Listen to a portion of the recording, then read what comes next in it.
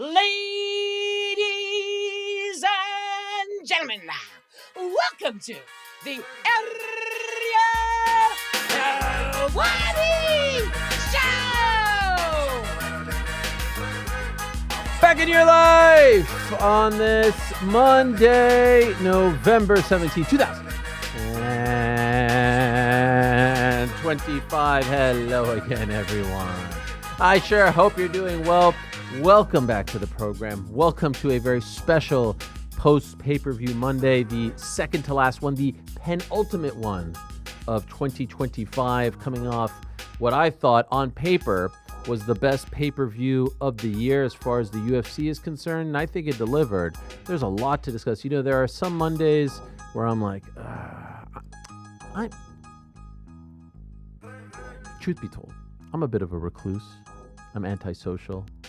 You can ask my wife about this. I don't like to talk to a lot of people generally. I mean, I know everyone in the back wouldn't ever guess this because I'm such a, ray of sunshine. But generally, I like to keep to myself. And so there are some days where I'm like, I'm going to have to dial it up today. I'm going to have to dig down deep. There are some days where it feels like I have to get out of my shell. This, my friends, this is not one of those days. There are other days where I count down the minutes, the hours, until 1 p.m. Eastern, 10 on the West, 6 in the UK. There are other days where I'm like itching.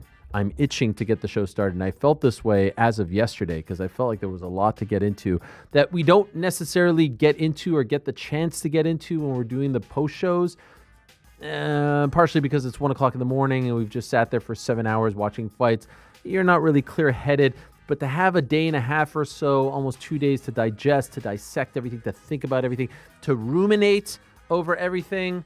And since then, a lot of other stuff has happened as well. And so I am very excited to get into things. We've had some breaking news as of this morning.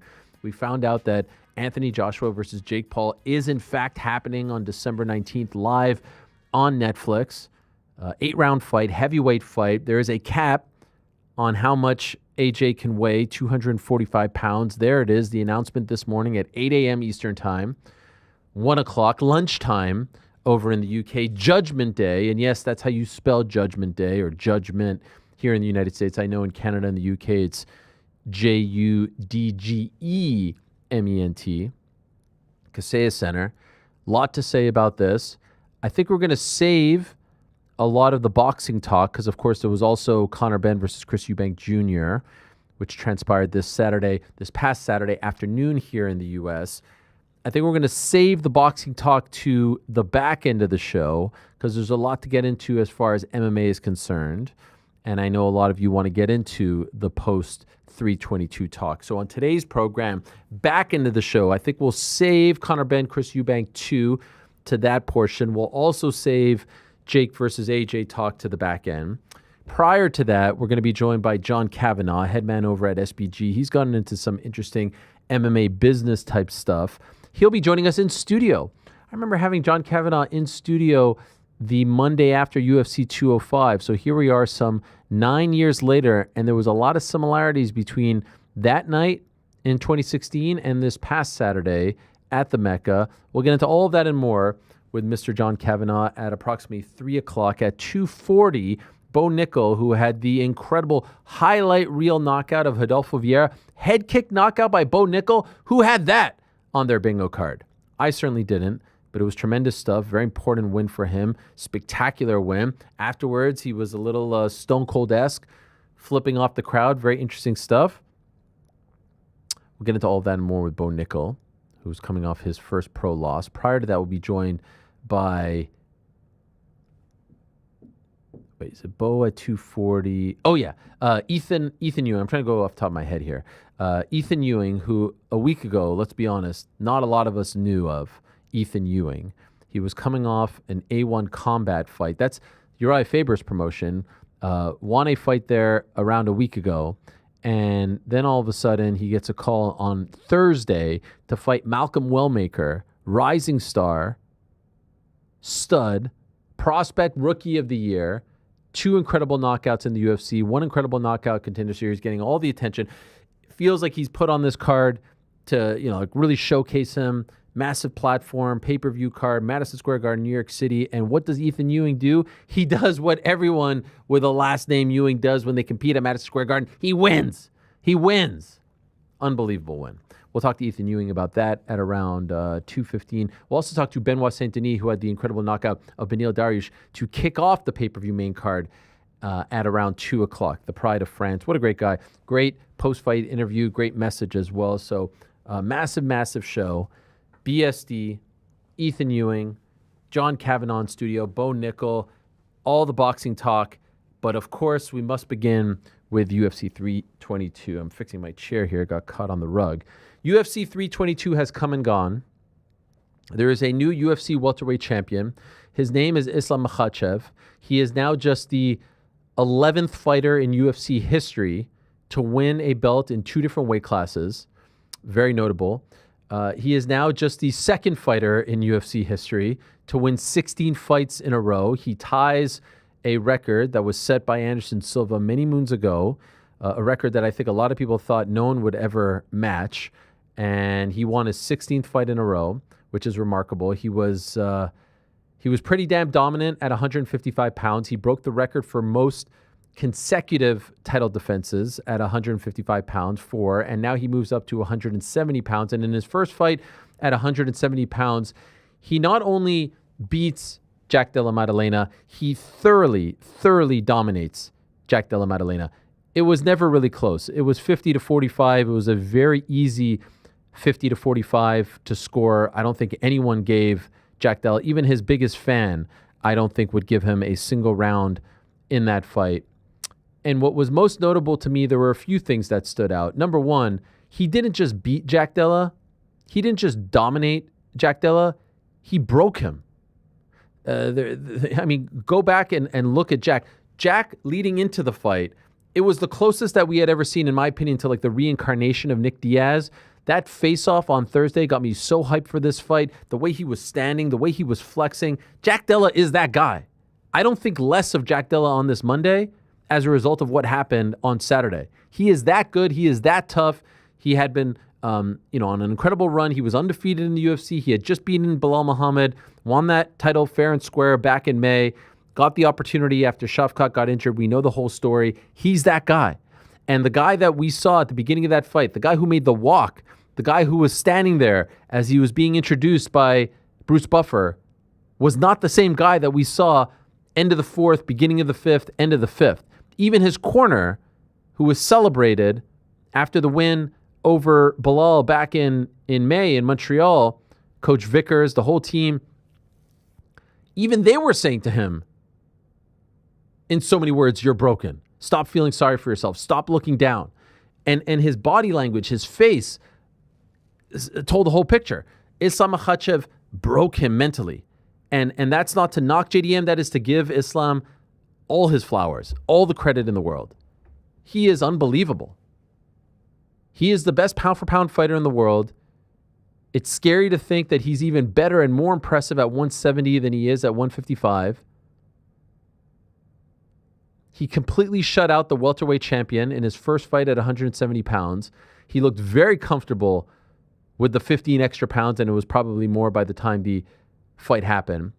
And what stood out to me the most is that it felt like a massive weight had been lifted off of Islam's shoulders. And I know what you're probably thinking. How is that possible? How is it possible that a guy who had won 15 fights in a row going into this fight, who was considered by many the best fighter in the world, who was considered by many the best pound-for-pound fighter in the world, who was considered by many maybe the best lightweight in the history of the sport, and we know how great that division is and how many great fighters it has produced, how could it be possible that a weight was lifted off his shoulders on Saturday? That's what it appeared to me as. When I looked at him, he looked like he was breathing a massive sigh of relief.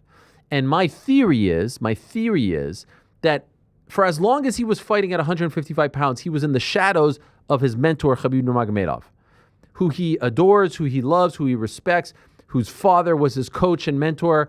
You know the whole story. And now it feels like he finally feels like he is able to accomplish something outside of his shadows. I am not suggesting for a minute, for a second. I know people get weird when you start pitting the two of them against each other. I'm not doing that. But Khabib is the lightweight king. Khabib willingly gave up that title.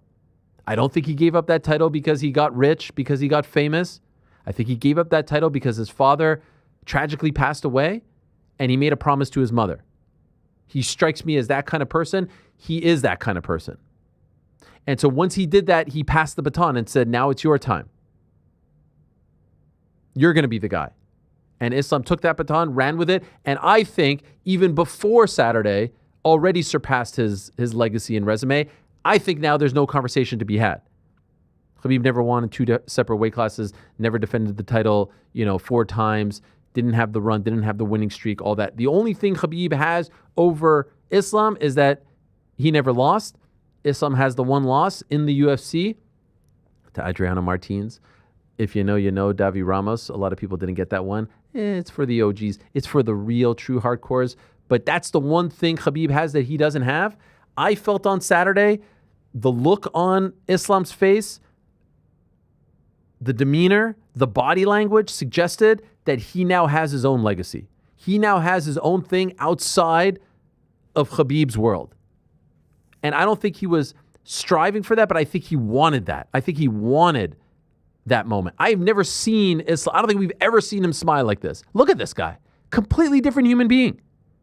Look at the relief. Look at the happiness. And it was cool to see.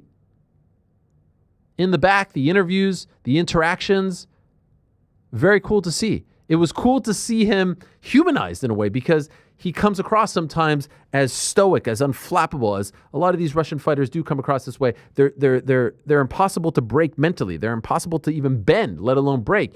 He came across on Saturday in the aftermath as a guy who had just realized a dream, as a guy who, was a kid, couldn't believe his life, couldn't believe how far he's come. And that, to me, made him more likable than ever. People will now forever debate, and maybe he wins 10 more in a row and there's no debate, but as of right now, people will, debate, is he better than Khabib? Who wins in their prime if they fight each other? I was talking to someone who's very close to them, and their suggestion was like, there's that big brother syndrome when they go against each other. Khabib has the edge. But if there was none of that, if it was just two separate guys with the same skill sets in their prime, that's a barbershop debate that we'll never get the answer to. It's fun to talk about. If you want my vote, I think the accomplishments, the resume, the fact that he won 2 belts in 2 different weight classes, the winning streak, and there are no signs of slowing down, makes him above Khabib. But there's no denying. Best fighter in the world, pound for pound, number 1. And there is a jockeying of position. Ilya fights again. Who knows what happens? If they fight each other, who knows what happens? But as of right now, November 17th, 2025, it's that damn impressive. And yes, I do believe, as we are offering up a lot of, platitudes, compliments, I do believe the kids would call, they'd call it a little bit of, aura farming? It definitely felt like they were trying to recreate the Conor post-205 moment. I mean, it was very reminiscent. 10 MSG cards later. The 10th annual UFC at MSG in November. I mean, this was, who could deny? And he is worthy of the moment, but it felt like they were trying to say, this is our house now. This is our promotion now. We've done it. That's the way it came across to me. No knock, but it felt like they were, go up there, take the second belt. And what is it about these 2 belts? You can't strip the guy and then all of a sudden have them parade at the press conference and the face-offs and the weigh-ins and this stuff post-fight with the 2 belts. What is it? Is it now it's just a trophy you can hold on to forever? I don't get it. Why strip them? I know why, because they want to have title fights on pay-per-views and they just kind of hope that no one is a stickler for these things like I am. But it is a little bit annoying. He should still, for all intents and purposes, be the 155-pound champion. And Dana said afterwards, we don't know what he's going to do. Why in the world would you go back down to 55? There's no reason. You look that good at 170. There's a litany of new guys for you to fight at 170. I don't think there's any guy right now who's like a surefire, this guy's going to be your kryptonite. And of course, there's the Ilya fight, which I feel like at this point, we're actually further away than ever from getting, because I don't see Ilya moving up to 170 and I don't see him moving down to 155. Maybe I'm crazy, but it seems like Ilya has his things going on at 155, and there's fights against Paddy and Justin Gaethje and whomever, BSD looking very good right now. And now there's a new crop of guys at 170 for him to fight. And holy smokes, are there a new crop of guys for Islam Makhachev to fight? Michael Morales looking incredible on Saturday, getting the big win over Sean Brady. And my heart breaks for Sean Brady. It truly does. Sean Brady should have been fighting for the belt next. If it wasn't for Islam moving up, Sean Brady is probably fighting for the belt next. But they put him in there against an absolute killer, a superstar in the making, a guy who just looks like a freaking, he looks like a tank out there. He looks like a 205er going up against a 155er in there. Incredible win for the pride of Ecuador, and perhaps the first champion to ever come out of that country.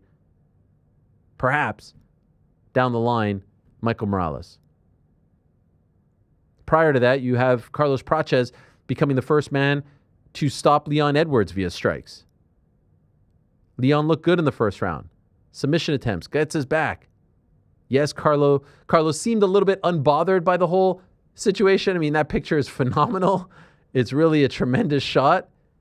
And then he comes back with that left hand and just absolutely blasts Leon Edwards. And now Leon has some soul searching. How quickly things change. For a guy who not that long ago was the welterweight champion of the world, now you have a guy who not that long ago was losing to Ian Gary. And so now all of the pressure goes to Ian Gary this weekend against Belal Muhammad. Belal Muhammad, Ian Gary this weekend in Qatar just got a whole lot bigger, because if Praches and Morales would have won via ho-hum decision, it would have been like a little like tap it in for Ian Gary. Now he's got to do something spectacular to let everyone know that he deserves the next crack. And oh, by the way, there's Shafkat out there who I hear is ready to go. January, February, March, he is ready to go. Do they go to him? Or is there a Kamaru Usman fight out there, and it seems like the entire Islam squad is pushing for that fight? Are they pushing for it like John Jones was pushing for the Stipe fight because they want the legacy win? Are they pushing for it because they're buddies? Are they pushing for it because they're all under the same management? I don't know. But it does seem like that's what they're pushing for. And count me among those who say I have zero interest in that fight, and it would be an absolute travesty if the likes of Michael Morales and Carlos Praches and Ian Gary are doing their thing, and Kamaru Usman, who has one win in the past 4 fights, and the one win is against Joaquin Buckley back in June, who wasn't even a top 5 fighter. If he was on the fringe, top 6, top 5, and that's what gets you a title shot. That's a joke. 170 is arguably the most interesting weight class in the UFC right now, and that's the guy who's getting the first crack at Islam Makhachev at 155 pounds. That's absolutely insane. 170, not 155 pounds. Old habits die hard. But as you can see, there's a lot going on, and there's a lot to discuss. And let me just say one last thing before we get to the guys and their opinions on what transpired on Saturday. I understand that a lot of people would say, yeah, the main event and the co-main, by the way, shout out to Valentina Shevchenko, thoroughly dominating Zhang Weili. Even, dare I say, it was even more dominant than what Islam did, and that's how impressive it was. And I did not see this coming. I thought this would be a very competitive fight. But after a couple of years ago where, the world was thinking, maybe that's it for Valentina. She's been doing this for a long time. Grasso catches her. Then there's the draw, as controversial as it was. Maybe she's just not that good anymore. She's just too old. Too many miles on the tires. Absolutely not. As Dana White said, weight classes for a reason. Happy they made the fight. Have no real problem with them making the fight. It was the most interesting fight at that moment for the two of them. But Zhang should 1,000% go down and challenge Mackenzie Dern, and Valentina stay at 125. And maybe we get that fight against Kayla if a few things happen. Or maybe we get that fight against Amanda one last time before they both set off into the sunset. The point is, it was an amazing card leading up to the co-main and main, and I understand both fights went the distance. You got to see magic. You got to see dominance, greatness, and I know not everyone cares about that. I know you just want to see knockouts and submissions and crazy moments. I do not think it is fair to Islam, just like I don't think it was fair to Khamzat to call him a boring fighter. Allow me to remind you that back in January, Islam Makhachev beat Renato Moicano via first-round Darce choke. Allow me to remind you that in June of last year, Islam Makhachev beat Dustin Poirier in one of the best fights of the year, in my opinion, via fifth-round Darce choke. Allow me to remind you that in October of 2023, he knocked out Alex Volkanovski. And just how good is Alex because of the win and how great it was back in February of 2023. Prior to that, he beat Charles Oliveira via arm triangle choke. Prior to that, he beat Bobby King Green via ground and pound. Prior to that, he Kimura'd Dan Hooker. Prior to that, he rear naked choked Thiago Moises. Prior to that, he arm triangle choked Drew Dober. And prior to that, he beat via unanimous decision. You know who he beat? You know who he beat? You know who took him into deep waters? You know who actually tested him? Yes, of course, it was the great Davi Ramos. But you have to go all the way back to September of 2019 for that fight. So other than this past weekend, the only other time in the past 6 years, 5.5 years, that he went the distance was the fight of the year against Volkanovski, which he won by that much. How is that a boring fighter? I'm sorry. How is that a boring fighter? Finish after finish after finish after finish. How is that a boring fighter? It's not. But, maybe Ronda was right. Maybe everyone is, what have you done for me lately in this sport? I get it. It's 1 a.m. The fight is going late. You're getting tired, and it feels like rinse and repeat. But the knock should not be on Islam. It's got to be on the guy who can't figure it out. And just like DDP couldn't figure it out, Jack couldn't figure it out. And now he has to go back to the drawing board, and he's got to figure it out. And Jack's not done, and we'll see him, and he'll be in the mix at 170, just like DDP will be in the mix at 185. But these guys are that damn good. They're that damn talented. They're that damn dominant. And it's on to their opponents to figure them out. But to call him a boring fighter when I just listed, all these fights have been finished via stoppage over the past 5.5 years is simply not fair. And oh yeah, in addition to all of that, we got a brawl in the stands at Madison Square Garden between Dylan Dennis and Team Islam Makhachev. Guys, how lucky are we, huh? Not yet. We'll do a breakdown of this. I want to do a proper breakdown of this moment. But we'll do it once we get, the important stuff out of the way. You know how big Saturday night was? You know how big Saturday night was? You know how big Sunday was? In Edda, Pete Carroll is here on a post-pay-per-view Monday. I don't know if he's even alive. Is he alive? How many pints last night? How many pints? None. Pure joy. All right. Troy Pirates on fire. Your demons and Troy Pirates on fire. Your demons and Troy Pirates. Did they change the Dublin airport to Troy Pirate International?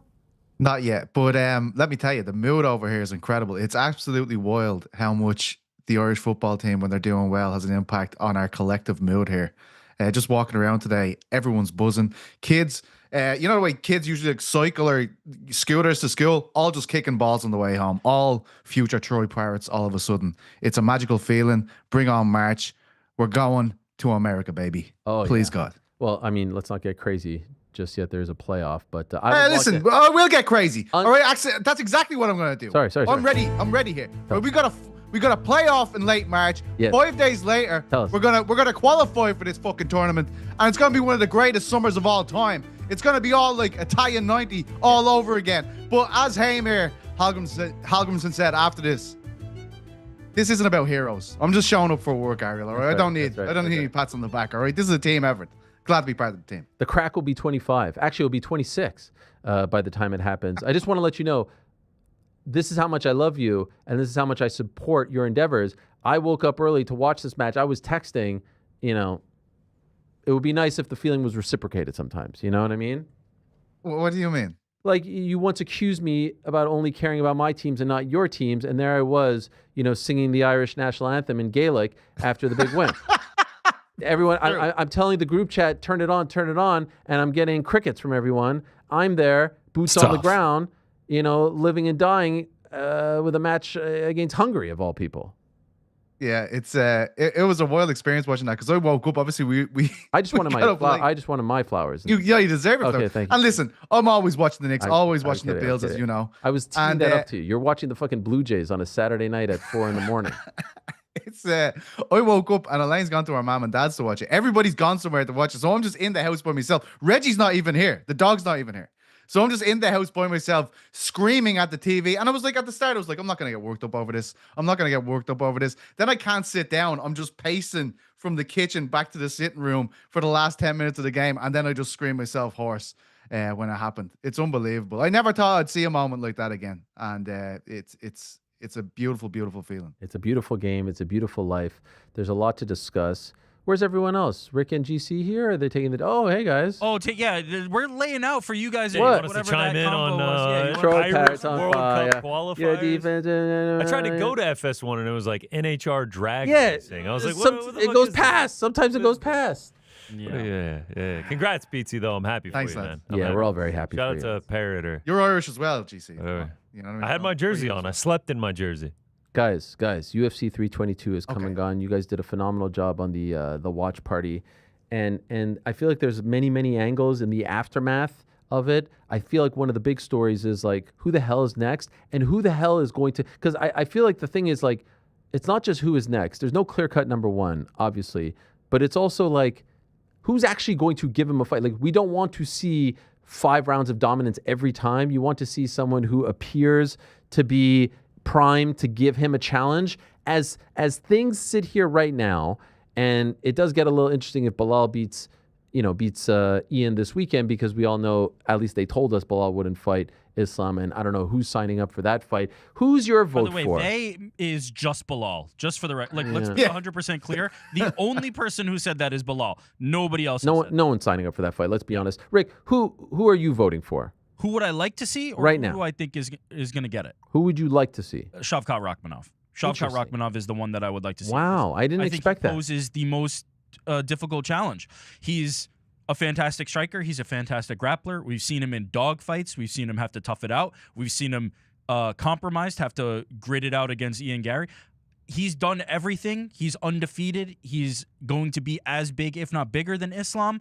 He's the one that I think poses the biggest challenge. And so I would like to see Shavkat because I think he was the one who we were kind of like grooming as the future champion of this division all along until the injury part of it happened. Like he was supposed to be the guy that probably slid into the spot and was the one that Islam would potentially be coming up to face. So for me, it's Despite the Shavkat. fact that he hasn't fought since December of last year, he's coming off serious knee surgery. You feel like, okay, He's feel the like you best want. fighter. Does he have the best chance? Yes, he has the best chance, and he's the best fighter. Okay. That is what I want to see against Islam Makhachev.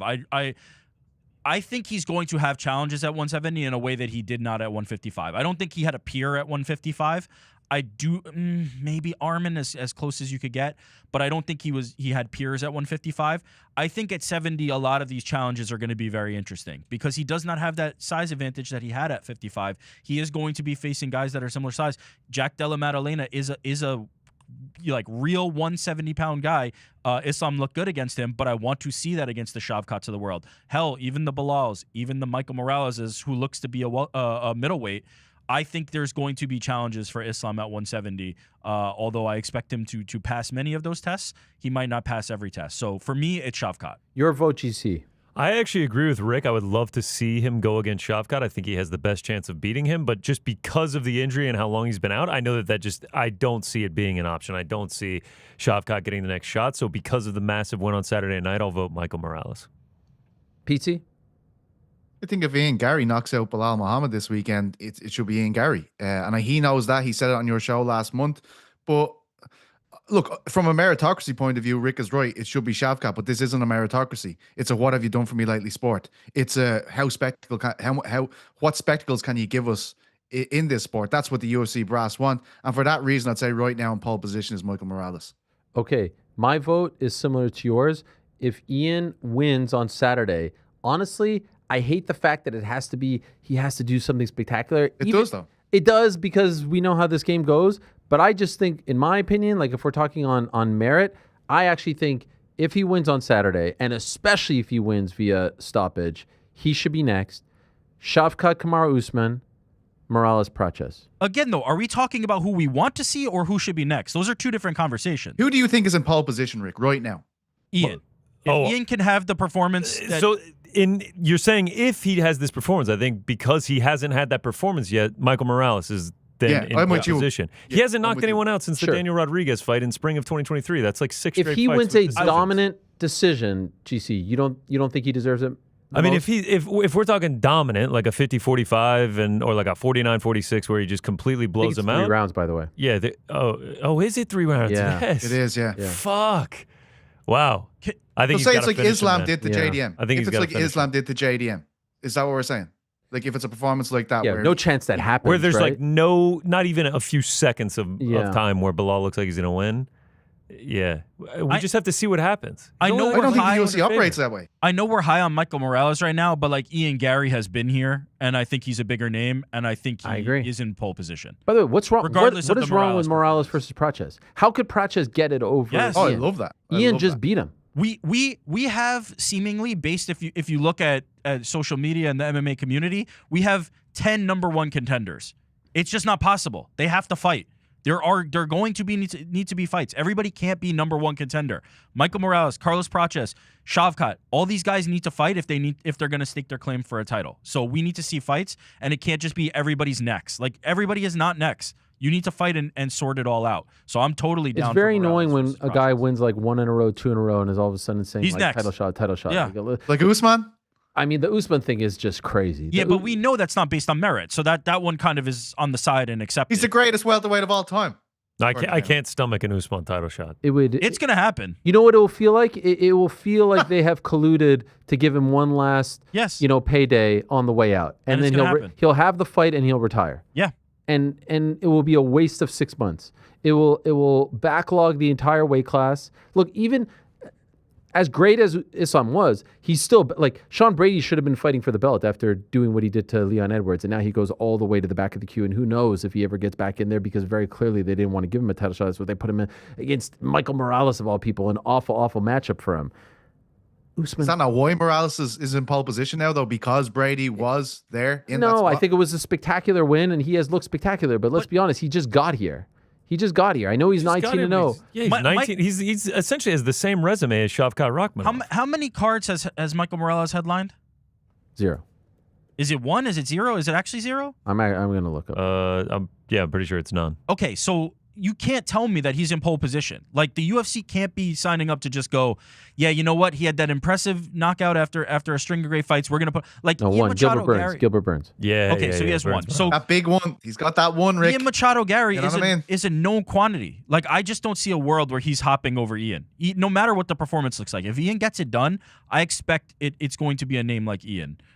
Before it's Michael Morales. I think you put Carlos against Michael and you let those two sort it out and see who's next. But Carlos versus Michael is just an absolute Well, stellar why fight.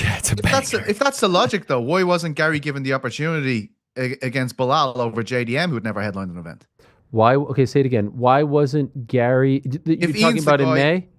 Yeah. Why wasn't he put in that spot? Well, if we go back, it was supposed to be JDM versus Leon. Yeah. Shavkat gets hurt. Who was supposed to fight? Because you remember Ian was supposed to fight. Remember, it was the April Kansas Oakley. City card, and then didn't it was Khalil versus Jamal, Yeah. and then one of them got hurt, and so they moved it to June, and they came up with that fight on like 3 weeks' notice. They came up with Gary Praches on 3 Yeah, weeks' do you notice. remember? I remember. Yeah, I was like at Duke, Buckley. Alabama, and they came up with it on a Saturday because we found out that they were moving Jamal versus Khalil to the end of June card. It's hard to remember all the details now, but ultimately they moved JDM to May. Shavkat gets out, and they put Sean Brady in there against Leon. Why didn't they give it to him? I don't know. I know. He was coming off a loss. He was coming off the loss to Shavkat in December. That's why. That's fair, actually, because he went on and he got back in the win column. Yeah, against against- Praches. Remember, he was pissed off. He was definitely pissed. Yeah. But it was because he was That coming makes off sense. the loss. Fair look, would I be shocked if they give it to Michael Morales? Like you can sell that, you can put that highlight tape on every day, and everybody's gonna get excited about it. I wouldn't be shocked. Like it's the UFC and things can happen, and if Ian can't go and Michael can, like it could totally happen. But it just feels like Ian's the name on the poster and Michael is not yet. Like he needs to do something to get there. You say like you wouldn't be surprised. I think that at the end of the day is what's going to happen. Like we're just going to get a name randomly, and we're all just going to have to accept it. There's no telling who they're going to go with. There's so many options. Head fire emoji 5-time. Yeah. Alarm emoji. It's happening. Except it's actually going to be versus Kamaru Usman, Islam. and nobody's going to react. Usman versus Islam. The Yeah. fight. And we'll all be pissed off. All of us are given different ones. It'll be Who's- No, I'm Jones. going to be happy. By the way, I'm gonna it'll be love it. Jones versus Stipe all over again. It'll be Jones versus that's- Stipe. that's In exactly- my opinion, that's the even shit. worse though. Yeah, You because have instead 8 of million contenders. Yeah, because instead of just screwing one guy over, Tom Aspinall, it's screwing over like 5 guys who have just been like chipping away. And not for nothing, he's not actually the welterweight GOAT, whereas Stipe has an actual case to be the But he's getting close to just being the GOAT. Who is No. Kamaru? No, he's Islam. talking about Usman. I'm talking as about the welterweight. Usman. Oh, the guy, got Like it, got this, it. the premise of why that would even happen is faulty because it's not based on Sure. anything other than Dana White saying he's the GOAT, but he's not actually By the way, even remotely close to being How the GOAT. coincidental was that, right? All of a sudden, Dana All of a White sudden. says Kamaru Usman is the GOAT. I mean, And all of a sudden, Ali's over here, and you're hearing the same thing. It's like Crazy. we've got some breadcrumbs. yes. Do you guys think that they will lean towards Ian Gary if he does something spectacular? Because all of a yeah. sudden, Yeah. Wait. Oh, absolutely. What? You don't even know what I'm going to say. Oh, What was I going to say, PT? Well, I thought you were going to say if he does something spectacular, they're going to lean towards Ian Gary. Absolutely. No. Would be my Because it's essentially the 2026 version of Conor Khabib. no. because it isn't. But there's that thing. It's Ireland versus Dagestan. Yeah, Ireland versus Ah, Dagestan. will you Yeah, fuck no, off it's with this? Ireland. No, we did this with Yeah. public views as well. What the fuck is wrong with you, all right? No, it's 2 different people, all right? It's the long-standing feud. No, this no is one in Ireland is walking around saying, wait till we get those fucking Dagestanis. Oh, music, right? I can't sleep at night. I'm so fucking angry about what happened in 2018. Come on. Imagine Elaine downstairs hearing this, like muffled through the attic. Also, yeah, that's Conor Habib from Temu. Conor Habib from Wish. What are you talking about? We just saw a brawl in the stands. You fuck. What does stemming Ian off- Gary have to do with Dennis this? isn't What does Irish. Ian What are you Gary have to talking do with about? this? He was in the suit Friends shop with someone in who's Irish. 2019. He's friends with a fella who's from Ireland. It's like a Russian lad getting in a fight with you and going, this one's for fucking Khabib. I What he mean, did to Conor. what are you talking about? He's quasi T McGregor, is he not? Well, because he did a seminar at He's a- SPG last month. He's a disciple of Conor McGregor, is he not? Oh my God. BFF. Disciple, I don't know, man. He's literally saying No, that they're his whole- best friends. He said that the reason why he wanted to do this was because of Conor. He's an You know inspiration what? to him. Are you working for the? Are you on the promotional reel here? I can already. This feels like what? Who was No, the no. man? Listen. Max Kellerman's gonna be reading this before they Oh fight. my God, Max. Paul Hughes and McGregor in Best his friends corner. with Conor McGregor. Can you take me higher? Why did they choose Creed for that? I don't know. I think they saw like a WWE promo circa We're 2000. blind Yeah, it was great. see. It was so good. I especially love the pronunciation of Islam Maklasashev. Here's the thing, PT. You cannot deny that there is a connect. I'm only asking the question. I'm not saying they should go this route, but I'm not trying to play into Ireland versus Dagestan. But there is. You don't think Ian's going to say like, I'm going to do this for my guy? You don't think that that's going to be part of the thing? This is our way of getting one back? Come on. If you don't think so, then where have you been? Are you still there? Yeah, I don't know if he will. Honestly, like He's like chilled. McGregor's not. He's chilled a little McGregor's bit. not like the most popular guy in the world. He's here. chilled a You know little what I mean? bit. He's been very, very, very complimentary and supportive of him. I just think that it's a promotional layup, is it not? For who though? Like who are you promoting it to? Ireland or Irish people? No, They're gonna be like, hang on. no, get to the this back. casual fans. This is the Redux. This is part 2. To the people. Part 3, apparently. Part 3. Part 4. It's part 4. Nah. If Paul Hughes, Oh. the Usman and Magomedov. I thought you were talking it's about two the of them, brawl being it's part 3. Part 4. Um, Or it's part 6 then. Part 6. There is a connection there. Whether you want to. Part 7. Can't wait. Let's go. How do we get from 3 to 7? 2 brawls, right? You had McGregor fight the brawl afterwards. Is Okay, 2. fine. Usman v So- Paul is 3. Usman v Paul 2 is 4. Okay, and so brawl in then, conclusion, is 5. you don't think they'll play into this? Just like they weren't going to They play into the do, dolly. Just like they If weren't. they do, I mean, I don't know what impact it will have over here anyway. I'm not saying impact. I'm not. And by the way, I'm not saying to you. I'm not saying to your country. I'm saying to the casual fan out there. Oh, well, then they Picture of them together back in the day, suit shop. What was it, Louis Copeland? And now here we are, and I'm going to get one for it. Come on, it's a layup. What are you talking about? Is it not a layup? Actually, like, you know, it was ill-advised with the dolly, so they probably will. You know what I mean? Right. It went on to sell a lot of pay-per-views, I guess. I believe you were against the dolly being the promos of that at the time. I think we all were, but they used that then, so why not? Let's get Ian Gary to throw a dolly. By the way, I don't even know if I was against it. I just thought it was. I just thought there was no chance they wouldn't use it. Let's see then. Who knows? All right. Does anyone have a chance of beating this guy? Yes. Who? Shavkat? Shavkat, Yeah. Michael Morales, Carlos Pratchett. Like, All these guys. I want to see all Morales these with fights. the judo background is very interesting to me. Like, we don't really get to see him big. use it. He's massive. He's so big, yeah. I want to A see all chance? these Absolutely. fights. Yes. Islam is more vulnerable at 170 than he's been at 155. That's the I think he could have cruised to infinite title defenses at 55. I don't think he had a peer there. I'm much more compelled by him at 170. I'm much more compelled. I think he's fantastic. I'm not gonna pick against him in most of these fights, but I think it's gonna be competitive, and I'd like to see it. I'm not taking too much away from a really bad style matchup for Jack Della Maddalena. I need to see more. Did you guys notice how happy he was afterwards? He was stoked. It was very, because usually when he wins these fights, I don't feel like he exudes that kind of happiness. What do you think that was, GC? You think that was just him being happy at the moment, or you think there was more to it? I don't know. I mean, he said during the post-fight interview that like he's worked his entire life for these two belts. Whether it was to feel like he's getting out of Khabib's shadow finally, I don't know if that's really how he operates. But I think it was the fact that he has gotten into this rarefied air. 11 people total. He's now one of them. He has the two belts, gets all the pictures and everything like that. It's an accomplishment that I feel like he's worked for decades at, and to finally achieve it is something that he thinks is very special. Also like learning from a guy in DC who had the two belts too. They're joking backstage about it and everything. I think it just feels like a very special moment for him. Yes, there they are having some cookies. Everyone's there. It's Everyone's almost like having he a great hit the PRJ when he does that lean back.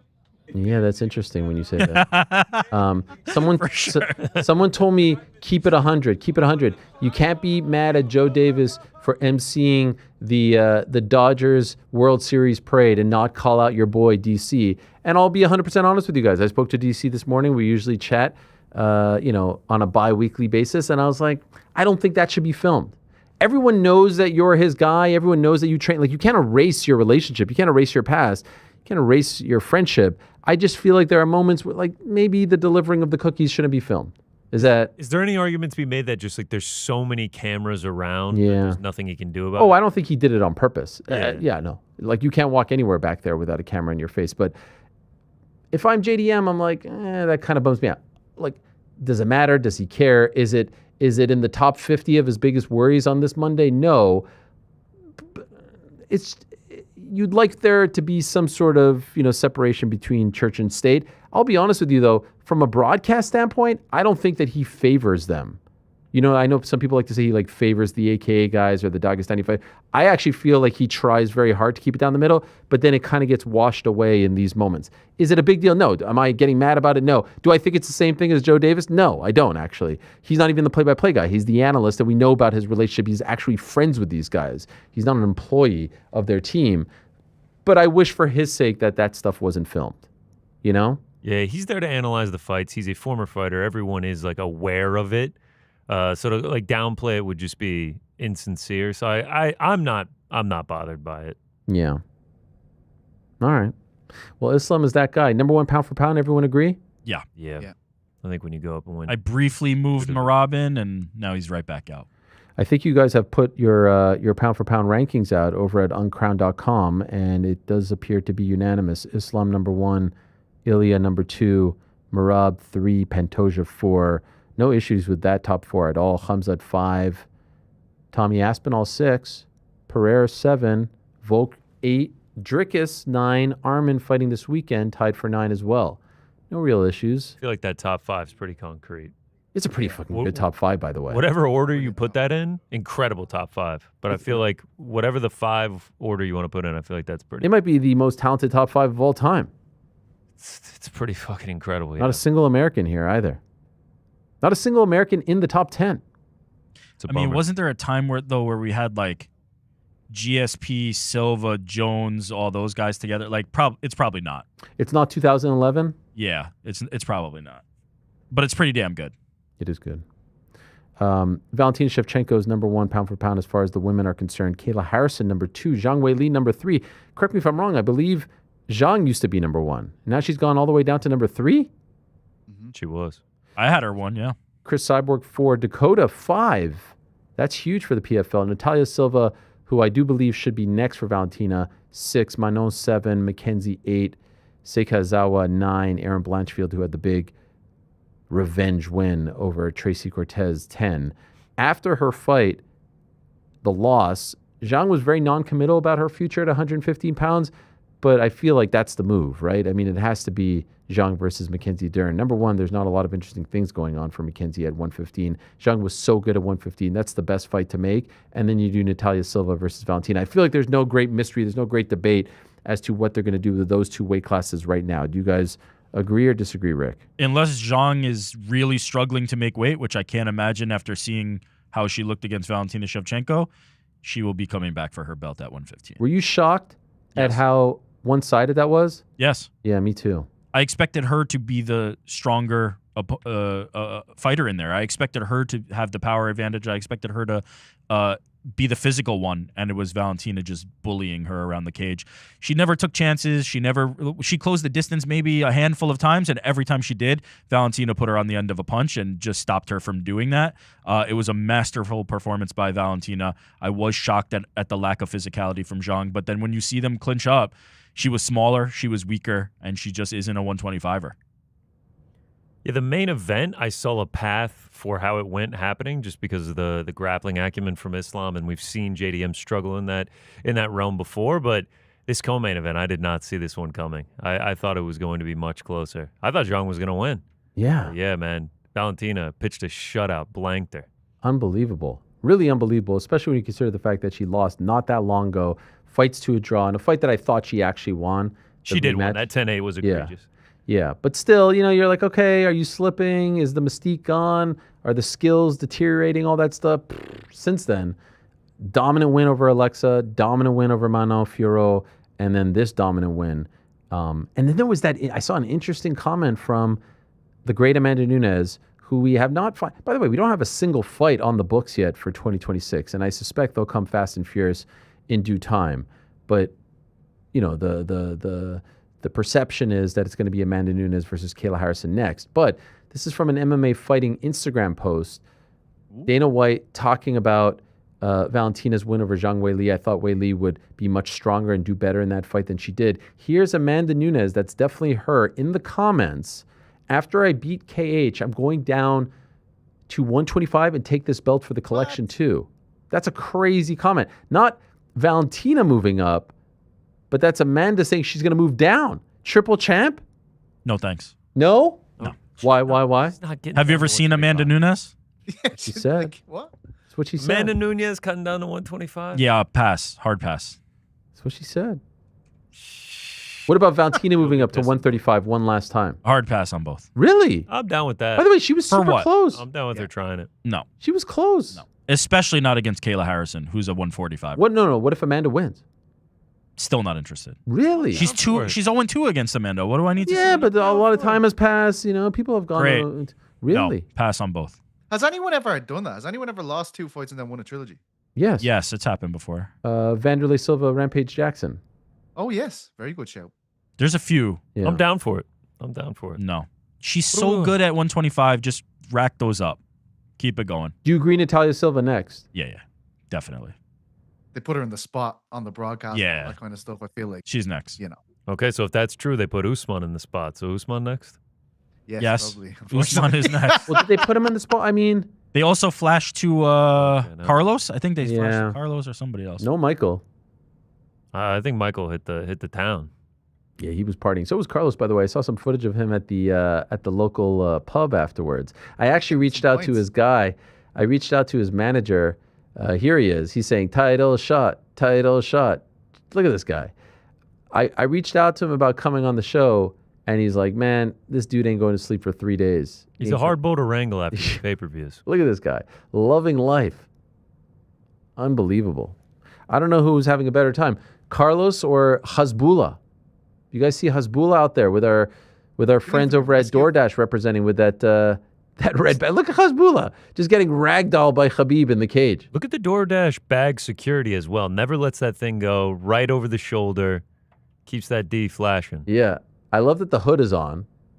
Look at him. Out there. He's getting hood on, bag almost as big as him, and never lets it go. It's a lot of food in there. Hashtag ad? Yes. Shout out. Of course. I saw him being mobbed to the point that he had to be rushed into a car. Like his handler had to pick him up and just like get him into a car because he was being swarmed by so many Really? people. He's that big of a deal? Oh yeah, he's a superstar. Well, speaking of superstars, guys, let's talk about the other big fight. Dylan wasn't on the card, Dylan Dennis, but unfortunately it does appear as though he lost via TKO. I stole that one from someone else. Not very nice. It wasn't a good scene. Beginning of the broadcast, there's the open. Wait, pause it for a second. Pause it. I know. Beginning of the broadcast is the open. It's John Anik, Rogan, DC, and all of a sudden they're on the broadcast doing the open, and Rogan and DC are like backs turned to the cameras, and you're like, what is going on? And then very quickly, within seconds, like I'm starting to get texts from people, and within seconds, you're seeing every angle possible. You know, it's in an arena with 19,000 or so people, so you know it was about to pop off. And it appears as though Dylan Dennis got into a melee with, Dana called them the Muslim Brotherhood. I'll just call them Team Makhachev, Team Khabib. A lot of the fighters with ties to those fighters from Dagestan, who, you know, after speaking to some people, my assessment of the situation is Dylan didn't do anything on Saturday in that moment to deserve getting his ass whooped. But of course, there's years upon years upon years of trolling, Instagram story posts, tweets, interviews, stuff about him talking about them in very disrespectful ways, to where you can't be shocked that any of this happened. And you had to have been, you know, you had to have known that at some point this was going to happen in some way, shape, or form. My understanding was he bought a ticket. He was there as a fan. He was hanging out with Alex Pereira and Plinio Cruz. They're friends. They're training partners. They train together. There's some pictures of them hanging out. He was there with, with some friends as well. There's a shot of him and GSP saying hello. And then slowly but surely, these people who he's talked about in some way, shape, or form converged, and it all popped up. There's this one angle here that's almost like from the perspective of the Dagestani fighters. It's the one that we were about to play that I stopped. Here it is. And you could see, some of the familiar faces. You could see the now very popular John Pork with the backwards hat, I do believe it is. Chanko, Abubakar Nurmagomedov too. I love this part here where he's like, yes, please hold my hat and let's go. And it all pops off. Dylan was wearing a New York Yankees hat. Here's the one dude with the with the chair, and it gets taken away, and he just keeps going. Dylan is wearing a Yankees hat. He's wearing very big red shoes. Dylan's brother is in the mix as well, a friend or two as well, and it's just like, I don't know what it is. I don't know what the numbers are, 10 on 4, 15 on 4, but it could have gotten a lot worse. Shout out to Madison Square Garden security. I feel like they kept it as contained as possible. There's the one dude with the white jacket. This guy right over here gets drop kicked towards the end. I believe that's a friend of Dylan's. And then it pops off even more. But just a very, very ugly scene. And one that I think most people predicted was going to happen at some point in time. Yeah, that's the aftermath of the drop kick. There's another angle. Anyway, ultimately, Dylan gets carted out. Well, I shouldn't say carted out. He gets escorted out of the venue. Here he is, the bad guy, getting flipped off, yelling to people. Ugly stuff. Ugly stuff. He does look pretty cool there, though. In that moment, he looks like Stone Cold Steve Austin, circa like 1999. There's another angle. I mean, everyone was sending. Didn't he make angles. that comparison, the Stone Cold one? Did he? I think he tweeted it or Stone Cold Double D. Someone, yeah, he retweeted it, but credit where it's due. He looked fucking cool there. Anyway, afterwards, Dana White blamed himself. He said that he got word that Dylan was going to be there. Jorge Masvidal said it was going to be on site, and he was just like, keep an eye on him. And then all of a sudden it pops off, and he's like, oh, I know exactly what happened here. And he gets banned for life. Dana White, I actually thought that Dylan was banned for life already, but apparently not. Obviously, they clearly don't want to sign him for whatever reason. They feel like he's not worthy, or he's a liability, or who knows what the reason is. It is a little surprising that they haven't just put him on The Ultimate Fighter, because that would surely pop the rating, whatever it may be. But Dana White, 100% blaming Dylan for this, offered no blame towards the other side of the equation, and said that he will not be allowed to attend a UFC event again, ticket bought or not, and that he's banned for the foreseeable future, if not for life. Pete, what did you make of all of this? Just mental, It's everybody seemed to know. I was not. You know this, Ariel. I was like 30 minutes later. I text you. I was like, think something's happening with Dylan Dennis there, and you were like, yeah, no shit. Go on social media. It's pretty crazy.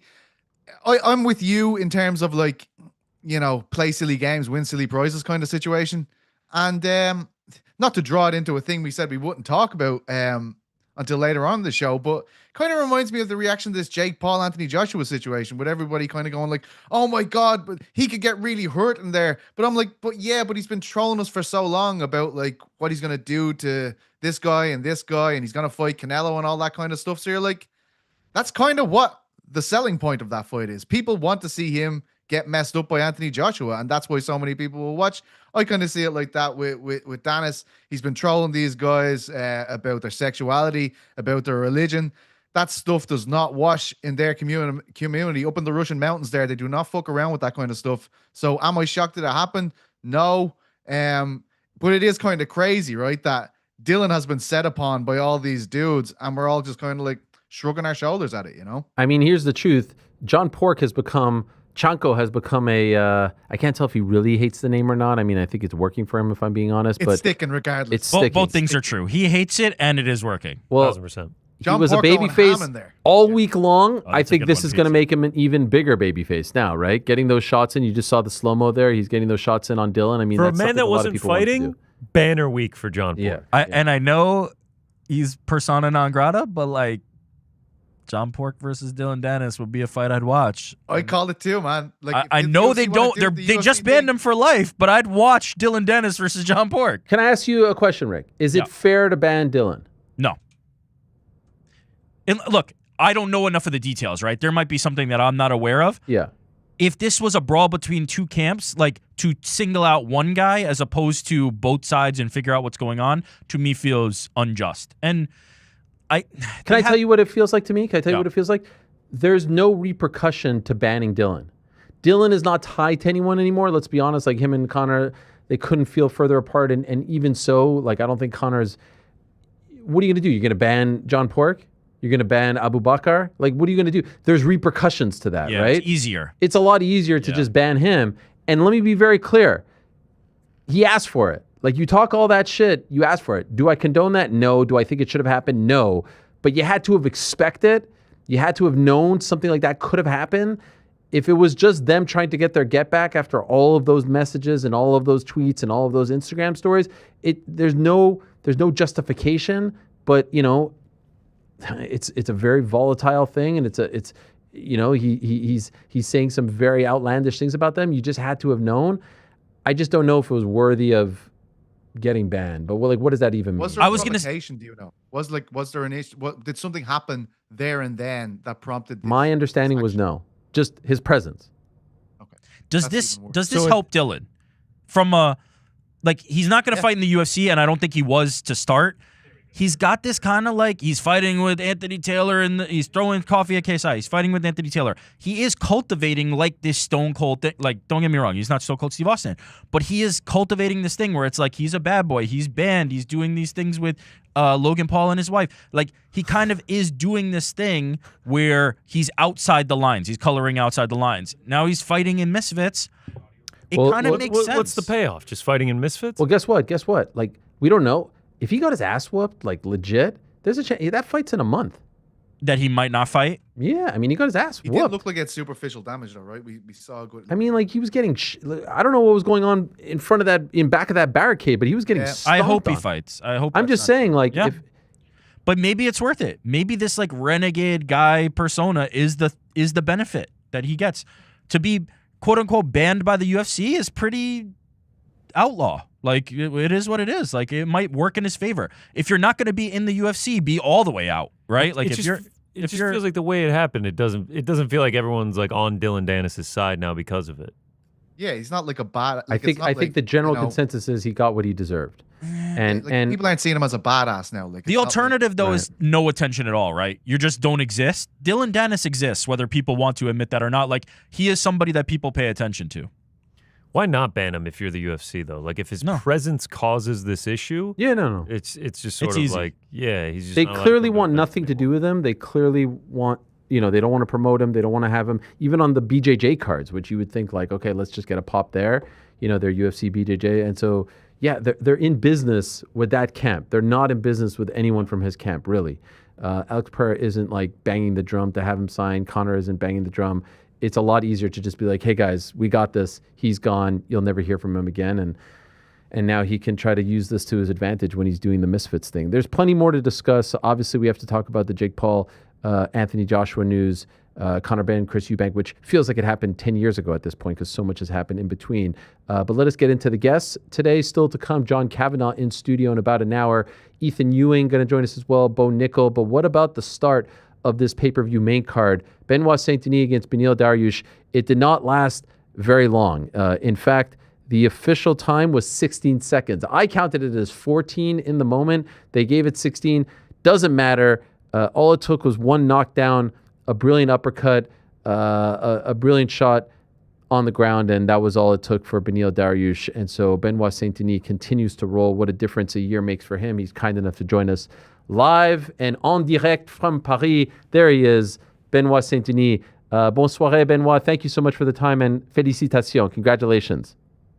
Thank you, Ariel. Nice to be here with you. Yes, it's always great to talk to you, and what a win, my friend. And I'm always curious after a fight that lasts so quickly, that is such a short fight, how do you react to something like that? Because there's so much adrenaline, there's so much emotion, and then it's over like that. Do you feel like you need some time to come down? And if so, what do you do to bring your energy down because there was so much buzz leading into that? Yeah, it was fast. So you take time to realize what just happened because of course the finish did come a kind of not an unexpected way, but very fast. So even for the fighter, it's you train so hard, to have a wow. And in my mind, it was going to be a lot of times of trying to get each other gas out before somebody got the finish. But yeah, I was able to put my hands on him quickly, so I'm happy with the finish. And the work we did in the training camp and the hard sparring sessions we did made it a lot easier for me to accept that it went so fast. And yeah, I'm an happy man. You said something in the post-fight press conference that I thought was very profound and interesting, and I wanted to ask you about it. You said that, when you engage in the clinch with your opponent, that's the way that you kind of like release the animosity that you have towards them. Can you explain what you mean by that? Because I've never heard anyone describe it quite like that. Yeah, I love those positions because you can use all the striking arsenal without even seeing, because you know where the body of your opponent is. So it's kind of a grappler style approach of the striking department. It's called, the dirty boxing, the clinch. We have people like Justin Gagey who are very good at it, or Charles Oliveira with his tie clinch. It suits well to people who have both a good grappling and a good striking, because you always know where the head of the opponent is, even without seeing, because your hands are on the guy's body. So it makes it, I don't know, it makes it comfortable to unleash your full power and full arsenal of strikes on your opponent. So 6th fastest finish in lightweight history, fastest finish of your career, fastest finish for a French fighter. And here you are, second time at Madison Square Garden, the first time a couple years ago against Matt Frevola, 91 seconds, this time 16 seconds. What is it about New York City and Madison Square Garden that allows you to produce these incredible finishes? I do believe I was always in a good mood, a good mind, a good mindset, and well prepared when I came in New York, and um, yeah, I just this past year I have been working a lot, and now the work starts to pay off. Since the Ruffy fight, since after the Purple Leg fight, I feel like the investment in training with a MMA head coach is paying off, and I'm getting well-rounded and a lot sharper and a lot more tactical on what I want to use to get those fights win as quickly as possible. I know we've talked, in the last couple of months about your 2025 as opposed to your 2024, but I can't get over the last 6 months for you, Benoit. The win in May, the win in September, the win here, the activity, but the way in which you're winning compared to the way 2024 went. And I know you've talked about, a coach, a new team and all this stuff, but like a year ago today, last November, could you have ever imagined that the year would be so different for you? 2 losses, devastating losses in 24, and now these 3 incredible finishes in the span of 6 months is really like you're one of the comeback fighters of the year. It's just a complete 180. Even in your wildest dreams, in your greatest hopes, could you have ever dreamed of it going like this after the year that you had? Uh, Yeah, I knew I would come back. I knew I would come back. I was just depressed that it will take me so long because you don't get the opportunity to fight as much as you want, as many times as you want. This is not football or basketball, so you cannot prove people wrong every week. And the Dustin Poirier fight, as I told a lot of times. Yeah, I had a lot of disrespect from my part and a lack of humility to come in a fight with health problems. And then the Moicano fight, I come without coach and without tactics. During the between the first and the second round, I already knew that I was an absolute idiot and that I had a lot of changes to do because obviously I knew who to win the fight, and I proved it during the second round, and I just give my opponent a weapon to get my ass kicked in the first round because I didn't study him at all, and yeah, huge mistake. Like I say, I'm young in this sport, and it has been putting me into being more humble, going bad at work, and understanding my mistakes. Never underestimate any opponent again. Doing my work not only in the inside the gym, but also outside by studying them, knowing what they are good at and what I'm good at. So all the exchange are going to be the one I want to have with those guys. And yeah, I just couldn't wait to get those fights and to be in this situation again because I feel like 2024 I lost a full year. It's pretty easy in this sport to lose a lot of times by doing stupid mistakes very fast. So um, I'm blessed to be here, and I'm blessed to be back on my road to the titles. I was thinking a little bit more about this, and I had a feeling that you were going to say something to the effect that of what you just said. But I do wonder if there's anything to the fact that your background in the military is well publicized. You're very open about it, and you're very proud of your history. And I want to ask you about fighting on Veterans Week, but you have experienced real tragedy, right? You've experienced war, and so I don't think that there's any amount of losses in a sport that can mentally break you considering where you come from? And do you think that that is something that differentiates you from some other fighters because of the fact that you've experienced real life and death as opposed to the sports equivalent of that? And so even if you do lose a couple in a row, you will not, maybe you'll be down, you'll bend a little bit, but you won't fully break mentally. Do you think there's something to that? You're just built different. Yeah, I mean, that night I had a brother in arms coming to the fight week. He lost both his legs on a mission in my Spec Ops group a year after I left. at the exact same post I had before leaving. Um, so yeah, destiny um, plays play a huge role. And like I love to say, we all have only two legs and two arms.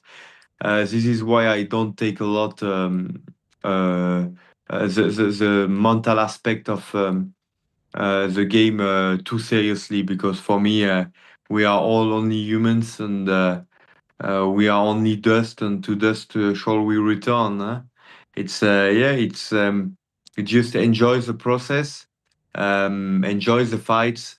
I love to have tough fights. I love to fight, and this is what I'm here to do, you know. And I'm blessed to live this adventure with my staff, my family, and to have so many people having my back.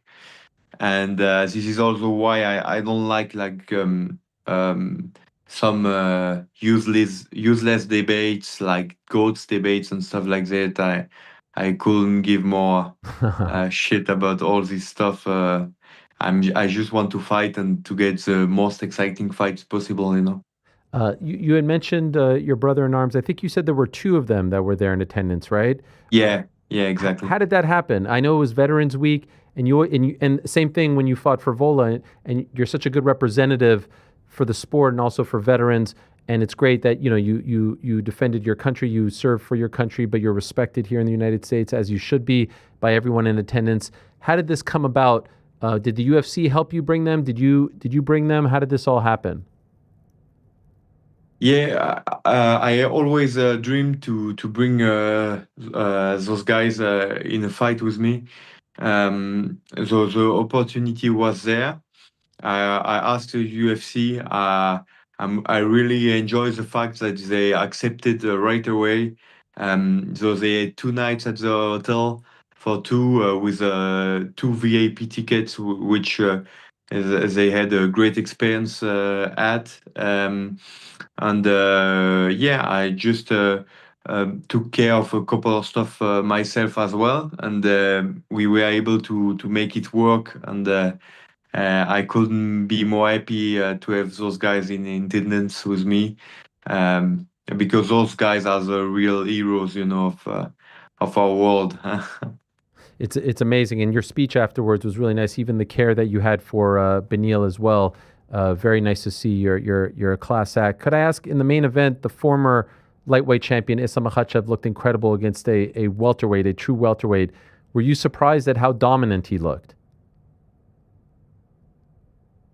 I mean, I was not surprised, but I do believe it's a guy you can do any mistakes with him, uh, especially the tactical aspect of the fight.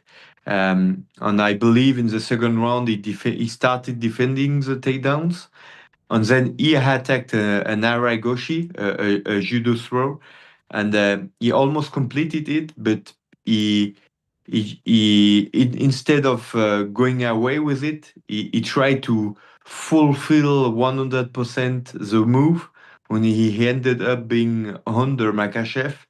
And those small mistakes, you cannot do them against Islam, because yeah, he looked great, and as always with guys of his team, they come with the perfect tactic to adapt to their opponent, on the feet and on the wrestling, on the ground department.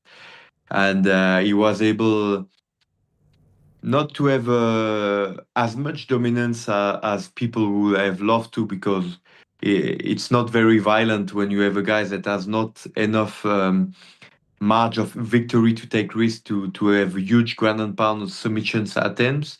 Instead of that, he has just been keeping Magdalena on his back, on getting him tired, which is the first option you get when you are at the same level, I feel, on the ground as the guy, but you have having the top position, so you have a better position, and you are able to keep it, and to get the guy tired under you. So he did a great job. Islam did a great job, great tactic, and yeah, I don't know if he will come back to lightweight. I would love to, because obviously he is the real champ of our division, and um, he is the guy you want to face if you want to become the lightweight champion.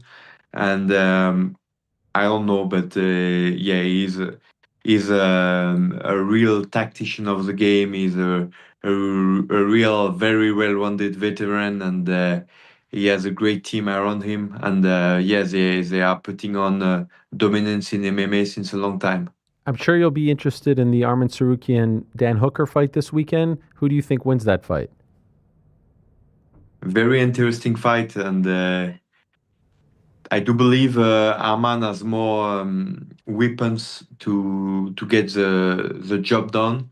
But if violence speaks for Hooker, he could make it. But like he did to Gamrot, but it will be a tough job for Hooker. But he can make it also. But Arman has a bigger arsenal, I feel. So these guys like Gamrod, who you've been going back and forth with, Hooker, Gaethje, I feel like these are one of the guys who you should be fighting next. I know you asked for the title shot or the BMF. Maybe we're a couple away from that, but you might as well shoot your shot. Realistically, who do you think you get next? Man, as I said, I'm blessed and honored to be in this division, and any fight inside the top 5 will be a huge fight. A lot of names are on my list. Anybody they will give me, I will fight him.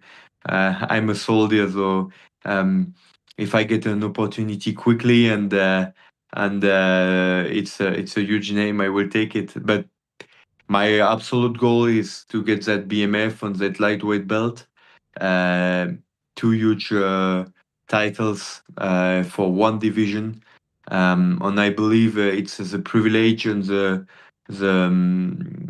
to be in this tough division, to have those 2 belts on the line inside one division. So yeah, I couldn't be more happy to be in my position, and I cannot wait to see which opportunity I will get. And as always, I will come to serve. Yeah, I love it. By the way, I noticed afterwards you said that you were going to go to a French restaurant after the fight. How's the French food in New York? How do you compare it to back home? Yeah, I feel you have a strong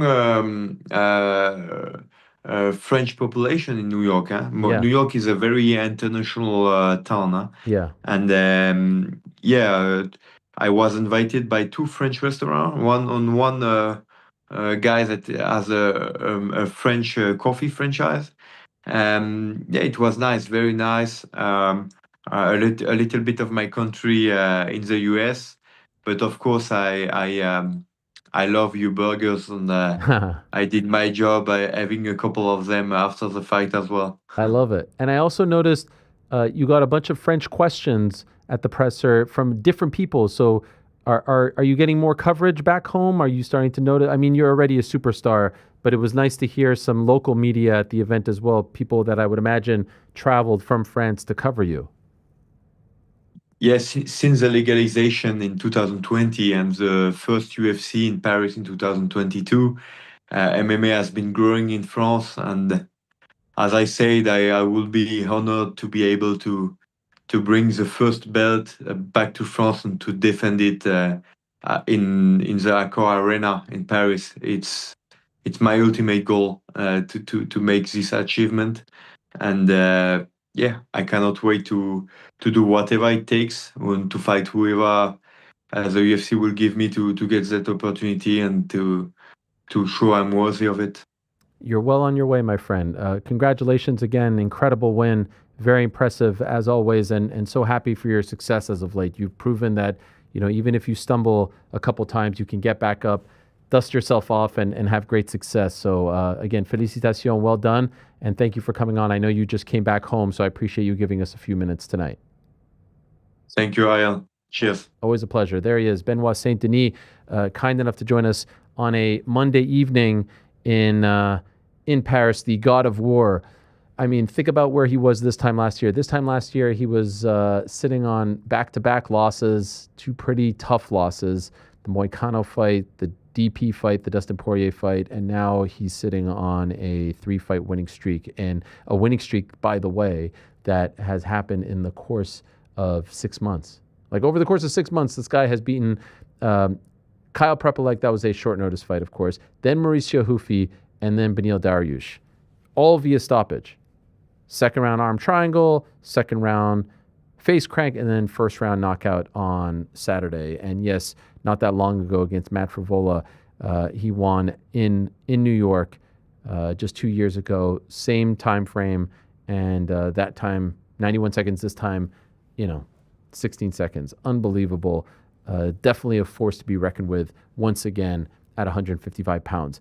There were a lot of great stories on Saturday that transpired in front of us.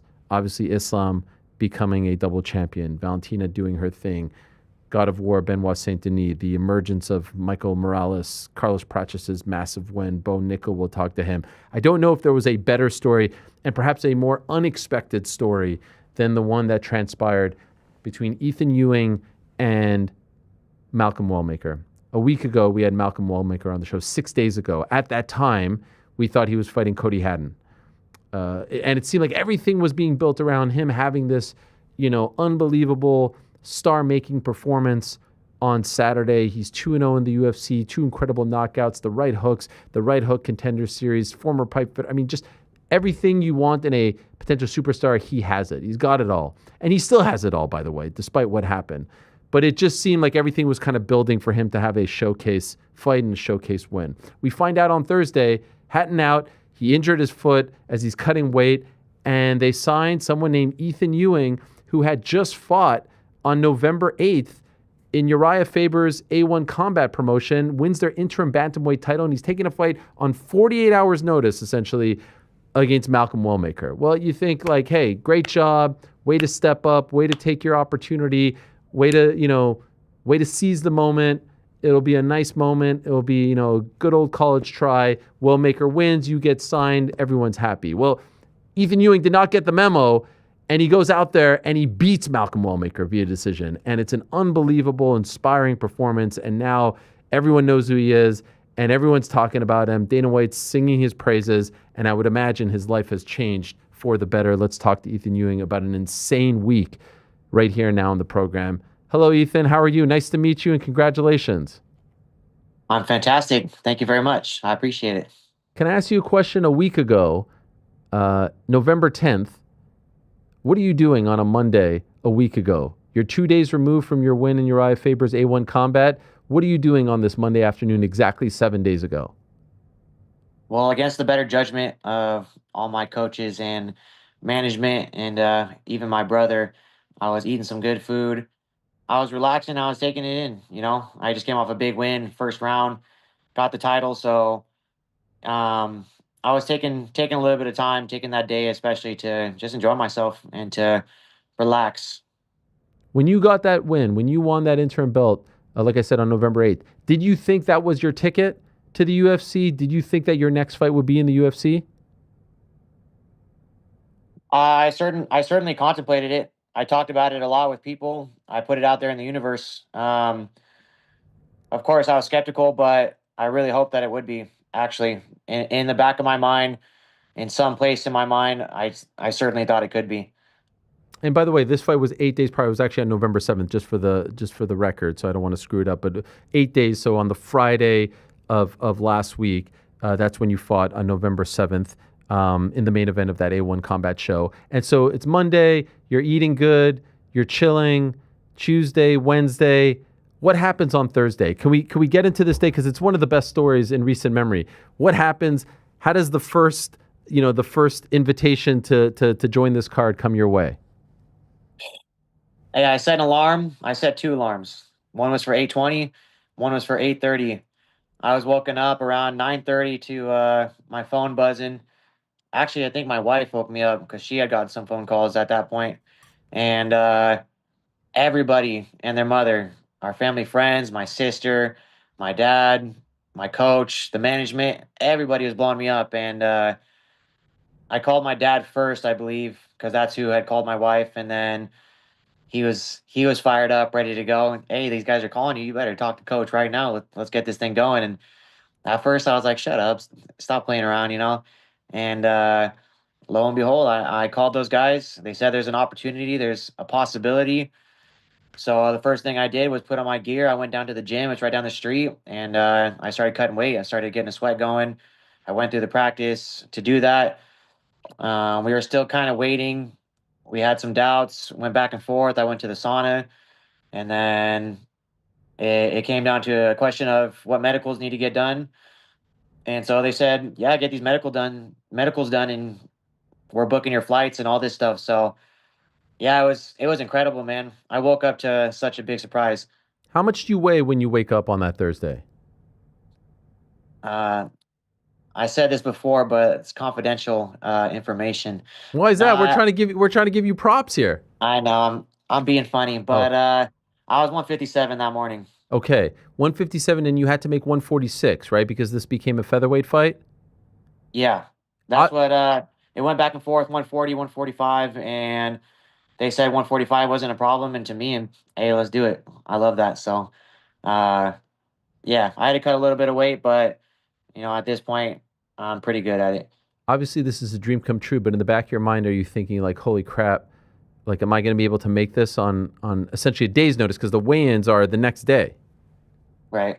No, I mean, 140 would have been a push, but I was full of food. I was full of water. It wasn't like I'd come off my camp where I was very strict. There's 2 months, maybe a little bit more than that, where the diet's perfect. The calories, the carbohydrates, the fats, everything's very calculated. Um, and so I had that 2 months, and when I do that, it's necessary for me to get down to that 135. When Thursday morning they called me and I saw 157, I was like, that's not exactly where I'd like it to be, but I'm full of food, I'm full of water. So I know that as I go and I cut the weight, I sweat it out, that it'll be a little bit easier to lose that weight. Now, here's the thing. You live in California, right? In LA? In the LA area? Yeah, I live in Orange County. Orange County, okay. So you got to get to New York. What time is your flight on Thursday? We flew out at 11 o'clock at night. 11 p.m., so essentially a red eye. Yeah, a red eye. Okay, Exactly. what time do you land in New York on Friday morning? So we touched down at like 6:30ish. Yo, this And is then, I crazy, mean, man. This is crazy. The New- weigh-ins are at 9, right? Yeah, New York traffic. Like I said, I work in LA. I'm a safety professional. I have a safety company, so it's actually funny that Malcolm comes from that construction background. I know all about those guys, but yeah, I thought LA traffic was bad, man. New York was bumper to bumper. The driving there is crazy. It's insane. So 6:30 we got there. I didn't get to the hotel till after 8 o'clock. I ran up there. I checked my weight, and then I was on the official scale immediately. It was go go go from the moment we touched down. It's unbelievable. I mean, I've been covering the UFC for a long time, this sport. I don't remember a story quite like this one in the UFC. You hear it on the regional scene, but not quite in the UFC. When you get to the hotel, you check your weight. How much do you weigh at that point? I was 145.4, 0.6. Damn. So I was on weight. Okay. Yeah, because that morning I woke up, I cut like 11, 12 pounds, and then I didn't eat or drink anything the whole day. I drove all throughout LA getting medicals done. I jumped on that plane. My mouth was dry the whole day. I was a little shrunk up, but I knew I had cut that weight and was ready to go come the next day. So by the time you step on the scale, like you haven't really trained or anything like that. Are you even thinking of Malcolm? Are you even game planning? Are you talking to your coaches? Are you watching video on the plane? Man, it's so crazy how life works and how everything just works in general. There's been a couple instances where there was talks of possibly the UFC calling me up, and Malcolm was always on that card.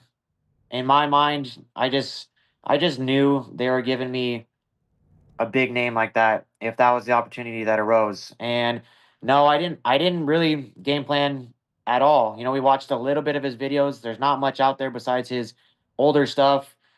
I knew that big right hand was coming. I knew that's what he had. I knew he's a large individual. He's very big and very strong for the weight class.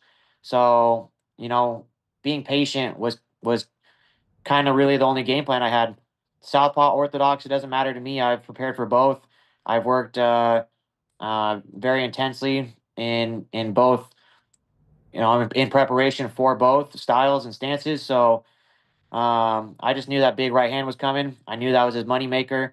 I knew he could throw that hook from the left as well. And other than that, man, being patient was what I needed to do. You know, one thing when someone's making their UFC debut, especially on a stage like this, Madison Square Garden, I believe first time in New York, right? Oh yeah. So it's like all this stuff.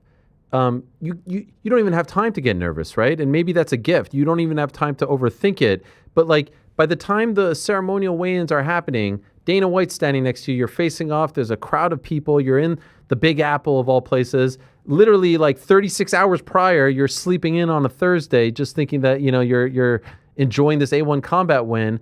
At any point, are you like, holy shit, how did this all happen? How did I get here? This is before the fight now. Like, do you have any time to even process any of this? A very short amount of time. It was very quick. It was up and down emotions and roller coasters. And, I do a pretty good job when it comes to handling a lot all at once. That's how I live my life. Like I said, I work as a safety professional in LA. I leave the house at 5 a.m. I get back from work. I go straight to boxing and I go straight to grappling. The days I have available, I'll spar in the mornings and I'll train all day. So, yeah, I got a baby boy on the way. I juggle so many different things all the time that I'm used to it at this point. But of course, that people call it nerves. I call it energy. It's really all about how you control it and what you create out of it. So the energy was there, man. Sitting in the back in that UFC locker room with all my gear and all the fighters that I watched on the TV that I've seen many times perform on the stage. To be there, to be at Madison Square Garden, getting ready to walk out was insane. As soon as they put my highlights on the screen, though, I already knew that's where I belonged, but it settled in. I walked out to my song, and when I touched that UFC canvas, man, all the weight shed off me. It was almost like I recall it like I was becoming animalistic. I was turning into this monster, this persona, and so there was tons of energy. I think it was a blessing to not sit and think about it for 2 months, but I said yes before they even told me who it was. And then once I said yes, they said Malcolm Wellmaker is the guy, and I was like, of course it is. Who better? So it's a whirlwind, lots of emotions, lots of energy, but yeah, I've been battle tested, and I've been preparing for this for a long time. And your post-fight interview was tremendous as well. The sword is deadliest in calm hands. Were you coming up with this stuff after a 15-minute fight at Madison Square Garden, your UFC debut? You went on 48 hours notice. And is this just part of who you are? Have you been, like, do you subscribe to this? And where does that originate? Where does that line come from? Oh yeah, I'm a warrior through and through. Like I said, I've been battle tested and I've been prepared. And that preparation, everybody sees what happened at Madison Square Garden, and that's the big, astounding moment. But I live my life this way. I sacrifice everything to it. Like I said, I do this. I work all day. I train all night. I do my strength and conditioning. I go and I box all day, and then I hit my 15 minutes of jump rope straight and my push-ups, my sit-ups, my sprints, my whatever is required of me that day. My wife is 9 months pregnant, so maybe I go pick up the groceries. I'm starving. I haven't eaten yet. I've trained all day. That's a beautiful picture. Yes, well done, well done. And then I'm starving. I'm tired. My knees hurt. I drop the stuff off. I put my running shoes on and I go and I hit the track. I hit the streets because I know if I sit around and I wait, then I may not do it. So of course I subscribe to this fully. This is what I wanted to. This is what I am. This is what I do. We still got you. Okay, sorry. Trying to turn that off real quick. No problem. Yeah, so exactly. This is who I am. I'm a warrior. I've been made for this. I've been bred for this, and it's constantly on my mind. Quotes from the greatest individuals. You have your Bruce Lees. Mike Tyson has said some amazing things. You have your warriors of times long ago. These are the things that run through my mind all the time. So a quote like that is always fresh on it. It was incredible post fight interview. After the fight, I believe you spoke to Dana White face to face. What was that like? That was awesome. I got to go and see the room where all the people were. I got to shake hands and say my hellos, talk to the boss man directly. It was surreal. It was super awesome. What did he say to you? Well, at the weigh-ins, actually, he he told me, "Hey, this is the first time I'm hearing about this story." He's like, "Wow, congratulations, man. That's awesome." So to get props sitting out on stage for the first time in front of a UFC crowd was cool. And then he said similar things. Wow, that was amazing. Your performance was awesome. Um, you know, and after I had gone and I had won, he just gave me my props and he told me that he's going to take care of me. So um, yeah, everything is just so cool, man. This whole moment, everything is awesome. I can't imagine. You're about to become a dad, right? Your first child, right? Yep. Surreal stuff. You mentioned your day job. Are you going to stay with the day job? That's who was actually calling me. My boss was giving me a call. I'm gonna stay with it for a little bit. I need to get things more solidified, but no, I'm moving parts so that this could be everything I do. Sure. It was interesting when you said that you work in, you said safety, so you know about like the pipe fitters and whatnot. When you say that, are you suggesting like they're troublemakers? You got to make sure those guys are on the straight and narrow. What do you mean by that when you say you know all about those guys? There's a lot of troublemakers in the construction industry. There's a lot of personalities. I'm not saying anything about Malcolm because he's such Sure. a stand-up dude. I just want to put that out there. But yeah, I know those roughneck kind of guys. I know the tough personalities. They give you a hard time, and I do a lot of mitigating and controlling that in what I do. So I think that gave me a one up going into all this. What would you say about Malcolm after this? Because, when someone gets a lot of buzz, a lot of hype, and then they stumble, people want to say, this guy was a never was, jump off the bandwagon, all this stuff. Do you think that he is who we thought he was and that he'll just get back on track here? Hey, I've fought a lot of individuals in my time, and Malcolm is legitimate. All the fraud check stuff is ridiculous. I think that takes away from what I went out and did out there as well because he's a very talented individual. He's, like I said, he's very big and he's very strong for that weight class, and he has certainly cemented a great name for himself. So I think from the very beginning he was very cool, very cordial, very respectful. So I have to be thankful to him for that. I think that maybe I think everybody overlooked me. I think with the hype around Malcolm that everybody overlooked me. So um, that's pretty much it. I think he's a great guy. All respect to him. Do you think he overlooked you, or do you think he just didn't have time to prepare for you? Like you were the great unknown and you caught him? Well, maybe there's a little bit of both. Sure. Like I said, I think everybody, you know, you I stayed away from the Instagram comments, but uh, you could see a lot of people were thinking I was a lamb to the slaughter, and I knew that wasn't the case. Like I said, I've known that I belong on the stage for a long time, and it was just my time to go out there and show people. A lot of jokes. I know you were asked about this afterwards about a Ewing competing at Madison Square Garden. It just so happens Patrick Ewing, who I'm sure you've heard of now, is my favorite athlete of all time. That's my guy. I even have a toy of him back here. This is how big of a loser I am, Ethyn. I have a toy of Patrick Ewing right here. Show it to Ethyn right here. This is my Patrick Ewing doll that I have right here. That's how much I love the Ewings. Be honest with me. Had you ever heard of Patrick Ewing before Saturday? Yeah, of course I've heard of him. I'm not a big sports guy. This is what I do. If I put on a sports event, it's the UFC, it's MMA, it's combat, it's one of those things. So of course I know who he is. Would I be able to tell you any of his accolades or tell you what he did in Game 6 or whatever? No, but I know who he is. Did you look up at the rafters? Your name is up there. Did you happen to see his name up there in the rafters? Your name as well, Ewing 33. Not in that moment, no. Maybe I'll have to see some more pictures of that. Sure. There was in the crowd, and I did take in how large the stadium was, though. It felt like it was meant to be. Ewing's in Madison Square Garden. They are synonymous. What did you think of New York overall? I know you were there in and out because you're back home now, right? Yes. Yeah. I'm sitting in my house.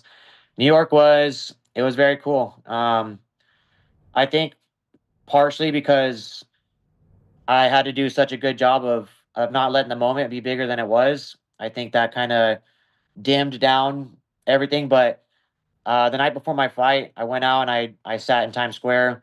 I looked at all the lights. I took in the crowd and the ambiance, and it was cool, man. It was very cool. It was everything I thought it would be. Man, that just gave me chills. I can't imagine like going the night before your UFC debut and you're getting it, like a day prior, you're back home. Even being home now, does it feel like all of this was a dream? Like you just left, you went, you won, everyone knows you now you're just back in the same spot. Is it hard to comprehend now? I can imagine. Yeah, it still doesn't feel real, but when Joe Rogan followed me this morning and I got Bruce Buffer's number last night or yesterday at the airport, now it feels real. Wow. You now made it's it. all big time. So yeah, I it's love that. this is just the beginning though. So there's a lot of preparation. There's a lot more to come with all this. By the way, what did Bruce say to you? I saw him say something to you as you were leaving the cage. He just congratulated me and just, because I actually had spoke with him when we landed in New York. He was on the same flight as myself and my team. And so he gave me props there for taking the fight on short notice. And then after, same thing, just congratulated me, said how awesome it was to not only take it on short notice, but to go out and get that win. So he's a very cool guy. By the way, a lot of talk about your Tapology picture. Is this really you? This picture that's being passed around on the internet? This guy. Oh, yeah. Is that you? And when is that from? Yeah. That's a handsome young man right there. It is. That's I don't remember what. It was either for Tapology or for one of the amateur events. They told me they needed a picture with a white background, so I went out and I snapped a photo. Man, by the way, the name Ethyn, the way it's spelled, very unique. Why is that? How did that come about? So my family is all like that. I'm the oldest of 8. Wow. There's a lot of names, but everybody's got that Y in it. So Why my is that? parents thought they wanted to do something unique. Okay. And in their thought process, that's what they came up with. We need to have something special and unique for these guys. Are you having a boy or girl? I'm having a baby boy. Any chance you'll call him Patrick? My wife picked out a name already, Okay. so All right. I'd have another fight coming up if I wanted to change it. No, you don't want that smoke. You don't want that smoke. Exactly, I don't. Well, enjoy everything, man. What a freaking story. Unbelievable to watch it just unfold as the fight was going on. You fought brilliantly. I think the world of Malcolm, and you went out there and won fair and square, and the judges got it right. There's always a concern that maybe they're going to lean towards the superstar, the fixture. They did not do that, and props to you for taking the fight, for making weight, for fighting the way in which you did, and for having this sort of composure about it. It's really, really impressive. Again, congratulations. Thanks for coming on, and good luck, of course, with the upcoming birth. I can't imagine how exciting all of this is for you and your family, so enjoy it all. Well, cool. Thank you so much. I really appreciate you having me on here, and I will, man. Just one step at a time. Thank you. All the best to you, Ethyn. We'll talk to you soon. Thank you. There he is, Ethyn Ewing, who is now 1-0 in the UFC. An unbelievable story that unfolded in just the span of a couple of days. I thought he said he feels like now it's real because Joe Rogan followed him and Bruce Buffer gave him his number. I thought he was gonna say like he's on this show too, but I guess we didn't reach that point, Frank, yet in terms of like making it. You know what I mean? I hear you. I mean, I just thought like who's to check, right? Who is to check? Yeah. Who's to check? Thank you. Sometimes I just like to hear We're it. like turning on lights and stuff back here. Come on, man. What are we doing? Getting ready for in studio. Oh, okay, I'm sorry. Wow, I'm not allowed to talk to you? Just that's why I was slow on the draw there. Wow, okay. All right, sorry. My Just bad. making excuses. Well, that was one of many good stories from Saturday. We've talked about several of them. BSD, Ethyn Ewing, much more to come, but very excited to talk to our next guest. Not that long ago, he was on the program, coming off his first pro loss. And as is usually the case in this sport, you lose once, especially when there's a lot of hype and buzz surrounding you. Everyone's kicking you while you're down. Everyone's saying, this is an indictment, you were, never was, all this stuff and more. And the way in which he handled it, of course, he has been on big stages before and things didn't go his way and he was able to, dust himself off. More often than not, they did.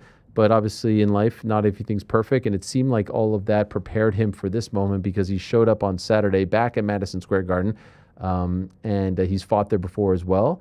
And he freaking pulled off a head kick knockout, which I don't think a lot of people saw coming, at least a lot of people who weren't a part of his team.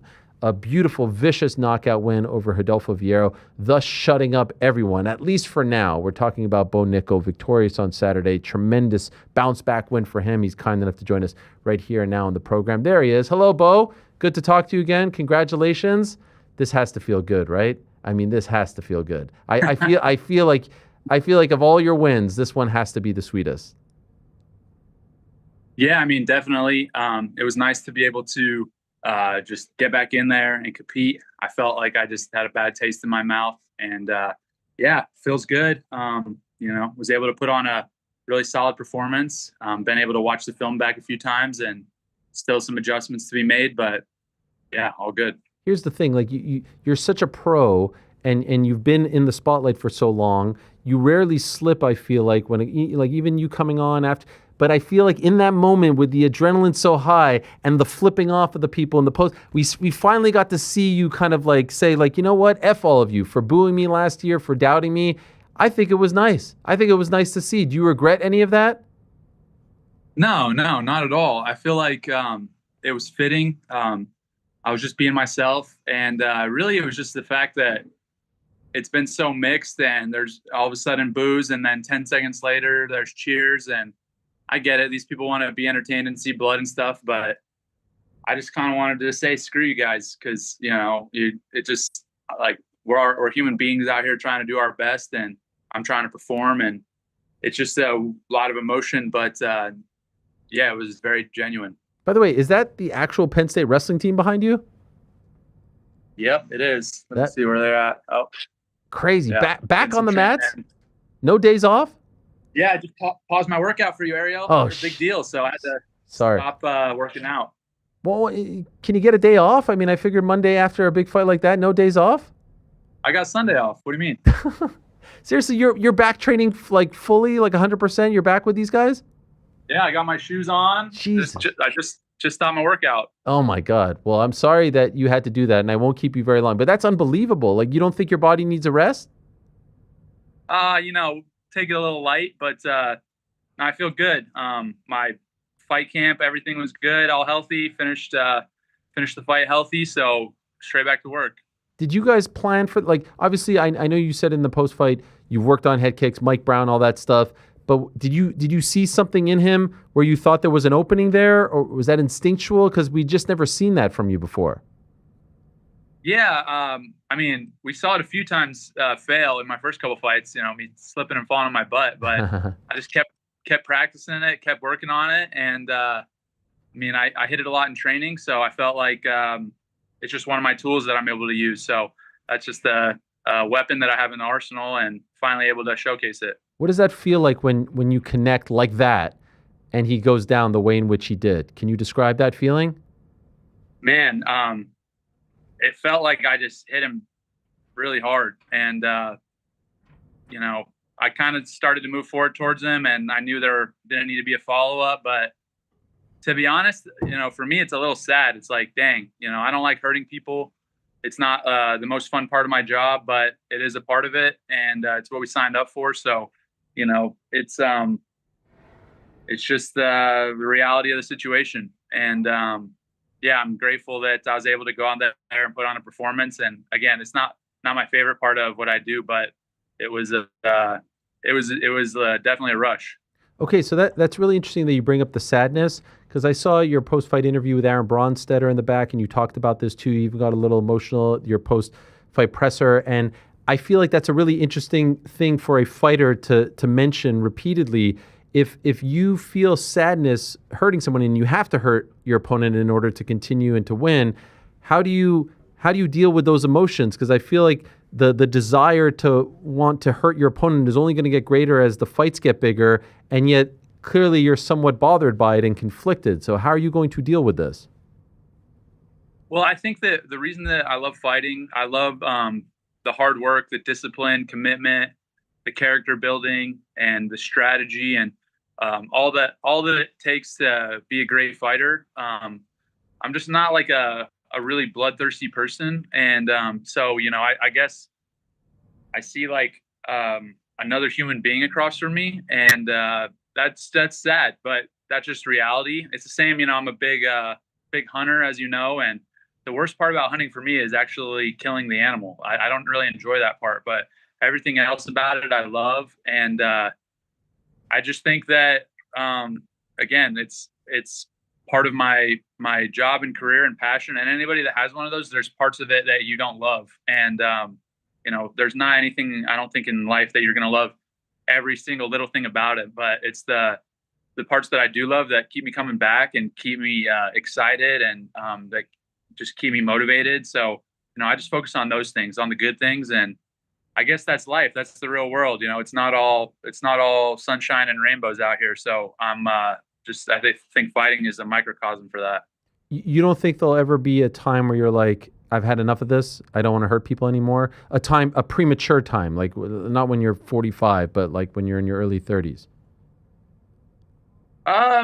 No, I don't think so, because all the things that I love about fighting, those are still there, and those outweigh the negatives to me. And it's so enjoyable. You know, I love going in to training, and I love going in to the gym. As you can see, I'm here now just trying to work and get better and improve. And it's really all I know. It's what I've been doing since 5 years old. And it's the thing that I've been most excited about and that I've enjoyed the most. So, you know, I just want to keep doing that until my mind changes and I don't want to do it anymore.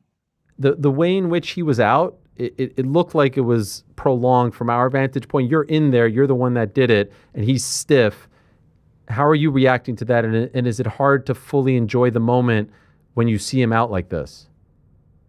Yeah, a little bit. I think that in the moment, everybody in the cage, Big Dan, the ref, and the other guys, they were kind of keeping me more calm. Like I was asking, like, is he good? And they're like, yeah, he's all right. Like he's, you know, they kind of just kept me updated. So, you know, I felt like it just happened so fast. Like, you know, and then all of a sudden I was just happy to see him up and responding to everyone. But yeah, it was definitely a little scary, to be honest. I mean, it's not, again, it's not my favorite part of what I do. You had so much success early on in your MMA career, and then you had the RDR fight. Do you feel like you've enjoyed this victory, especially the aftermath, the Sunday, the Monday, because that was taken away from you for a little bit? Do you feel like you have a greater appreciation for it now?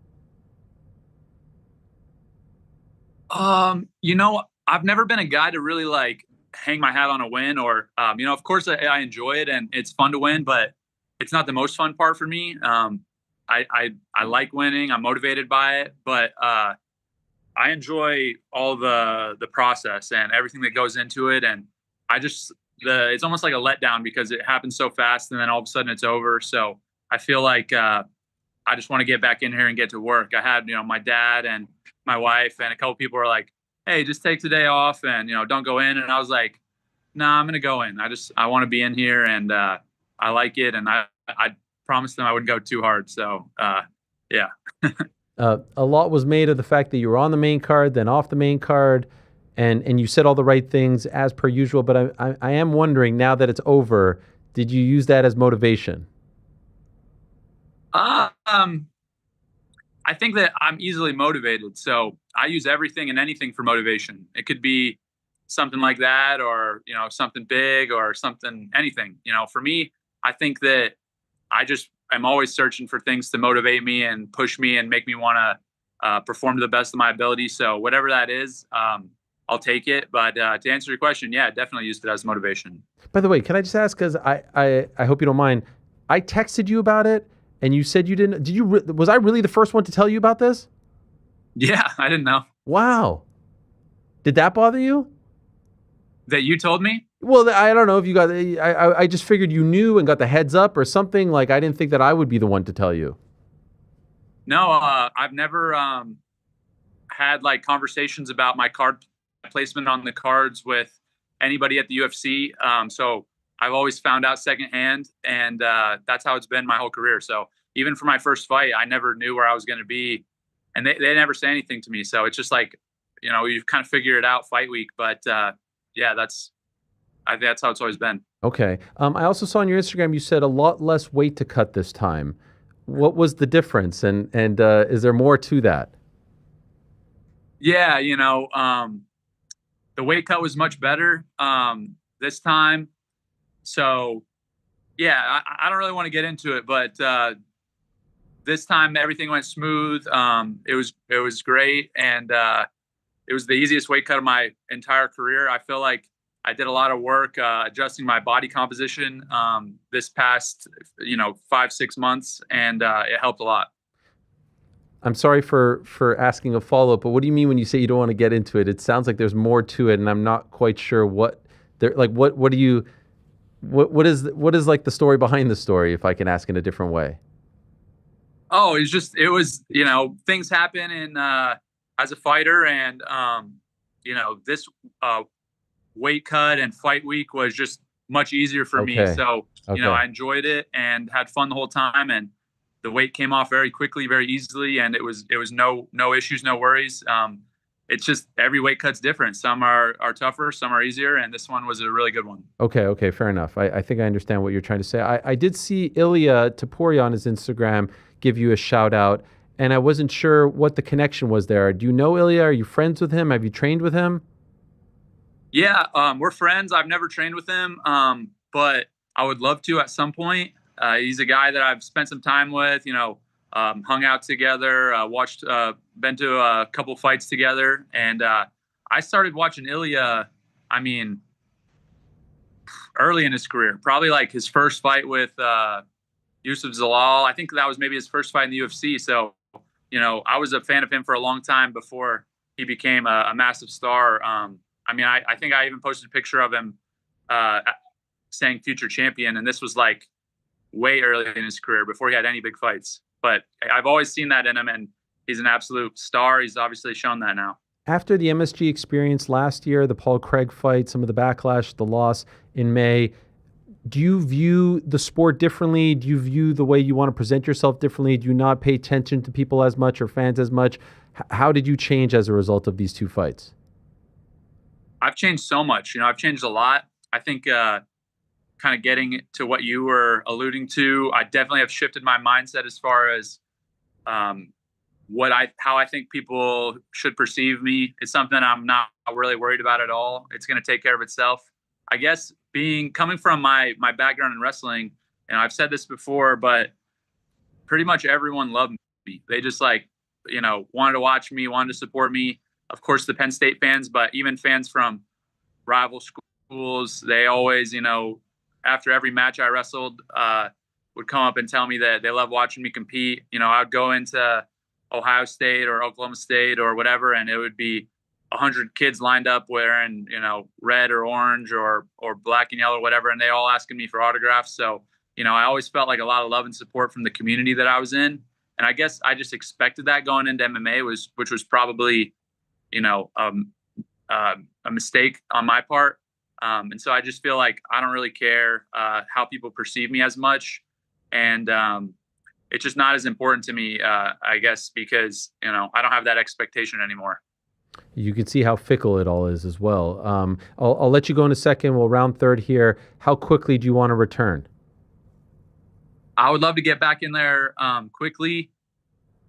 Haven't really thought about it or talked about it too much, but right now it's just deciding if I want to wait till June, get on the White House card, or get a fight in between now and then. So, some thinking and some prayer to decide what's best, and we'll go from there. Is there a name that comes to mind? Now that we're getting closer to White House and you got this win, what's the ideal scenario if you are, in fact, just going to save yourself for that? I don't know. Really, whoever the UFC gives me, I feel like I'm not really too concerned with trying to pick fights or pick matchups or whatever. After the DeRitter fight, I feel like going into the DeRitter fight, I probably threw like a dozen names at the UFC, and none of them really worked for whatever reason. And then after that, I'm like, I'm just not going to do that anymore. Just whoever they say, I'm just going to fight them. So that's kind of where I'm at. What about this Baisangur Susurkayev? Yeah, I think he's pretty tough. He's got a lot of skills. I wasn't really super impressed with his performance in his last fight. I think that, he was getting touched up a lot. I think the breaks did him really well. But it could definitely be a fight that happens in the future, and I'd be down for it, but we'll see. Next up, RAF, Thanksgiving weekend. Yes, sir. Yes, sir. Yeah, I got a couple RAF events going on. through the end of 2026, and then there's going to be a ton of events, or excuse me, through the end of 2025, and there's going to be a ton of events in 2026. So I'll either be commentating or competing in pretty much every event that the RAF hosts, and yeah, that's what's next. Love it. Congrats, Bo. Thanks so much for doing this, especially during practice. I really appreciate it. I'm really, really happy for you. Tremendous stuff. Well done, and way to give everyone the 1 or 2 finger salute. That was incredible stuff. Well done. Thanks, Bo. Thanks, Ariel. Appreciate you. There he is, the great Bo Nickal, getting off the mats to speak to us. Appreciate that very much. Mensch, great win. First time, by the way, in Rodolfo Vieira's career that he's knocked out, and what a knockout it was. The Mike Brown special, as he called it, a head kick knockout in the 3rd round. I mean, what were the odds? What were the odds if you put I don't know, a fiver? What do they call it? I think it was plus 1,200, Bo Nickal round 3. Oh, you actually know. Now, is that just Bo Nickal via anything or Bo Nickal via knockout? That was Bo Nickal round 3. It was like plus 1,200. Do you think you could get Bo Nickal via knockout round 3, and would that be even higher? Probably, right? The more specific you go? Absolutely to both. I could actually tell you if you give me. Yeah. What is it? What is this shirt that you're wearing over there? Who are we rocking? Oh, yeah, the Full Violence Proches. Oh, that's a nice one. Nightmare with the... Is that for this fight week? Nah, I've had this one for a while. Okay. Came with a complimentary pack of 6. Does it really? Nah, I wish. Oh my God, that'd be incredible. It costs like $25 in New York, so I wish it did. Marlboros, really? Oh yeah, man, they're taxing us. They're taxing us smokers out here. Unbelievable. It's unbelievable. The disrespect. And that's pre mustache Carlos Praches, I do believe. Yeah, legend. I need an updated shirt for the mustache. What's going on here? Bo Nickal by KO in round 3. Actually, not that much more. Plus 1,700. Okay. But that's more than plus 200. No, plus 1,200 was Bo Nickal. Oh, in round okay. 3. Sorry. Oh, wow. Geez. Okay. Wow. Well, shout out to Big Bo. Big win for him. Everyone calling him out afterwards. Well on his way. Obviously, there's a lot of talk about him fighting on the White House card. Obviously, there's a lot of interest. And I think the big question is, does he wait? Does he wait? Or does he get one in? I don't know. If he fights in like February or something like that, at this point, unless he gets a quick one in January, that's a massive turnaround. I mean, like, that's a quick turnaround. That's a quick turnaround to fight in January, February, and then there's another quick turnaround to fight in June. Stay active, though. Yeah. If you get hurt or something, like head kick. And he seems to be in pretty good shape. No, Gets immediately back into the gym. Back on the mats. Back in Happy Valley on Monday as well. Yeah, I know, it's crazy. Says he needed a day off, and he got that on Sunday, but you have to think he was traveling yesterday. Yeah. No days off for Big Bo. No days off for Big Bo. Amazing stuff. Great win. By the way, earlier, in a couple of seconds, we're going to be joined by John Kavanagh in studio, but earlier we were talking about the Dylan Dennis situation. Dana White did talk about the Dennis situation and did give his thoughts on it all, and so wanted to play that to give it full context. Here's what Dana White had to say about the Dylan Dennis situation. I blame myself for that, actually. They came back and told me right before I walked out for the main card that Dylan Dennis was here and he was moving around, sitting in fighter seats and not sitting in his own seat that he had. He had a ticket. And they said, do you want us to throw him out of here? And I said, he has a ticket? And I said, yeah. And, they told me, they said, Masvidal said he's going to fuck him up on sight. And I said, well, where's Masvidal sitting? He said, well, he's 6 or 7 rows away from Masvidal. I said, well, if the guy has a ticket, let him sit in his seat and let him do what he's doing and keep an eye on him. It never even crossed my mind, as stupid as this could be, that the entire Muslim Brotherhood was here tonight in the first 5 rows for Islam. And as soon as it broke out, I was over on the other side and I go, fuck, I know exactly what that is. I knew it. And, yeah, you will never see Dylan Dennis at a UFC fight ever again. Yeah. It's tough. It's tough. Cue the it's tough when you hear that. It's tough. I was reading tweets as they were coming in. I was reading tweets. People are recapping what he's saying. and he said the entire Muslim Brotherhood, and you're like, wait, what? Is there like an actual group? And I think he's just sort of joking that there's a lot of people who are on Team Islam, Team Khabib in the front row.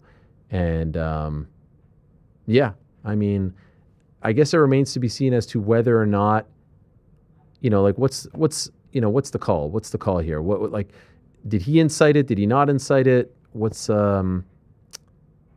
going to happen with him? Does he get a chance to give his side of the story? I think the way we broke it down was pretty fair. There's no real ties to anyone else. It's a lot easier to just say we're getting rid of this guy. He's insulted you. He's incited all of this, and no harm, no foul, as opposed to trying to get rid of some of the other guys, including someone that they seem to be very high on. We have to reconfigure a few things in the studio here. We're going to take a quick break. Be back in a second with John Kavanagh in studio. So don't go anywhere, my friends. A lot more to get to. Alexander Usyk has even vacated his WBO title. All kinds of craziness. No. Let's go to a break, and then we're going to come back in a matter of seconds, all right? Don't go anywhere. John Kavanagh joining us in a matter of seconds in studio.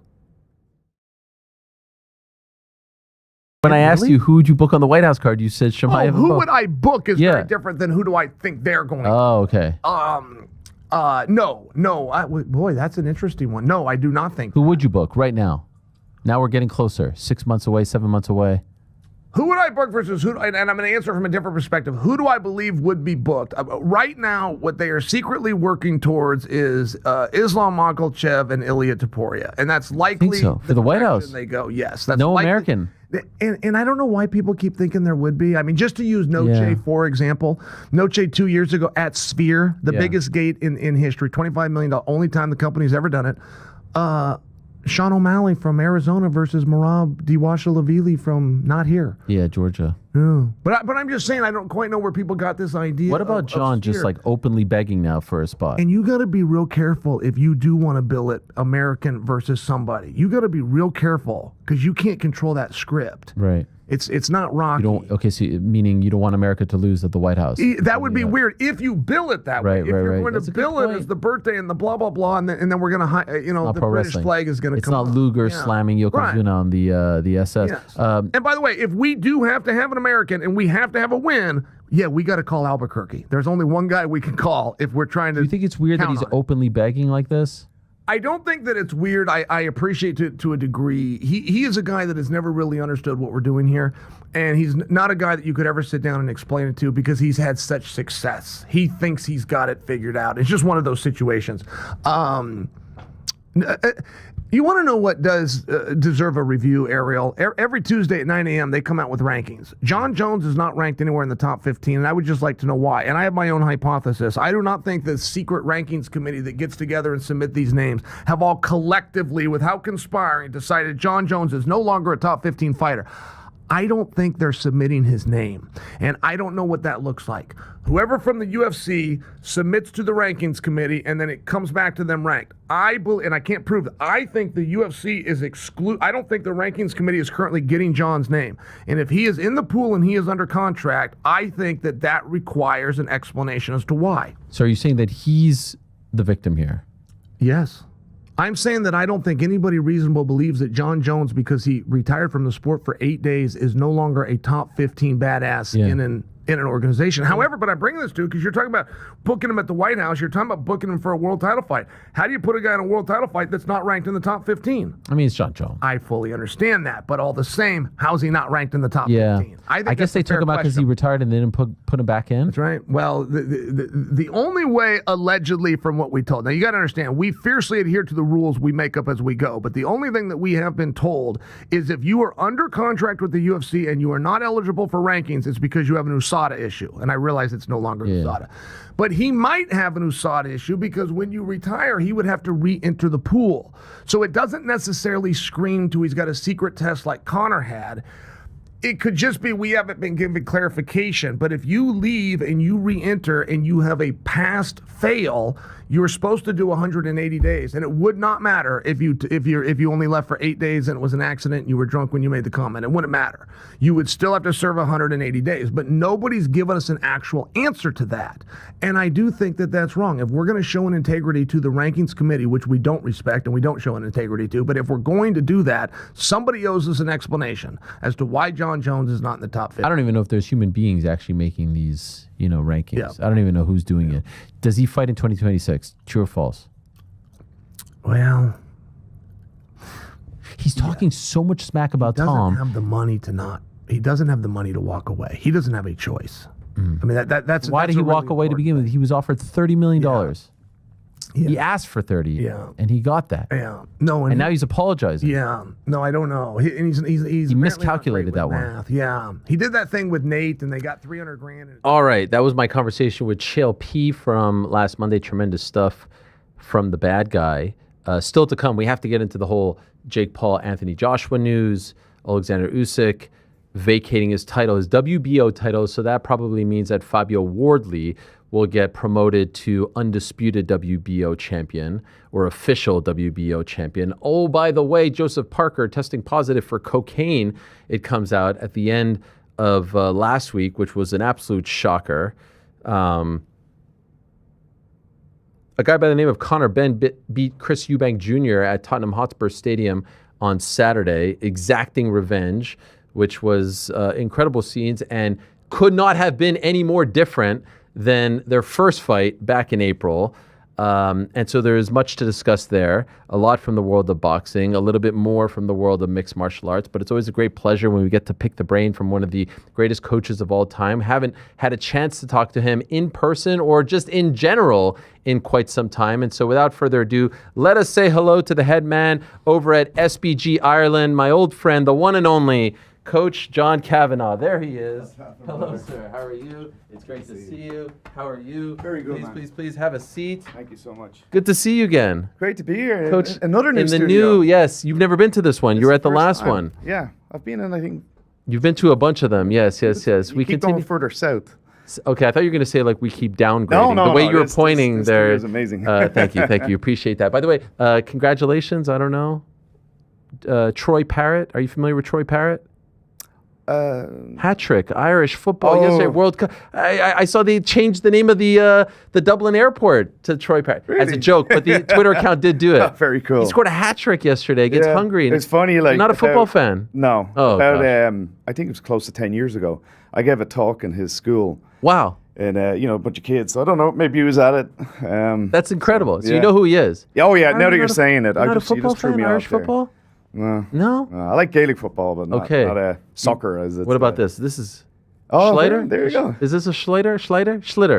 Slither. Yeah. Someone gave this to me at the what is it? The Black Forge Inn. When I Okay. was there 2 years ago, and Nice. I like it's like a stress Good ball feel for to me. it, Yes, isn't it? I like playing. Yeah. What is this? This is Gaelic football. So that's hurling. Hurling, So there's gosh. two sports. Hurling. Yes, is yes, where yes. you have a weapon. And Yes, then yes, Gaelic yes. football is. Yes. Okay, I screwed that up. Football. What brings you to New York? No fighters on the card this past weekend. No. It's sort of becoming a tradition in here this weekend. Orla's birthday is on the. That's right. UFC, November Yes, 12th. That's right. And New York was our favorite city, so we came by, and I was very lucky. I got hooked up with tickets, went to the show. It's been a great weekend, and also an opportunity for me to meet my new boss. Yes. In my new position. Which we get into you in a were moment. Super kind to bring me in to have a little chat. By the way, I didn't. We watched a lot of the brawl footage on Saturday. I didn't see you in there. Were you?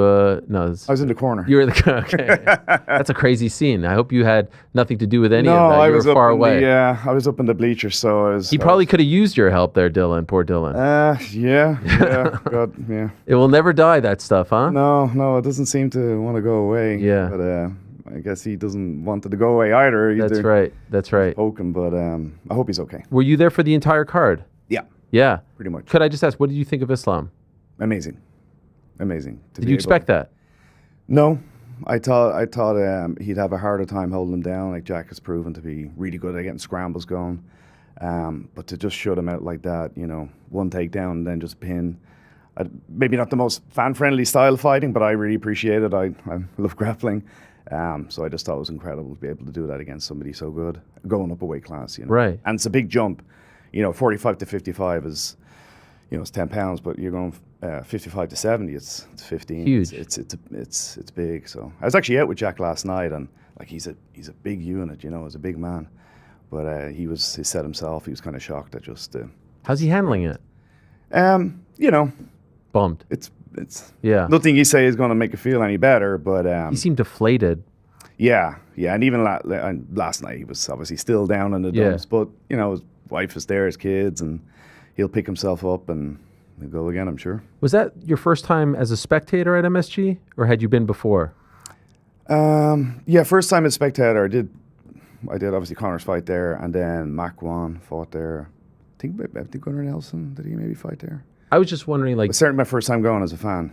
so you were there, main event, and now to be a fan, is that weird for you? Is it strange to be in attendance? You know what it's like in the back. I don't know if you're like replaying moments. Definitely, you still they cut to the back room and they're getting their hands wrapped, and like what it's like at that moment, a bit of a warm up. The big breath as they start doing their walk. So it's I still feel myself getting a little bit of jitters, although I've nothing to do with it. But it was nice to be able to just enjoy the fights as well. Old memories coming back, right? Oh wow, yeah, some incredible times here, huh? I couldn't help but feel like when Islam, and I don't know if they were doing it on purpose or not, but when Islam got on the cage with the two belts, it looked like the exact same picture, right? Yeah. Like we even put them side by side, and it was 10 events later. It's the 10th annual UFC at MSG in November. Wow. It's a double champion from when Conor did it. Yeah. And it looked like a carbon copy. I don't know if that struck you in the moment. Yeah, now that you say that, we're definitely. I mean, look at this. Does that not look like the same shot? Oh, wow. It's literally the same shot. Top of the cage, the two belts. Amazing. Just different belts. Different belts, yeah, the new style now. Yeah. Some good nights there. Yes. Good nights there indeed.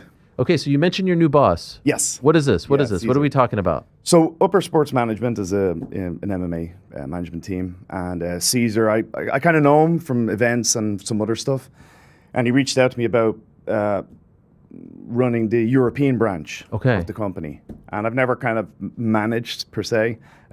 Professionally, I look after plenty of my guys, but this is my first time. So I said, yep, I'll give it a go.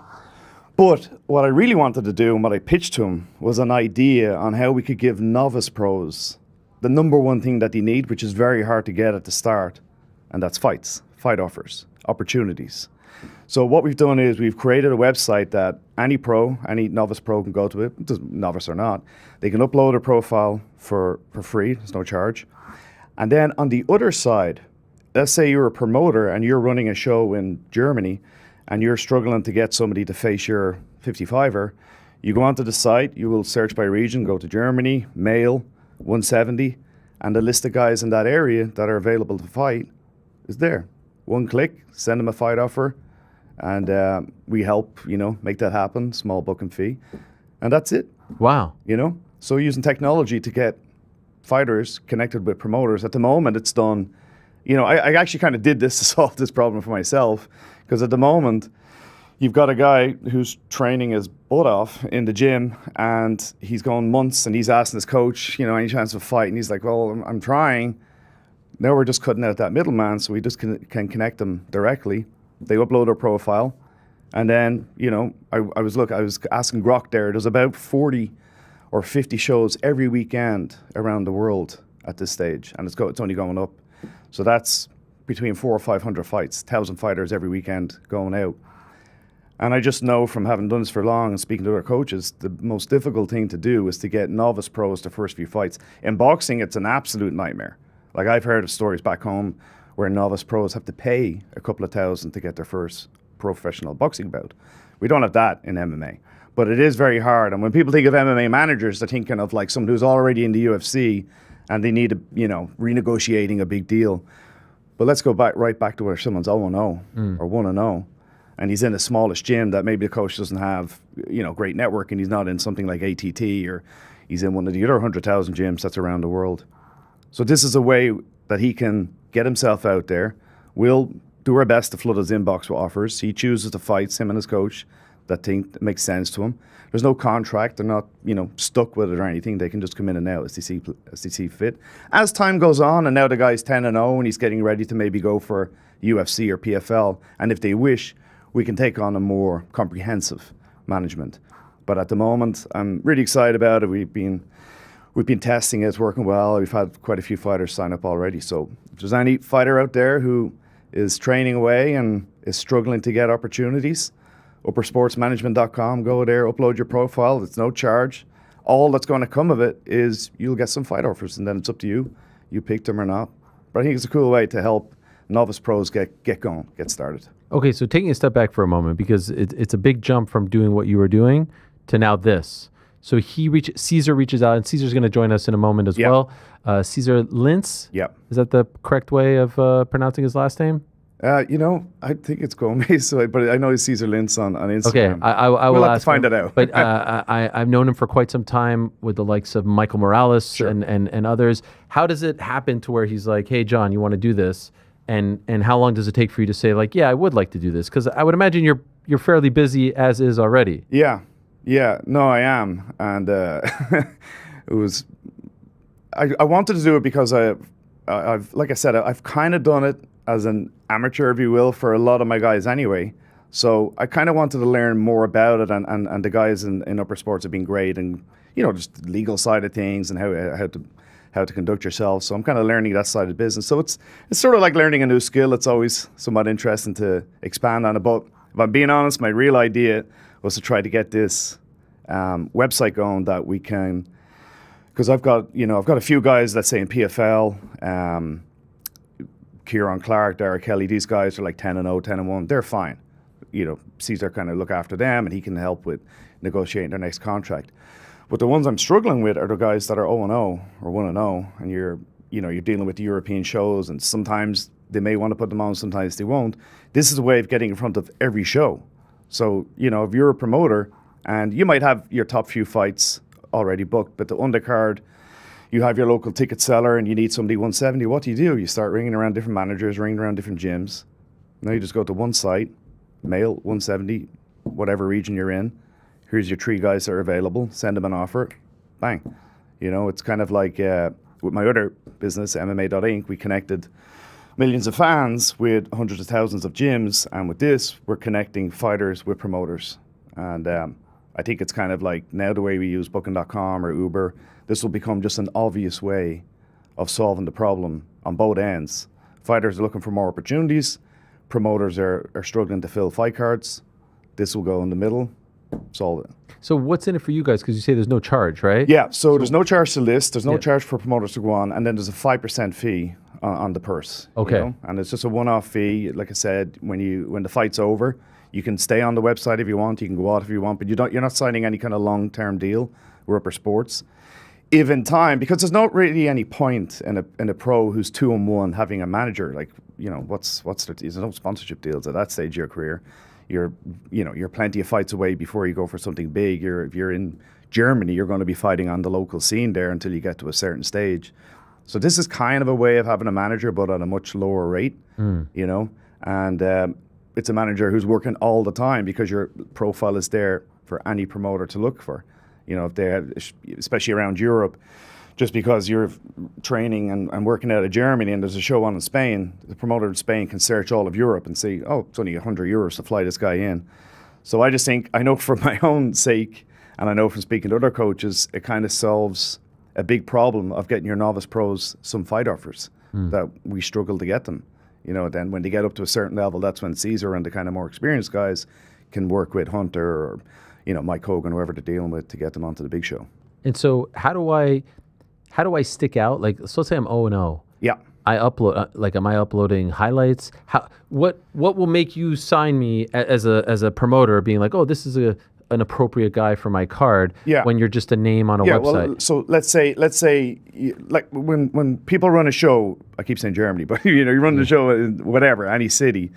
You probably have a local gym you work with, and there's a few good ticket sellers. Let's not think UFC, PFL. I'm talking. You're talking Octagon. Exactly. Those guys. KSW, any of those Cage type Warriors. of shows. Yeah. So they have their main and co-main done, but they still have another 10 or 12 fights to put on. Right. And out of one gym, the guy says, look, I have a 2-0, 170 guy. If you can get me somebody with a similar record, let's make the match. I go on the site. I search for 170 in that region. 3 guys come up. One is 6-1, one is 1-0, and the other goes 2-0. I send them to the other team. Hey, coach, which of these guys would you think is a fair matchup? This guy, boom, 2-0 guy. Okay. We shoot him an offer. If it all makes sense, handshake, contract, fight, move on to the next one. Would you say this is European based for now? So that was the original idea. Was I was doing this for Europe, but I can see it's going to be global soon. We sort of live in a village now, globally. Yeah. But that was the idea originally, because you have a lot of promotions around Europe, and obviously a lot of small countries dotted together, and sometimes it can be difficult for Octagon if they're running a show in Czech and they don't know that there's a French guy who's 1-0 that would be a perfect matchup for one of their undercard guys. Here's how they can look for European-based fighters, get guys have a similar record, just to fill those undercard spots until the guys get up to the stage where they're headlining an Octagon event or maybe moving on to UFC or PFL or whatever. So I saw the announcement when you linked up with Upper Management, Upper Sports Management, and it sort of categorized you as like, the European-based guy for them, right? Mm-hmm. Because I know Caesar is more Latin America. Yes. Are you representing fighters as well? Yeah. So how is that working? So that was originally why I was brought on. Yeah. Just to seek talent around Europe, those guys that are kind of knocking on the door of the big shows. I sort of went down the rabbit hole with this idea, and that's all I've been doing, working with web developer for the last couple of months. Okay. We're ready to launch now, and you're very kind to bring us on here. I now will kind of go back and start doing that as well. Oh. So I will be looking for guys that are looking to join the team and get the full management services that Upper Sports provide. And because the website thing will kind of self-run once it's up and going, it's kind of light touch for us. We just have a big database of fighters. Promoters create their own page. They connect. We're kind of in the background. Okay. Just help them, get paid and stuff like that. But other than that, it's sort of just ticking away in the background. If we've a couple of thousand fighters on that and a few start getting to the stage of where, this guy's 10-0 with 9 stoppages, we can reach out to him and say, hey, do you want to come on board now with the full management package with Upper Sports? And with that, a lot more time with Caesar and Chema and the guys will start knocking on the doors of whether it's UFC or PFL and getting you those big paydays. But at the lower level, like I said, it's very light touch. We don't really have to.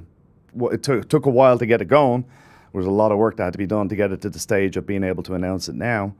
But after that, it will sort of just, like I said, like Uber is just an app you use just to get a taxi. It just connects people who want to travel with people who have cars, and this is going to connect fighters with promoters almost directly.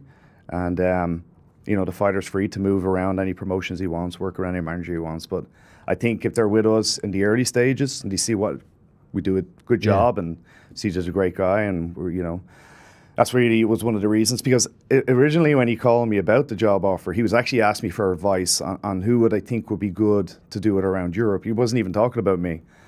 And I just liked some of the things he was saying, and we were about a half an hour into the conversation, and then we kind of almost penny dropped for both. I kind of went, hey, why don't I give it a go?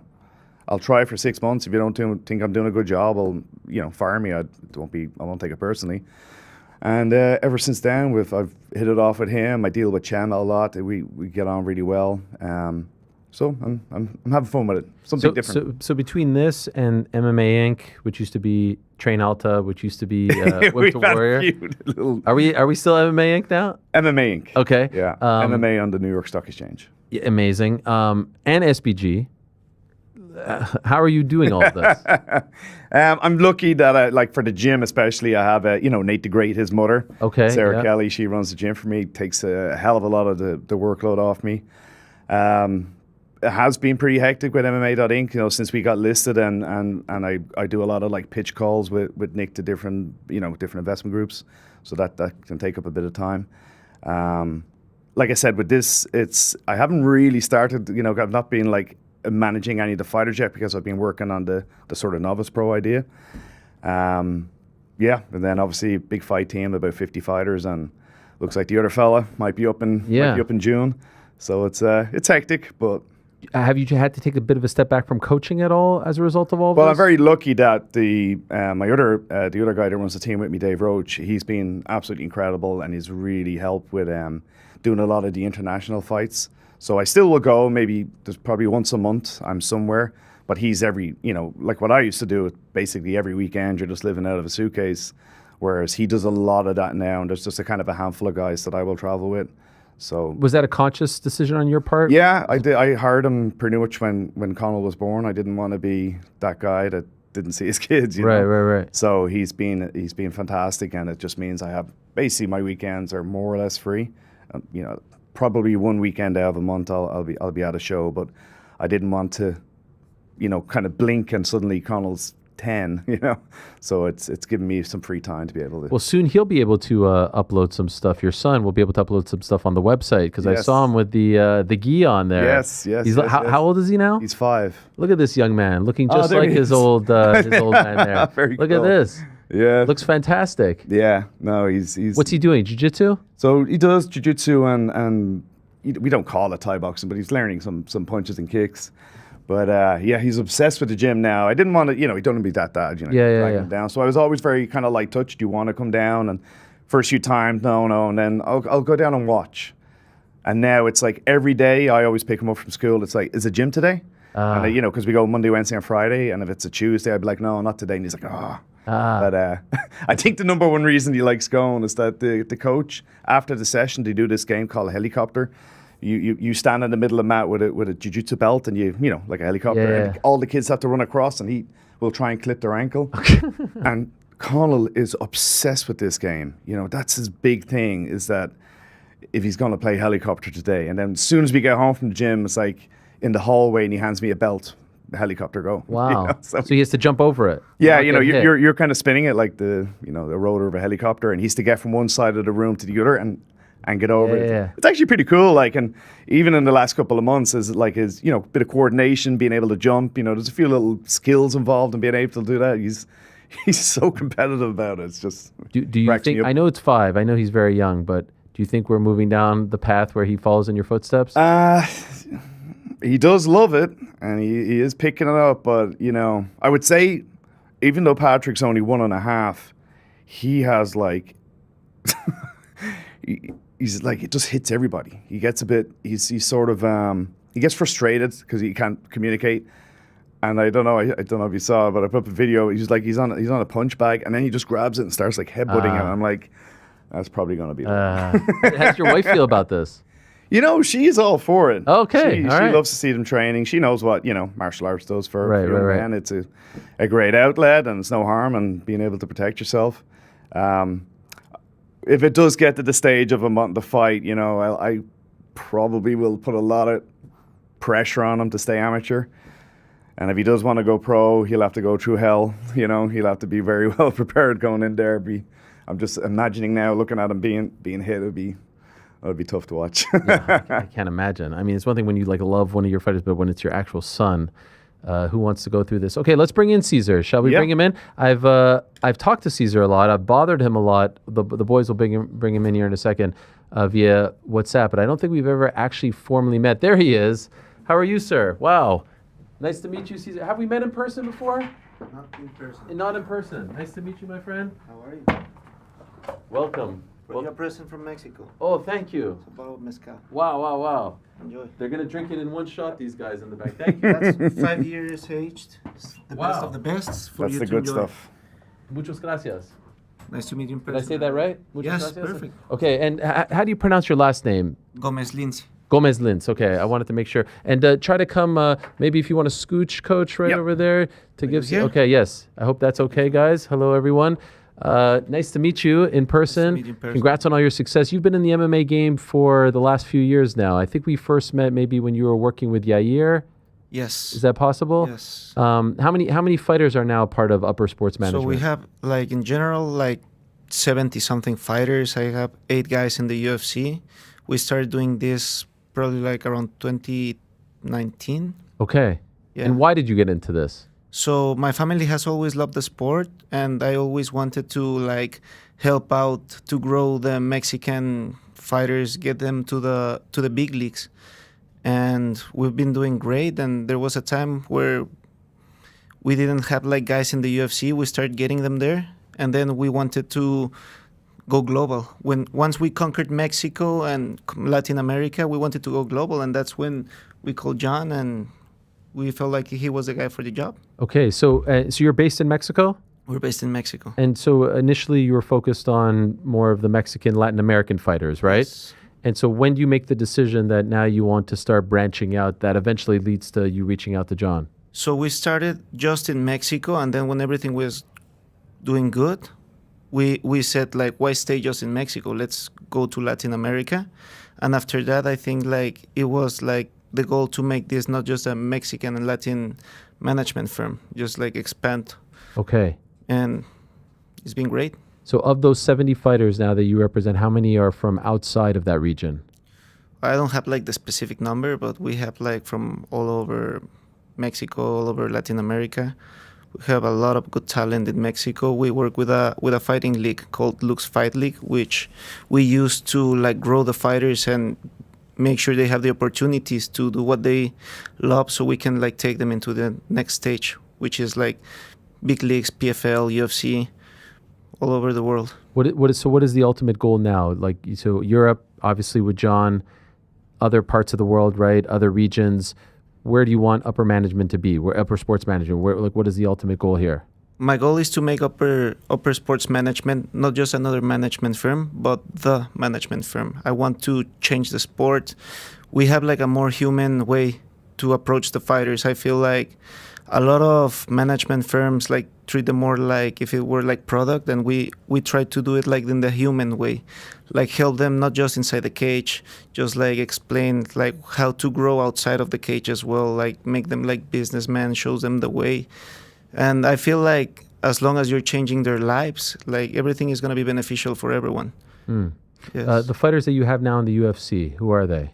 So I work with Manuel Torres, Daniel Selhuber, Yasmin Jauregui, Michael Morales, Jesus Aguilar, like, and right now we got like 3 guys that fought in Contender, Ramiro, one of the Luna twins, and Searcher. So we're doing very good. So this was a big weekend for you guys. It's a big weekend. Yes. It was always a goal of mine to close a fight in the biggest stage, which is the Madison Square Garden. So what was it like for you to have one of your fighters compete and win like that on such a big stage? There you are. Look at you over there. Yes, with Michael. It was great. He said before the fight, I was like, what do you reckon, this is a real big test? And he said, first round knockout. Really? I was like, you serious? Yes. You don't think it's going to? He said, no, I'll be quick. Bang. It was very impressive. Incredible, yeah. And there are some of the highlights right there. What was that like for you to see one of your own do that to a tremendous fighter in Sean Brady? It was great. I feel like it's going to be very close for us to get the belt soon. I feel this was like the great way to cement what we're trying to do right now. It's just like we didn't come here to win. We wanted to make a statement, and the statement was made. I feel like Michael has really become a superstar. Yes. Like in the Spider-Man outfit Yes. throughout the week, and just like the way he conducts himself, the way he looks, the way he was at the press conference with the jacket, and then he takes it off. Like, he looks like a star. And it sounds to me like in Ecuador, he's really becoming a huge star. I understand the Ecuador football team invited him tomorrow because they're in New Jersey, right? Yes. They're playing. So like, this is great validation for him. How big is he getting over in Latin America, and in particular Ecuador? He's huge. He's a rock star in Latin America. Everyone loves him. The way he fights, he's a stud. Like, not every fighter like delivers like he does. So the fact that he came to the Madison Square Garden and just knocked out Brady was something great. Yeah, he looks like a stud. Like, Yeah. Also, he looks like he's a light heavyweight in there with a lightweight. Enormous. Yeah.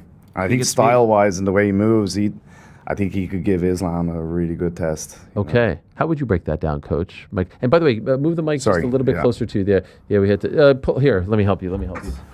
It's a little DIY. Here you go. Don't be shy. Familiar. How would you break that down? Because I think a lot of people are saying with his judo background and with his size, he could be the guy. Yeah, actually, Caesar was saying that he has really good grappling. It's just that we haven't seen it. He doesn't have to use it. And obviously his mother was a very high-level judo player herself. But size-wise and range-wise, there was just something about him that made it look like Brady couldn't even begin a shot. They're just he's kind of crouched down, pushing. He's very rangy. Obviously, hits really, really hard. So I think that'll be a very interesting one. I love the relationship with him and his mother. Yes. Like seeing his mother at the Apex shows and then seeing her in Madison Square Garden all the way there. They found her. It's beautiful to see someone come. And how did you first link up with Michael? How did you first meet him? And where does he come from? Like, could you tell us about his background? Yeah, so I started working with Michael thanks to his coach, which is Raul Arvizu. We are like working together with the Ethyn Gym. It's like an alliance we made in Mexico to like grow this. We have like the same goals, which is to grow the sport and do big things. So it was just a matter of time for us to like start working together. Okay. The Ethyn Gym is the gym in Tijuana, Okay. where they have like most of the guys in the UFC. Okay. It's interesting because not that long ago, Mexico was synonymous with boxing, even lucha libre, not so much MMA. So how did you get into all of this? How did you become such a big fan to where you want to actually work in this business? I always loved the sport. I grew up training, like Taekwondo, Krav Maga, a little bit of boxing. I train right now Muay Thai, and I love striking. So Mexicans, they're born with stones in their hands. Everyone wants to throw hands. So I always wanted to do my part and just like get them somewhere. I started working with fighters and just helping them. And I mean, Wow. the rest is history. You're enjoying it. I am enjoying it. I love the fight game. I love to be in the bands. I mean, it's the most fun job in the world, right? You've been around some managers, John, in your day. Yeah. What's the difference between Caesar and some of the others?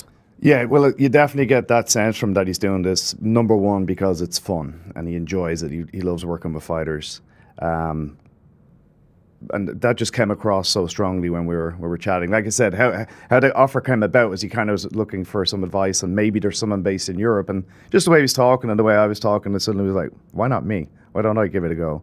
So I've had a lot of fun so far working with him, and I'm looking for. And he, when I came to him with this idea with the website, he was fully supporting it right from the start. He's like, oh, that's a great idea to get the novice pros getting going. And then, so it's easy. So John told us about this website. Why were you interested in it? Because initially that wasn't why you were reaching out, but it sounds like he kind of pitched you on it. Yes. Why was this an idea that you liked? Well, it's very innovative. No one is doing that. And I was talking with John the other day, and he's telling me like he's got this crazy idea, a little bit like Uber. Yeah. So we're like, why don't we give it a go? We want to be like the first ones, like be doing things that no one is doing. And we're going to be changing lives, helping the fighters out. And I feel like, I told John, like, when you came into Upper, like, you have a voice here. So if you feel like that's the way, we trust you 100%. I think we're going to be doing great things together. If you think that's the way, let's go. When you first got into this, did you talk to some of the fighters, or did you look at some of the other managers? And did you learn about some things that you want to do, what you didn't want to do, what's working, what's not working, to develop the way you want to treat the fighters? So I see these other managers, and I try to take a look at what they're doing, and I try to do my stuff like my own way, because there's some things that I don't like that is going on in the fight Like what? game. Tell us. A lot of managers just get like, let's say, short notices and just like see the fighters as products. Like, I want to send you here, maybe you get beat up, but we charge a percentage and this and that. And I don't live off the fight game. Like, I do this genuinely out of love. I want to like really change the game. I'm here for history. I wanna be known as one of the greatest managers in MMA. So that was my goal, and that's what we're doing. One issue that I sometimes have with managers is that I feel like some managers, care more about their relationship with the UFC than their relationship with the fighters. So ultimately, as long as they're in good standing with the UFC, they're happy about that, and they'll do whatever to keep that relationship strong. And, if there's a few casualties along the way with the fighters, so be it. They're a dime a dozen. I feel like that's the sentiment. Mm-hmm. Do you understand what I'm talking about? You're Yes, shaking your yes. head. So how do you, because ultimately I was talking to one fighter who told me, like, I don't want my manager to be best friends with the UFC. I want the UFC to respect them, but it's good sometimes when there's some friction, because that means he's fighting on my behalf. Yes. Yeah. So how do you balance the two? Well, I think you always have to put your fighter first, because, I mean, if he's not doing things correctly, if he's not fighting properly, the UFC is not going to give them opportunities. But you just have to make sure, like, everything. We try to be as transparent as we can, show them the way. Like, sometimes for a fighter, if they do things properly, the UFC sees that in them and they help them out or whatever. But I just you're always looking for your fighter, making sure he's all right and taken care of. And I feel like if you do that, it's just going to be easy to work with. And so now with the rise of MMA and in particular in Latin America, are you starting to feel that maybe it's not quite at the level of boxing, but it's getting closer in terms of what young kids want to do, the way it's being talked about, covered in Mexico and around the region? Yes, I really feel like everyone is putting an eye on Mexico right now and Latin Americans. These last couple of years with what they made with the Sphere, with Noche UFC, all those events, which I'm very grateful because whenever there's something in Mexico, let's say a fight in Mexico City or even in Noche, the UFC always puts us on the map. Like they always call Upper when they need some good Latin Americans. So it's good, it's fun. How's the PI? Have you been to the PI in Mexico? The PI is good. It got burned Oh, that's right. Yeah, it got burned 4 months ago. Is it not open? It's not open yet. They're turning up another gym, but they're doing great things for the athletes. They're really helping them out, and they're investing a lot in what's Latin American talent. Okay. John, you mentioned earlier about the amount of events a weekend and then per month and then per year. But I feel, at least in North America, the amount of regional shows has diminished post-COVID. Yeah. And so how would you describe it in Europe right now? Yeah, so Europe has so many more, seems to have so many more shows than the States. I don't know whether at the lower end it's very difficult for promoters here with athletic commissions and everything. It's a little bit freer in Europe, how all that works. You think that's it? Could be. Yeah. I think the baseline fee for trying to run, a local MMA show here, it's probably in the tens of thousands by the time you get licenses and all that. Whereas in Europe, you could just run a show this weekend if you want. There's not really, much to be done there. But Europe right now, I've always sent you some of the clips from Octagon. They have 50 or 60,000 people coming to every show. KSW, it's sort of Polish only, but again, 40, 50,000. WOW FC coming out of Spain now, they're aiming to put on a show every other week. That's the one with Ilya involved. Is involved with it. Obviously, Cage Warriors been around forever. But I would say the European scene at the moment is really, really buzzing. You've got multiple organizations that are all selling between 20 and 40,000 tickets every time they run an event. Crazy. And it's very, as well, when you go to one of those shows, it's a different feel than coming to a show over here in terms of the audience. It's families. They almost treat it like tailgating before the fight. The family comes along, they hang out in the car park, and then that evening it's mom, dad, 2 kids. It's when the camera goes around the crowd in Octagon, for example, or even WOC as well. It has a very different feel than here. It's kind of young men, just bleed. No, it's still the same. What's interesting to me is I've talked to some fans who say they have friends. Obviously, they're fans of the show or whatever, but in those regions, whether it's Czech Republic, Germany, Poland, there are people who are KSW, Octagon fans who don't know anything about the UFC. Correct. Those stars are bigger. Correct. That's crazy. Yeah. And we hardly even know who they are. That could happen. That's legit. Yeah. Wow. Yeah. No, it feels like for a European up-and-comer, there are more opportunities right now than if you were an up-and-comer in the States. Here, there's there's a couple on the Northeast, there's a couple on the West Coast, but there's not as much. I always kind of wondered how kind of Americans got, it's kind of the idea of the site, how are they going to get the first 10 fights? It's one thing if you're I know Bo Nickal's on here, if you're a star came from wrestling and you get recruited by one of the big teams, fine. But if you're just training in a local MMA gym in Ohio or something, how does that coach get you onto those early cards? It's not easy. Whereas in Europe, there's literally a bunch of shows happening every weekend in multiple cities across Europe, and once you're in Europe, it's a couple €100 to fly anywhere. So it can make economic sense for promoters to bring guys in from all over Europe. But the fan base, I really feel at the moment, is just skyrocketing. Okay, so Cesar, let's do a little practice here, okay? Yes. My name is Hunter Campbell. Yes. And I'm trying to decide who's next for Islam. Why is your guy the guy who should be next, Michael Morales? He finished in the first round in an amazing fashion, and he's got everything. If you guys want to conquer Latin America, have a Latin fighter as a champion, I feel like he checks everything. He's fun, he's muscular, he finishes. That's what's important. most champions that the UFC wants, they need to be finishing them fights like these guys are. So I don't know, like there's like a lot of fun in the welterweight division right now. I think like the guy that should be next would be Morales, obviously. We have to see what's going to happen this weekend with Mohamed and Gary. And I mean, Pratis as well. But I feel like the man that should be next would be Michael. Also undefeated. Yes, I mean, he's undefeated. Yeah. What else would you want in a champion? Right. And it's kind of a nice story, you know. His mom it's brilliant. Start him off, and she's always at the show. It's a bit of a brilliant spin on it. He brings an entire country with him. You know, he's the #1 guy in his country.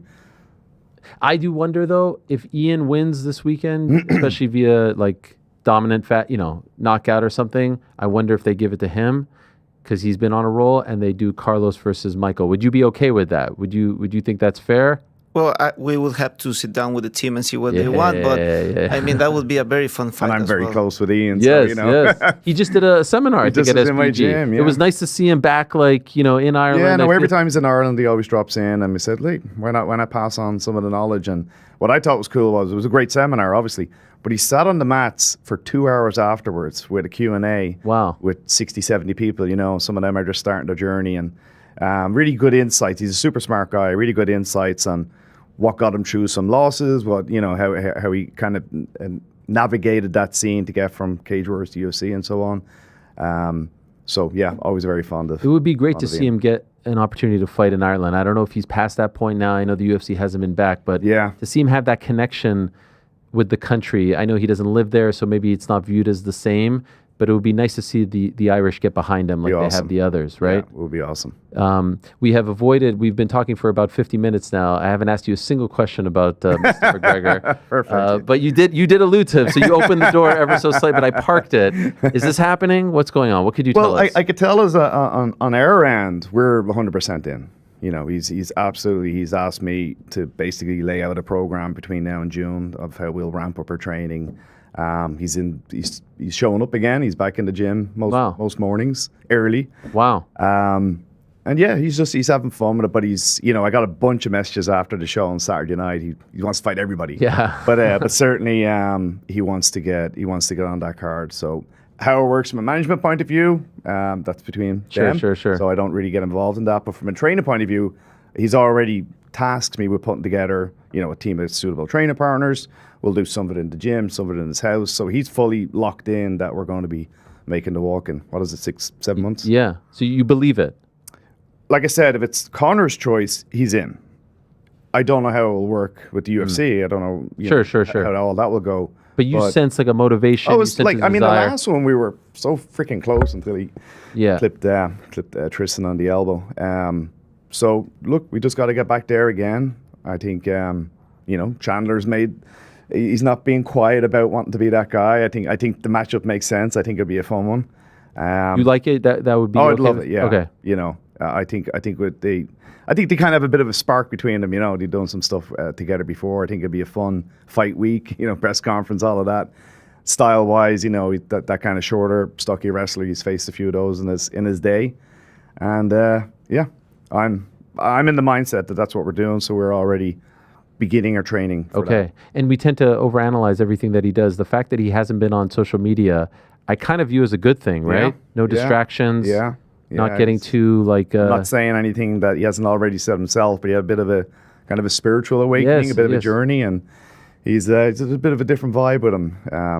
At this stage, and like a lot of times he comes to the gym, he's bringing the family are coming down. It's a bit of a it's a family day out, but it'll be interesting to see how it goes. And could I ask? He did talk about when he had the injury. He said like there was a bit of like a mental lapse. Like I let my guard. The way he describes the injury is interesting because he says, from your perspective, what went wrong there? One thing we always did was his partners would always wear elbow pads. Because he throws a lot of those kicks to the belly, and if you're blocking it with your elbow. And the day that we were there, the UFC crew was in. They were filming him, and we had a sparse laid out with the great Tristan from Canada, great wrestler. And between talking with John and the UFC crew and Conor getting ready, I just forgot to put the elbow pads on Tristan. So the round's already going, and I was like, it'll be okay just this one time. Whoom. I saw it go in. It happened in like, we're doing a 5-rounder. It was like, let's say it was probably actually round 2, he did it. And in between rounds, he was like really, because we do these like simulation fights every week, and we treat it like it's a fight, you know, so he's sitting in the corner, and it's as though he's like not wanting the camera crew to hear. He just leans in and goes, my foot's broke. And I'm like, okay, Conor, we're not actually in a fight now, so let's just stop it. And he goes, no, I have to finish it, but I'm just letting you know. And I was like, you know, maybe, you know, you can't quite tell if your foot's broke without an x-ray.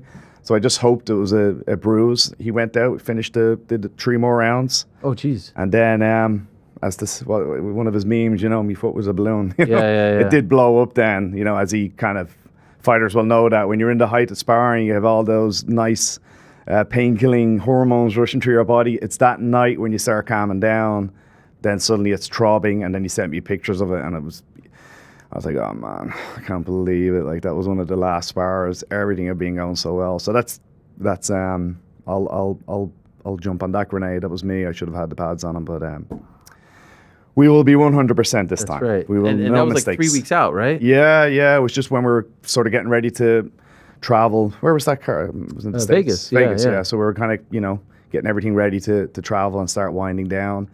The spar itself went really well. Tristan's he's a little bit similar to Chandler, kind of size build wise, and some of the things we were working were really good. You know, it's just one of those ones. Everything was going really well until it wasn't. But hey, these things happen for a reason, maybe. And now we have that. Hopefully, that same fight lined up, and to do it on the US's birthday in the White House. Crazy. You still have to think like, is this real? Yes. What's better? I don't think it gets. Yes. Apparently, like the warm-up room is the Oval Office, like, so you warm up there, walk across the lawn, and fight in front of you know, it'd be crazy. What a life! And it's such a historic card. I feel like once in a lifetime experience, like what happened, like in the Sphere, like these cards that you don't want to miss. Of course. So who could be the best man to be there but Conor McGregor? Have you met him?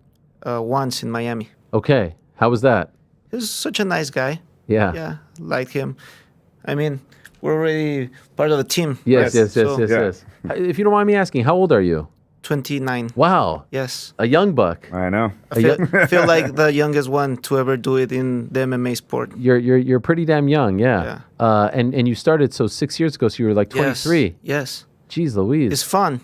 You like it? I've been doing everything that I wanted to, like being able to close fights in Mexico, the Sphere, Madison Square Gardens. I'm accomplishing all my goals, so I'm enjoying the process, and I feel like we're changing the sport, so it's always good. And again, thank you very much for this very nice gift. Correct me if I'm wrong. I think your family is involved in this world, right? We make the mezcal in Oaxaca. Okay. We help a lot of communities, and we do a lot for the people. We actually have a MMA gym for the community in Oaxaca where we take the kids out of the streets, give them opportunities, show them the way, like don't do drugs, do things properly. Yes.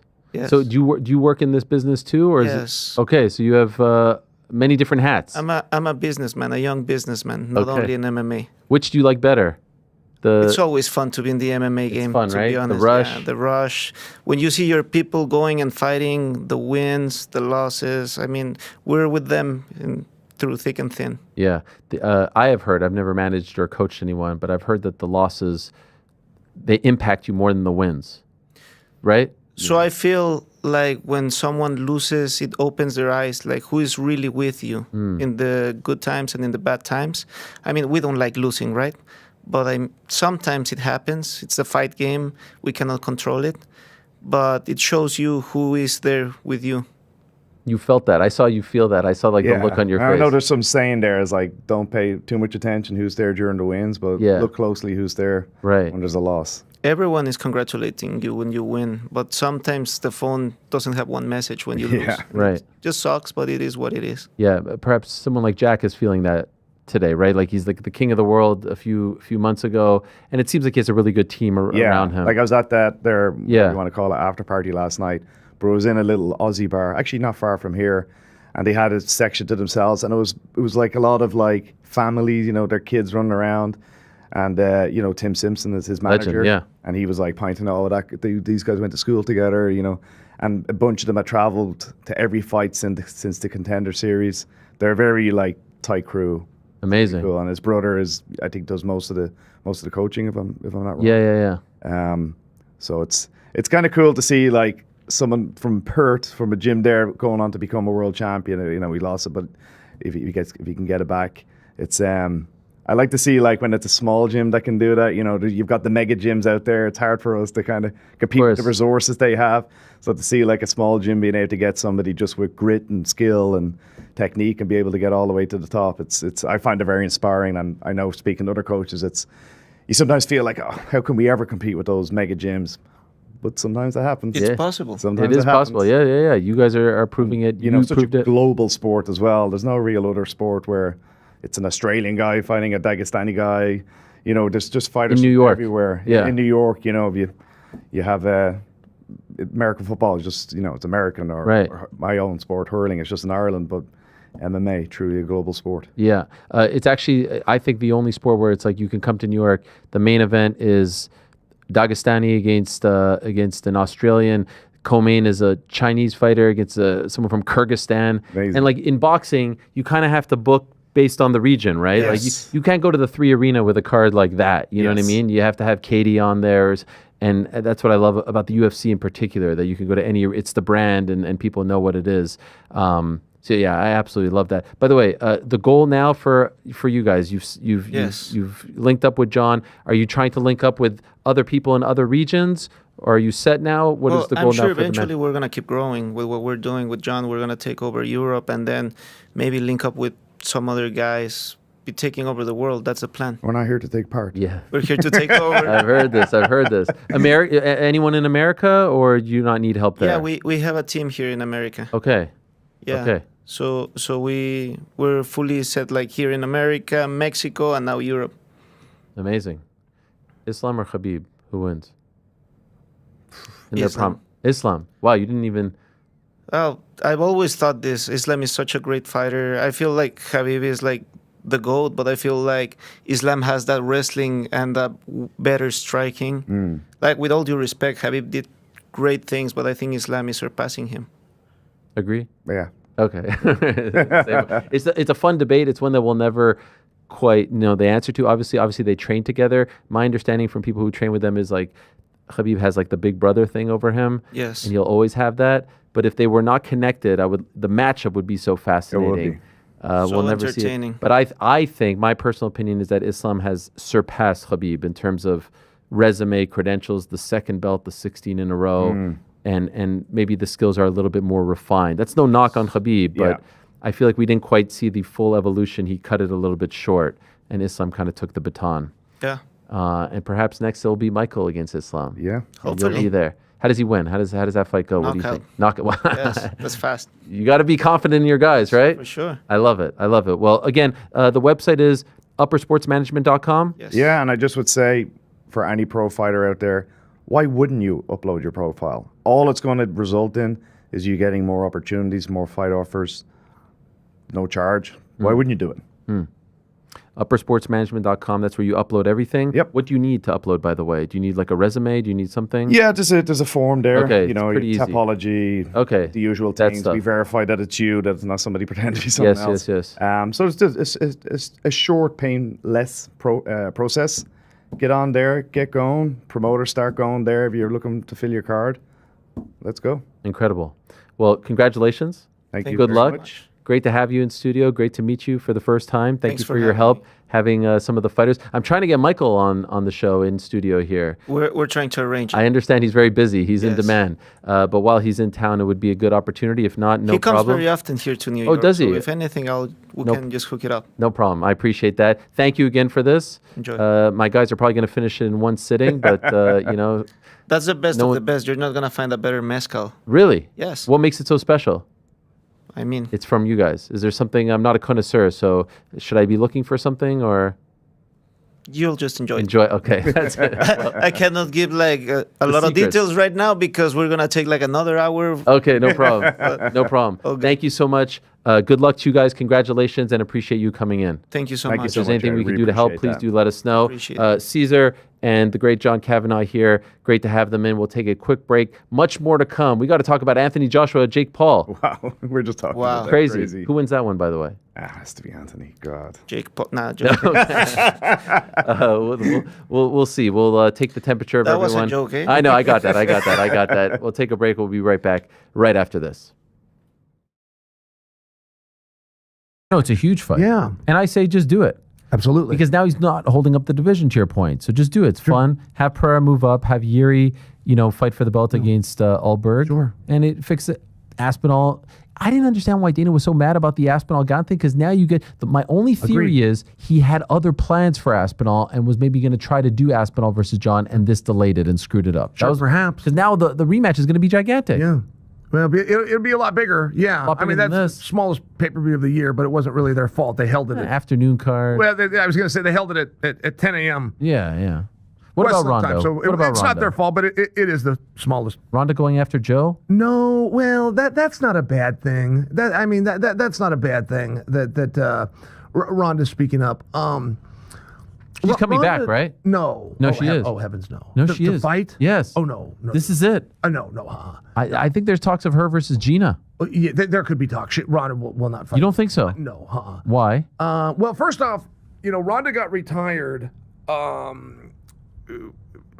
Ronda's contract was so beautiful and called for so much money, you had to main event her. And she was not one of the best fighters in the world.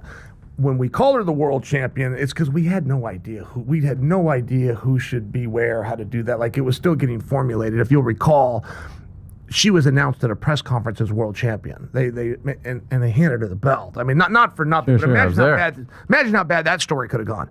If she would have lost her first fight, she would actually be a world champion to never win a fight, which, by the way, happens to be what Tom Aspinall is. Right. I mean, that's a tough one. You got to figure that out. You got to straighten that. I'm the undisputed champion of the world who never won an undisputed championship. I mean, you see where that becomes a little bit of a problem. So all I'm saying for Ronda is when she got ran out of the sport, she was still a top 7, a top 8. She could still beat a lot of girls, which for most athletes would be a lifelong dream. But you're paying her so much money, you got to put her in main events. With main events, you got to put her in world title fights, and she could not go with the top girls. She couldn't even go 5 minutes with them. So to act like you're going to bring her back, even in a scrub fight, nobody's looking to see that. And the UFC does not have a history of that. The UFC has such a history of doing fights for absolutely no reason than other doing them that they're not even sure they're going to do Pierre versus John Jones, which the whole world wants to see. They're just looking at it and going, look, what story does that tell? And Dana White only puts on, people don't realize this about him. I was told this by Reed Harris, who at one point was, at least in theory, a competitor. And Reed said the thing with Dana and the reason none of us can touch him, every fight he has a significance. And it's true. Dana does not ever put a fight on just to, every fight has to at least have the ability to tell a story for another fight. It doesn't matter if it's the first card of that, it's got to at least have the ability to get you into something else. And no, the idea of Ronda coming back for a night of coming back, no. And by the way, and I don't mean to hate on Ronda, I'm just trying to be a little more serious here. It is very important to the people that tell the story that Ronda Rousey is the reason women's fighting is here and that she's the biggest star in the sports history. That's very important to the people that tell the story. There's just nothing to support it. She doesn't have a merchandise record. She doesn't have a pay-per-view record. She's not even in the top 10. She doesn't have a live gate record. She's not even in the top 10. She never did. It's not like she had these records and I came along and took them or Conor came along and took them. She never had them. There is no truth to the story of Ronda the Star. It's an important way, and I realize our leadership insists it's told that way, but it's not true. Do you think that's why she's so bitter towards the sport? I think that a little bit, or she'll hear somebody like me come out and go, hey, I thought we were friends. We are friends, but I still have a job to do, which is tell the story the way that it happened. You were the most likely person to get on Ellen's couch. We could have really used you. The moment the light dimmed on you, you left us. You could have still gone to Ellen's couch and put over the next card. I'm no longer a fighter in the UFC. I used to make millions of dollars. I used to be the biggest draw, Ariel. I used to have a lot of fun. I'm none of those things anymore. But here I am telling you about Islam. Here I am telling you about Jack. I'm trying in my own way to pitch in. You're not paying me to be here. I love the sport. The sport did something for me. I feel at least.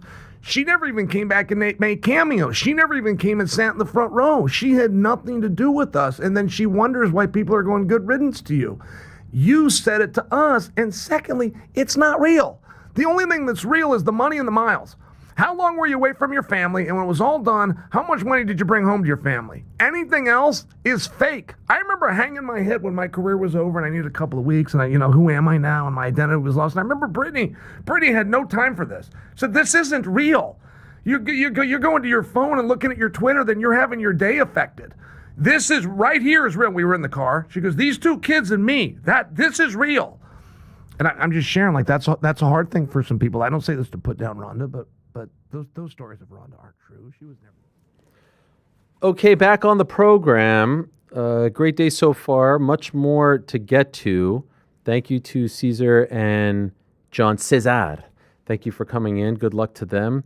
Great to pick their brain when it comes to the world of MMA business. But we do have some boxing business to discuss because we woke up this morning, my friends. We woke up this morning to the news that it is in fact happening on the 19th of December, 2025, live on Netflix. No pay-per-view, just a subscription required. I believe 300 or so million subscribers all across the world.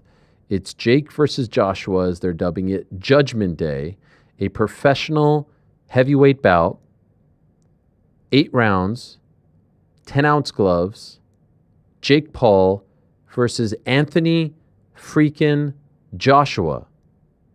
Kaseya Center, Miami, Florida. Professional bout, I repeat.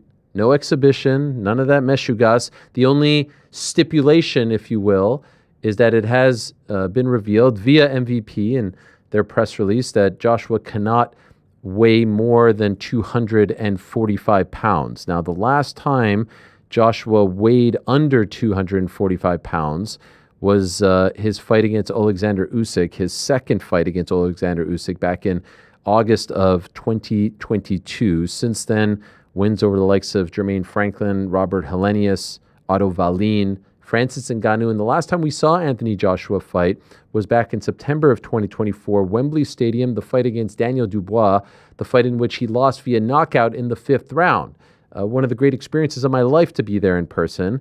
And who would have thought a year and a half later, less than a year and a half later, his return would be against one Jake Paul. Now, how did we get here? Of course, we know that Jake Paul was supposed to fight Tank Davis this past weekend. He was supposed to fight Tank Davis on Friday. About 2 weeks or so ago, that fight was canceled after multiple incidents popped up regarding Tank Davis, a lawsuit, domestic violence, allegations, assault, all this stuff and more. Yes, he had a history, but finally MVP and Netflix decided to pull the plug. Now, some people said it was due to poor ticket sales. Whatever the case may be, they pulled the plug. They didn't want to be in business with him anymore. They didn't want to go through with the fight, and so they said, we're not doing it. As they were saying that, in the immediate aftermath of it all, they did in fact say, we are going to try to salvage this Netflix opportunity. We're not going to let this go into 2026. We're not going to let this drag out. We want to get the fighters on this card an opportunity to fight by the end of the year. There's a lot of MVP fighters on the card. Obviously, there were some PBC fighters as well, but there were the likes of Alicia Baumgartner and Sugar Neeks that were on the card that they wanted to keep on the card in order to get them fights, get them opportunities and whatnot. And so they were talking to multiple people, and it did in fact seem like Anthony Joshua was a possibility. They had talked about Anthony Joshua in the summertime, and then the plan was laid out that they would fight Tank first and then they would fight Joshua. Jake was saying, I'll fight the smaller guy, then fight the bigger guy. Obviously, it was revealed that a reach out occurred to see if Francis Ngannou was interested. He made it very clear that he was not interested. Nate Diaz said that, he was interested by all accounts, and I know that was bandied about. It seemed like of all the possibilities, Terrence Crawford's name was mentioned, Ryan Garcia's name was mentioned. It did seem like of all the possibilities, the one that seemed like the biggest long shot was Anthony Joshua. But then mid last week, the Ring reports that this fight is being close to finalized. Eddie Hearn says that it's a little premature. Although, as we talked about on the show, when he said that, hey, I don't think he's that crazy. I don't think Jake's that crazy. It felt like there was a little promotional twist to it all, and you wouldn't talk that talk if this wasn't a real thing. And as the week went on, as we were getting to Ben Eubank 2, it did seem like this was dominating the talk. It did seem like a lot of people in the UK were very interested. Then we get to the broadcast, and Eddie and Turki Al-Sheikh are talking about, hey, we've got a big plan for AJ. He's going to fight in February or so. Then he's going to fight back into the year. He's going to come back. He'll have a tune-up fight. Oh, by the way, there might be another fight, and there might be a Fury fight down the line. There's all this stuff. And then it was also revealed that he was planning to fight in December, perhaps in Africa, against a lesser-known opponent, just like a tune-up fight, a 10-rounder, just to shake off the cobwebs, just to, shake off the rust, and that would set him up for the big Tyson Fury fight. When they were talking on the broadcast about February, when they were talking about 2 fights next year, like, all right, is he going to take another fight? Well, we find out this morning that he is in fact going to take this fight, and this has sparked all kinds of talk. Everyone in the boxing world, everyone in the combat sports world, and obviously in the UK, it's a gigantic deal because Anthony Joshua is one of the biggest stars and sportsmen to come out of the UK in the past 15 or so years. Of course, Olympic gold medalist, 2-time unified champion. His last fight was for the belt at Wembley. He's still one of the biggest stars in the UK, and now he is coming back to fight Jake Paul, of all people. Who would have thought? Not that long ago, Anthony's critical of Tyson Fury fighting Francis Ngannou. Now, 2 of his last 3 fights will be against Francis and Jake Paul, of all people. This is a massive leap from the fights of yesteryear where he was fighting the likes of Usyk and Dubois and being in the Tyson Fury mix. Now, a lot of people have said, well, if he doesn't knock him out the way in which he knocked out Francis Ngannou, he's a sham, this is a sham, this is all rigged. A lot of people said if Jake wins, this is a sham, this is rigged. A lot of people said if he goes the distance with Jake, this is a sham, this is all rigged. Some people are saying even before it was finalized, Gareth on our show, although he folded quite quickly when he was face-to-face with Eddie at the open workouts. I saw that on IFL TV, I do believe, saying that his legacy is already in question as a result of taking this fight. Now, I'm surprised that people like Gareth say this. Look, this may not be your cup of tea. You can say, I want to see Anthony Joshua fight other heavyweights. I want to see him fight the likes of, Joseph Parker. I want to see him fight Martin Bakole. I want to see him fight Caballel. I want to see him fight Zhilei Zhang. I want to see him fight Hrgovic. I want to see him fight Tyson Fury, Dubois again, and the list goes on and on. The heavyweight division hasn't been this interesting in quite some time. Surely there's someone for him to fight. You can say that, and I would say, I get it. I get it. But to suggest that his legacy is being ruined by just taking this fight is absolute nonsense. Lest we forget, in 1976, the heavyweight champion of the world and the most famous boxer on the planet was a man named Muhammad Ali. He went to Japan to fight in a mixed rules bout against a pro wrestling legend named Antonio Inoki. We're not going to get into the whole history of the bout, but did that ruin his legacy? Did anyone hold that against him? Has anyone thought lesser of him because of that? In 1975, a year prior, a man by the name of George Foreman, coming off the loss to Muhammad Ali. We have the poster somewhere. Where is it? Right over there. George Foreman, Muhammad Ali, 15-round fight. The Rumble in the Jungle in Africa. I realize that I'm pointing at something that you cannot see, but trust me, that fight happened in 1975.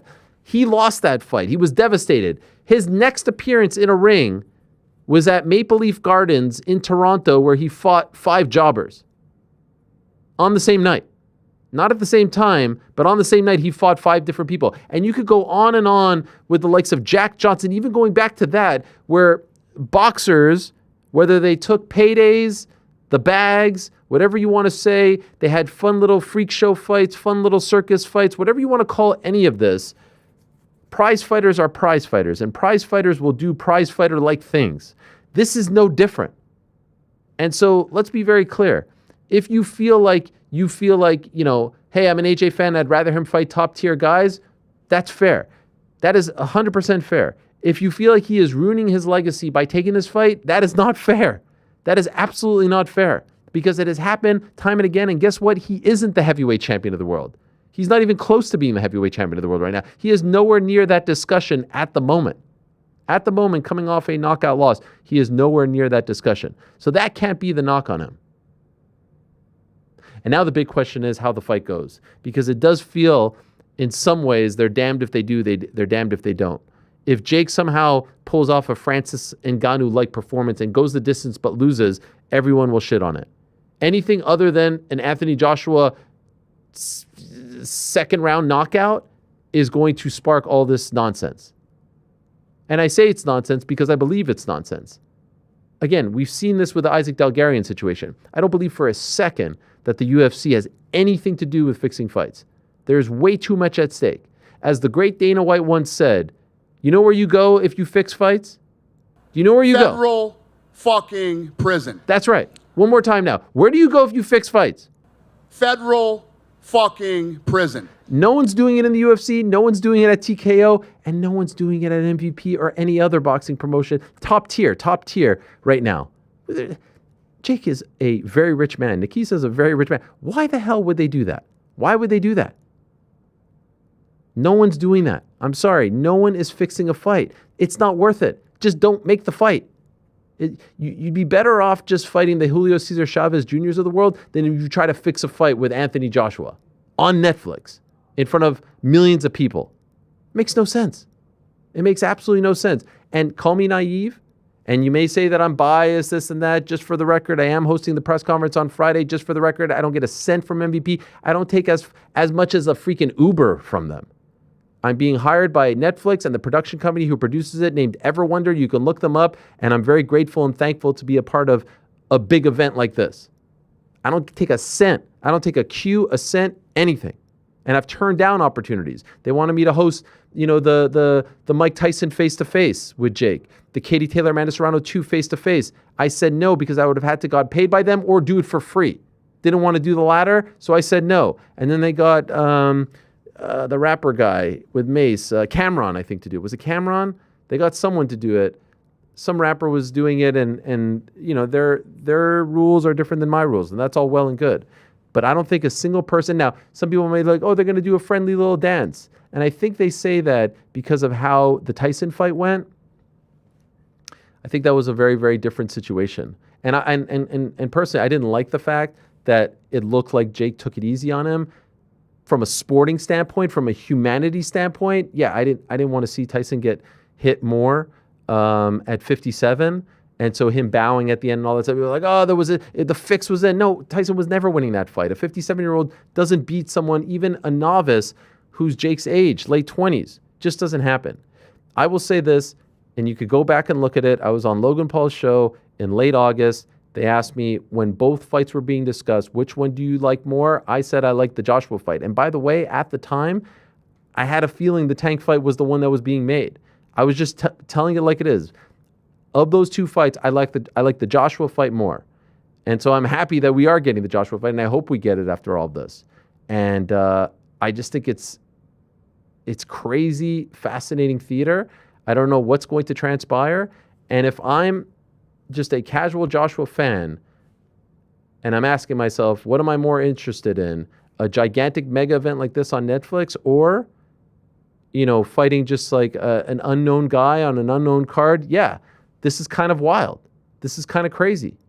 I don't think for a second that he would agree to take part in anything that wasn't above board. And I can't believe that we are actually here talking about this, but I think it's wild stuff.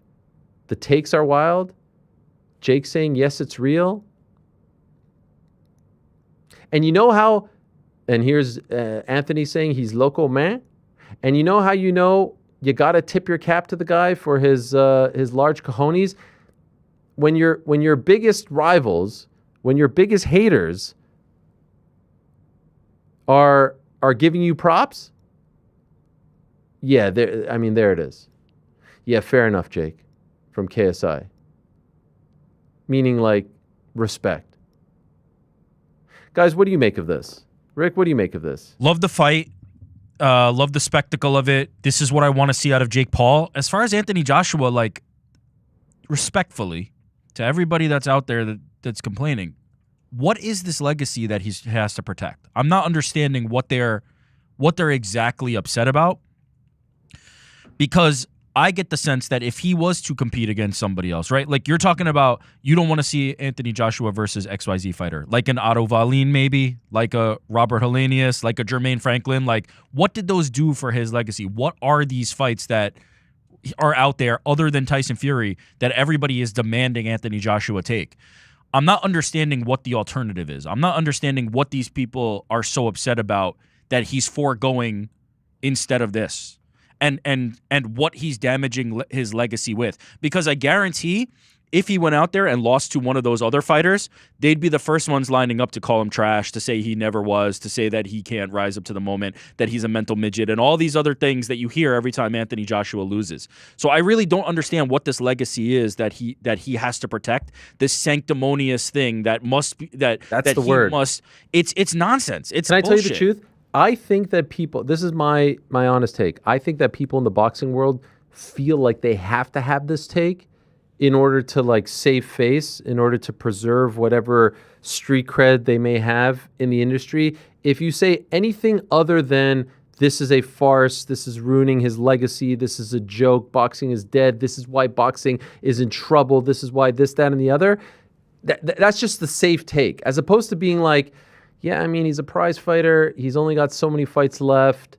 If he goes out there and fights this guy and starches him in 30 seconds, like, he just made what? We don't know what the number is. I know the 50 number is being thrown around, even if it's 10, even if it's 20, if it's 15. If it's double-digit millions, it's pretty damn good. If it's 1 million, I'm not seeing this take anywhere. You're not? Oh, it's all I over. haven't seen it. Oh, I think shit. UK press everywhere. Oh my God. This is an insane garbage take. He's competing in his own sport of boxing. He's getting an easy payday against a guy that's undersized and underskilled against them. And it's going to take, what, 6 weeks of his life from ink drying on the contract to him walking out of the ring?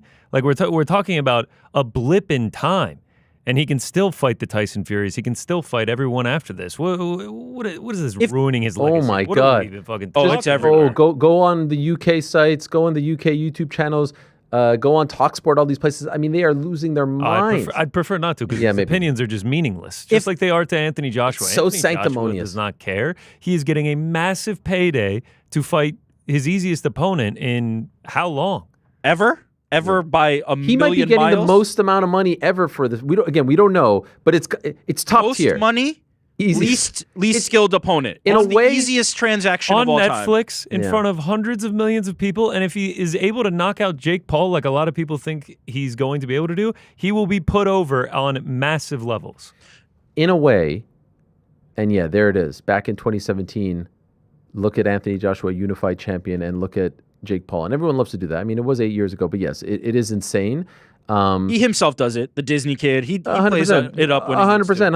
100%. I mean, you could do it with like an NBA rookie who like posterizes LeBron. Yeah. 8 years ago, they're in fourth grade, and now Yeah. it's great to do that. But in a way, I view it as the same as Mayweather McGregor. It's completely different than Mayweather McGregor. But what did we say as far as like the thinking? It's like most amount of money for easiest opponent, right? Yes. If you're and it's the prize freaking fighting business, and they will get rid of you as quickly as they idolized you. And Anthony is at the very end. He's maybe got 1-2 fights left, 1-2 years left. Why the hell would he not take this? Now, there were a lot of hurdles. I mean, number one, you see him giving props to DAZN. He's a DAZN fighter. Yeah. So you know that there were hurdles there. Ryan Garcia got shut down, as Oscar De La Hoya said, because he's a DAZN fighter. Right. There's the relationship with Turkey, which, obviously that had to be figured out. And the plans that they had for him, that had to be figured out. Would this derail it? All that stuff and more. But I don't begrudge him. I don't think less of him. I don't think he ruins anything. I think it's insane that you could say that even before the fight. If you want to say it after the fight, like, yeah, I can't believe you got knocked out by Jake Paul. I think less of you now. Sure. Does it take anything away from the Klitschko fight? Does it take anything away from the comeback recently? I mean, none of it. It's absolutely nonsense, and it's just like hot take, bullshit artist nonsense. I return. Okay, if he does get knocked out by Jake Paul, That's the different. legacy No. Different gets there. convo. No. This is like right now. He's a Hurting nothing. his legacy, But yeah. you can't take away what he did. Like he's an Olympic gold medalist. But Yeah, of course. what are these things that he could be doing instead? That's what I return to this. He Like, was gonna fight on a DAZN card in Against Africa who? that was going to mean against nobody. Literally what- against what are we for 1/5 the price. talking about? But you know, you have to have this take. Here's the one thing that I think is a fair criticism, not a criticism, but a fair debate or a fair discussion to have. If you're Nikisa and Jake and his team, are you making, like, you could die in the ring. Let's be real. You could die in the ring. Are you making a huge mistake? I mean, The safety is a legitimate I think that's a very thing. look what he did to. I will never forget that Francis fight. I will never forget being there and looking at Francis Ngannou, who had never been rocked, knocked down, or knocked out cold, and was not moving for what seemed like an eternity. Ultimately, was like a minute. That is a scare. That's Francis freaking Ngannou. Yes. Who weighs around the same size. Like, what is Jake gonna weigh? At best, 220. At best, that's not his real walking around weight. You know, here they have him listed as 200. They have Anthony listed at 252, which is what he weighed for the Dubois fight. A guy with 25 knockouts, 28 pro wins. It's a question to ask, but Jake Paul is not in the business of asking these questions, right? He just fought a 60-year-old Mike Tyson. He was about to fight a 135-pound Tank Davis. I don't know that his side of the equation is the one to be asking, like, is this too dangerous? When he's been on the other side of the is this too dangerous in one fight that happened and one fight that was about to happen. So I don't know that they make that calculation or care. I'd also point to the fact that while Francis Ngannou is a big man, Jake Paul has more boxing fights than Francis Ngannou does. So if we're going to do like, oh, he's inexperienced, Jake Yeah. Paul's a boxer. Okay, so more I've than never- Francis Ngannou. I've never subscribed to that because I don't like when people would call Francis a debutante or Conor a debutante. They're fighters, and They're fighters have fighters. made the walk. It's I can't get the picture of Francis getting knocked out of my brain and then thinking like, holy shit, how is Jake going to survive this?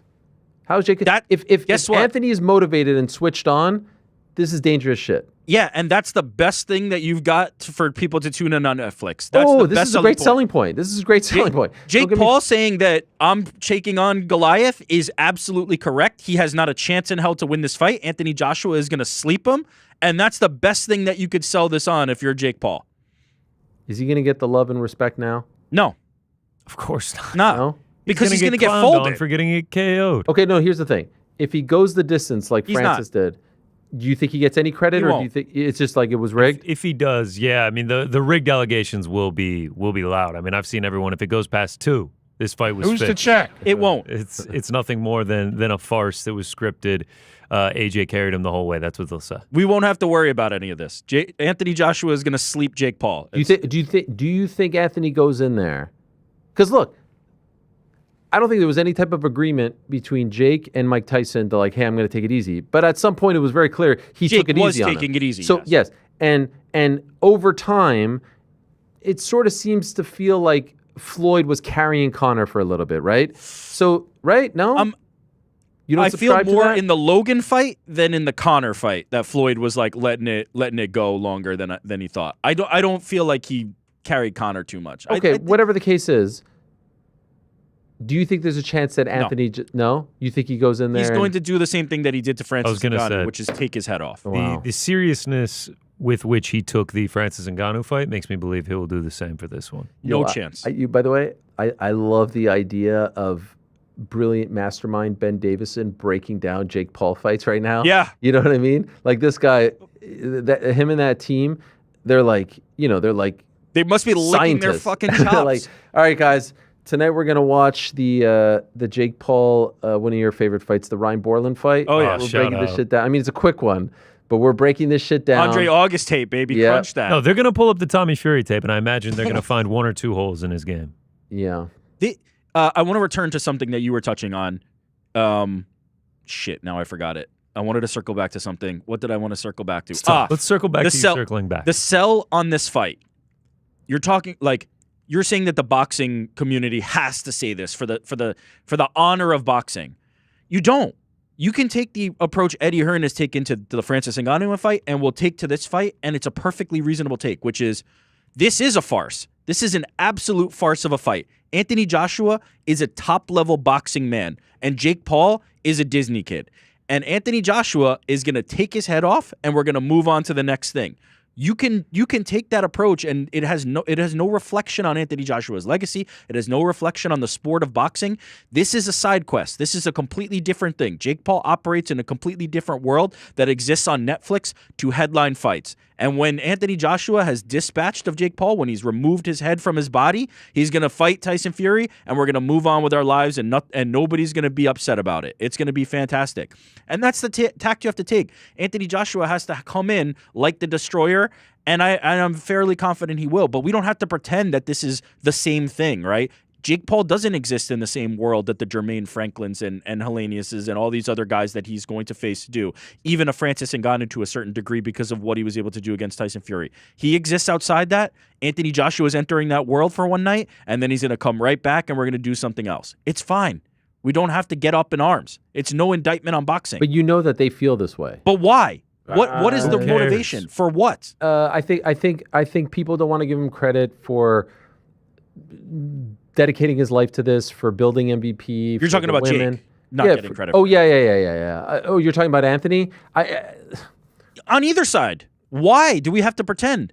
This is the circus, and that's absolutely fine. Anthony Joshua, one night only in the circus, and he's going to do exactly what he's supposed to do. He's going to be the lion. He's going to be the lion at the circus, and he's going to eat Jake Paul. And then the next at the end of the calendar year, maybe he steps in there with Tyson Fury and does it to him too. We don't have to pretend that these things are always equivalent. We don't have to pretend that every single spectacle is the same as the highest level boxing match. If this was Alexander Usyk, I have a different take on it, right? I don't think that that's the right fight. But yeah, because we don't he's have the to pretend champion that, of the world and all this stuff. Yeah, we don't he's have to not pretend holding that up Anthony anything. Joshua is I'm intrigued. I'm hyped. These same people would be the first ones to shit on Anthony Joshua, and probably were the first ones to shit on Anthony Joshua when he stumbled against Andy Ruiz and when he stumbled against Usyk and when he's crying in the ring. Like, there is no legacy that this guy has. It is not a sterling legacy that needs to be protected. And I'm so over it. It's such I will nonsense. just add this, and it's something that we've said before, because you'll see especially MMA fans say, like, this is why I don't watch boxing. This is why boxing sucks. This is why boxing's in the gutter, all this stuff and more. I don't know if you guys know this, but there is an unbelievable card happening this Saturday in Riyadh. Like, it's one of the, people have said this about other cards. Like, I would make a very strong case of all the Riyadh cards so far, a card that has David Benavidez, Bam Rodriguez, Brian Norman, Devin Haney. Like, this card is outstanding. Were you going to watch it? Are you interested in it? Like, if you care so much about the sanctity of boxing, surely you would watch a fight card like this. Surely you would be interested in names like Bam Rodriguez and David Benavidez and Devin Haney. Like, surely you care. You don't care. And so don't care about what this means for the sport of boxing, and don't use that as the excuse as to why you're not into it or not.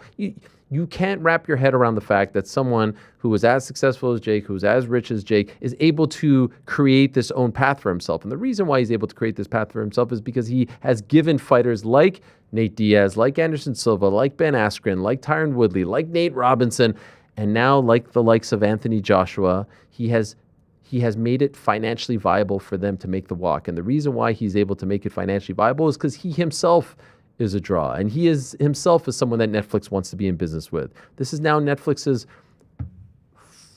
fourth foray into boxing. 3 of them are MVP cards, and this will be the second involving Jake himself. Like, that's why. And so he has created this for himself, and people can't wrap their head around it, and they don't want to give him that credit.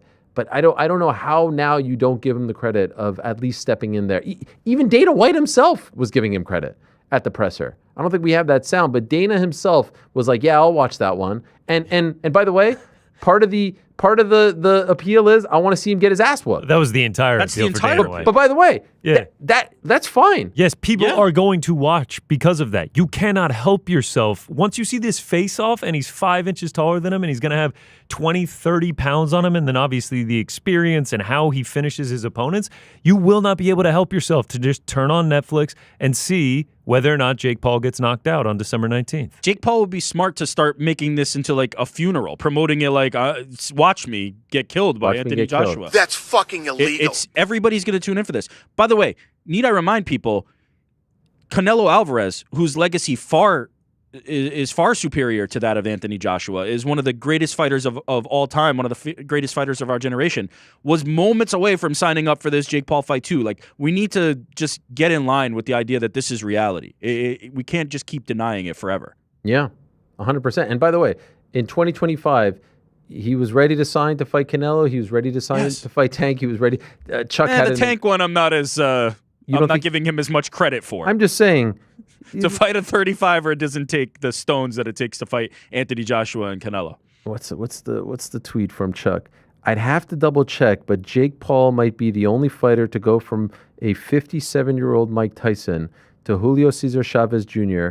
to trying to fight Tank Davis to Anthony Joshua after a fight with Mike Perry. No, I mean it's an absurd path. It really is, and it's great. It's unbelievable. This card this weekend: Benavidez Yard, Norman Haney, Abdullah Mason. I forgot about. I knew I was forgetting someone. 19-0 against Sam Noakes. 17-0. Bam Rodriguez against Fernando Martinez. Vito Milniecki. Shout out to New Jersey. I didn't realize he was on this card. And shout out to Brian Norman, Georgia. Hell yeah. This is an unbelievable. Look at this card. By the way, there's like a bunch of Top Rank guys here. Not a great sign for the state of Top Rank, but I mean the top 1, 2, 3, 4, 5, 6 fights are amazing. Are absolutely amazing. None of you watching this. None of you. None of the people that are complaining about, the sanctity of boxing and all this nonsense. None of you watching it. Now, I can't wait to see, man, I can't wait to see the face-off, the stare-down. Yeah. Do you guys think this sells better than Tank? Yeah. Than Tank? Yeah, no question. Well, here's the thing. Tank Davis in America is a bigger star than Anthony Joshua. I don't mean selling like in terms of people watching, but this is happening in Miami. Nobody wanted that fight. Globally, nobody wanted that fight. Globally, of course. Anthony Joshua is bigger, and also the draw now is not, Jake Paul is fighting a tiny 135er. Jake Paul is now fighting a giant heavyweight. So I'm saying in Miami when I was saying sell. Oh, you're saying Much like more. tickets-wise? Yeah, I think it probably sells out. Yeah. Jake Paul, even with Tank Davis, Jake Paul was the A side of that. And his funeral is going to be. You think this is the end? Because you've always been the one who's subscribed to like the losses don't matter to him. If Anthony Joshua does him like he did at Francis Ngannou, it's going to be hard to sell a Jake Paul fight again. That's all I'll say. Losing to Tommy Fury by decision is like whatever. I've never thought that Jake Paul stepped in there with a guy who was going to just obliterate him, and so yeah, this could be the end. This could be the one. If he gets folded, eyes rolled back in the head, scary scenes. If he gets memed, it's going to be pretty rough. Man. Until maybe Conor McGregor is a free agent and then you do that one. If he lands those punches that he landed on Francis, like Jake's going to sleep. He dropped him multiple times and then put him out. No, the Francis one was scary, dude. Yes. The last one where he's like folded over and his leg bent all weird and he was out completely cold. And like you said, this is a dude that he was known for having an insane chin. And then to get done like that is terrifying. I think Anthony Joshua, it's like 25 of his 28 wins are by knockout. Yeah. He doesn't go to decision often. And with a guy that he has such a massive size advantage over, power advantage over, skill advantage over, experience advantage over, you have to think that the same fate is in store for Jake Paul. Is this crossing over? Like, will your friends text you about this? 1,000%. They already have. This morning I woke up to several group But are messages the popping texts on. like, is this real or is he going to lose? Like, is it like, I don't know what to make of this, or is it like, oh, I'm hyped, I need to watch this? Everyone is going to watch it. A couple people were like, it's such a farce. Jake Paul puts these on. He's going to get carried to a decision, XYZ.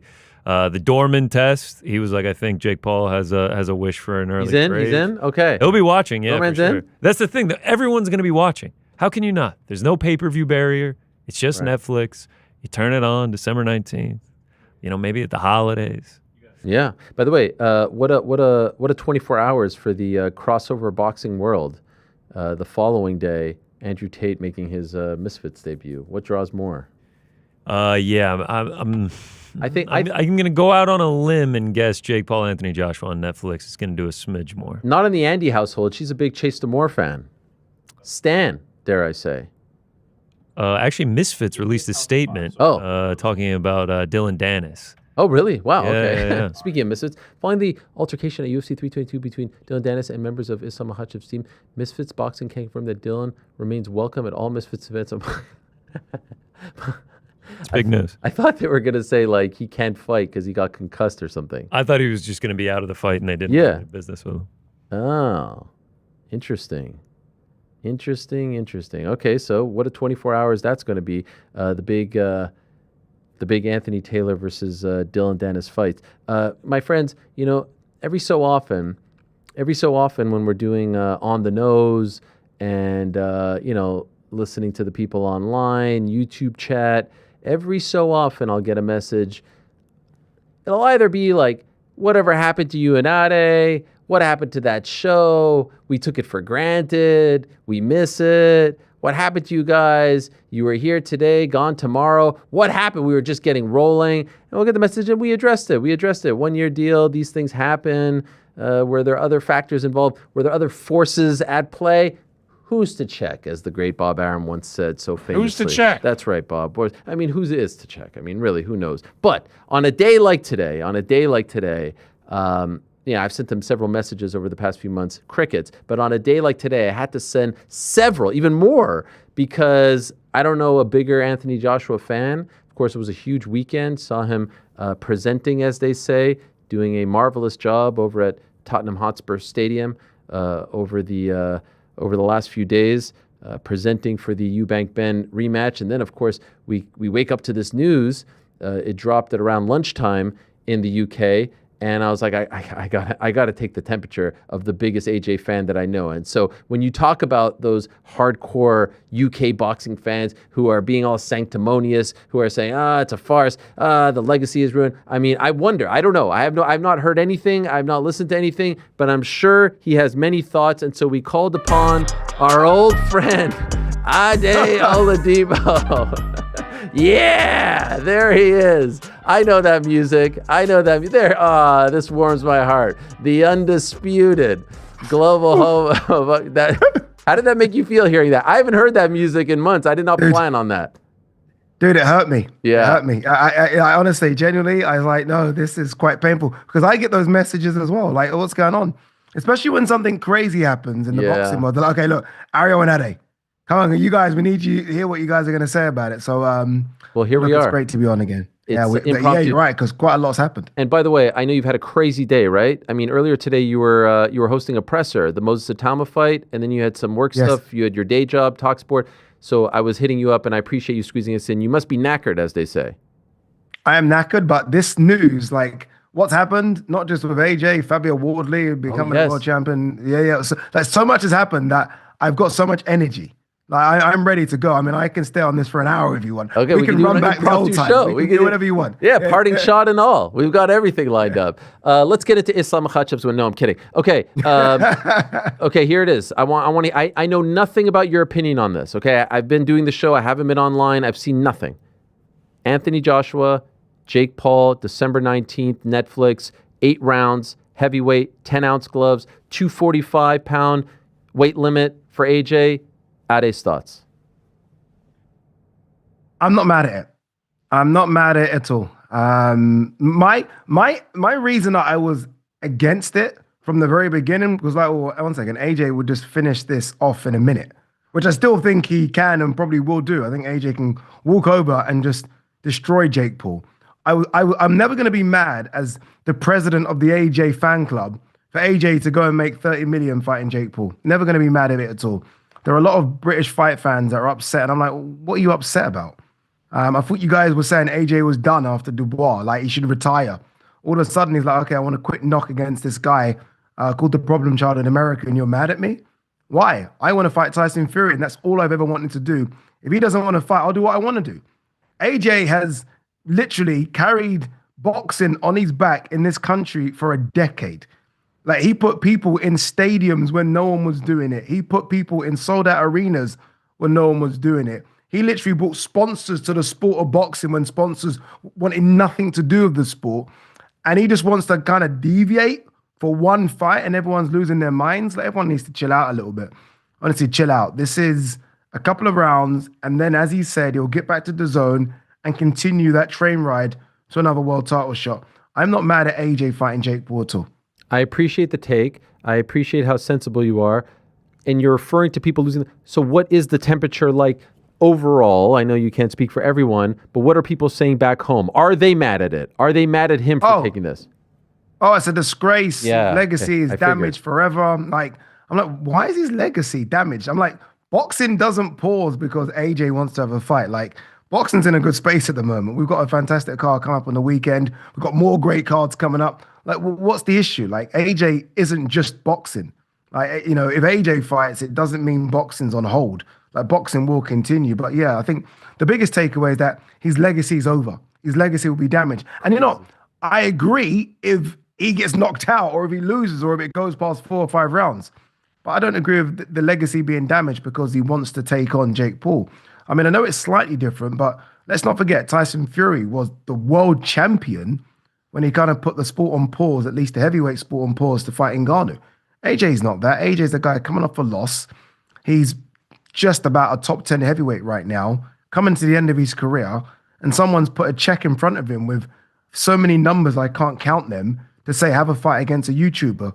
Who would not take that? Every single fighter, maybe minus Ngannou, fighting right now would take that fight. Every single one of them. And if they're saying they wouldn't, they're lying.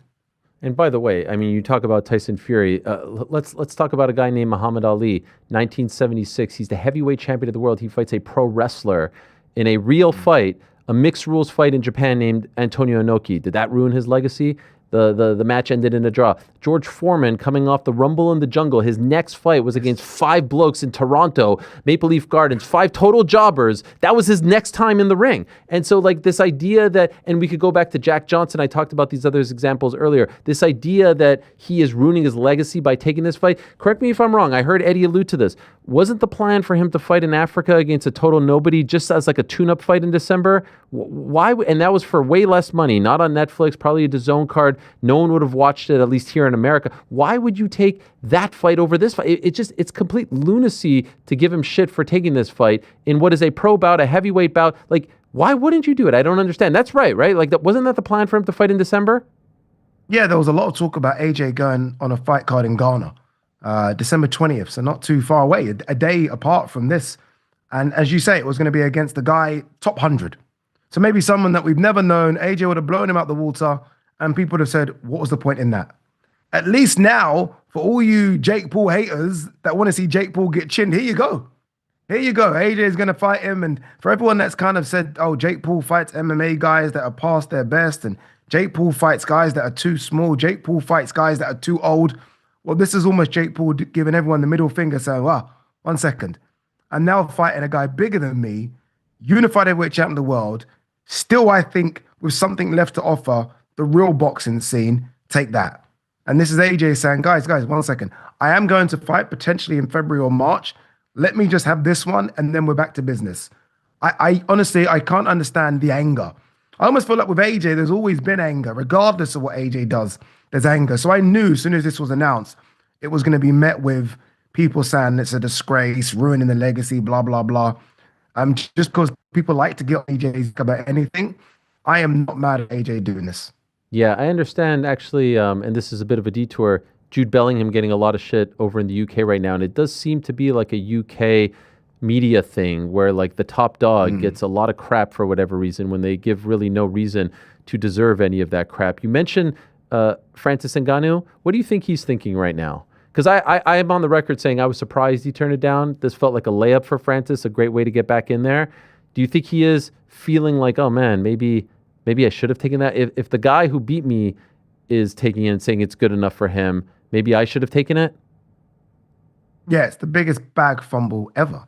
Like, I mean, I believe Francis would have beaten Jake Paul. Look, I don't think Francis is the greatest boxer, but I think we all saw against Tyson Fury he can box. And Jake Paul would have been significantly smaller. I'm surprised that Francis turned it down. I think it just makes sense.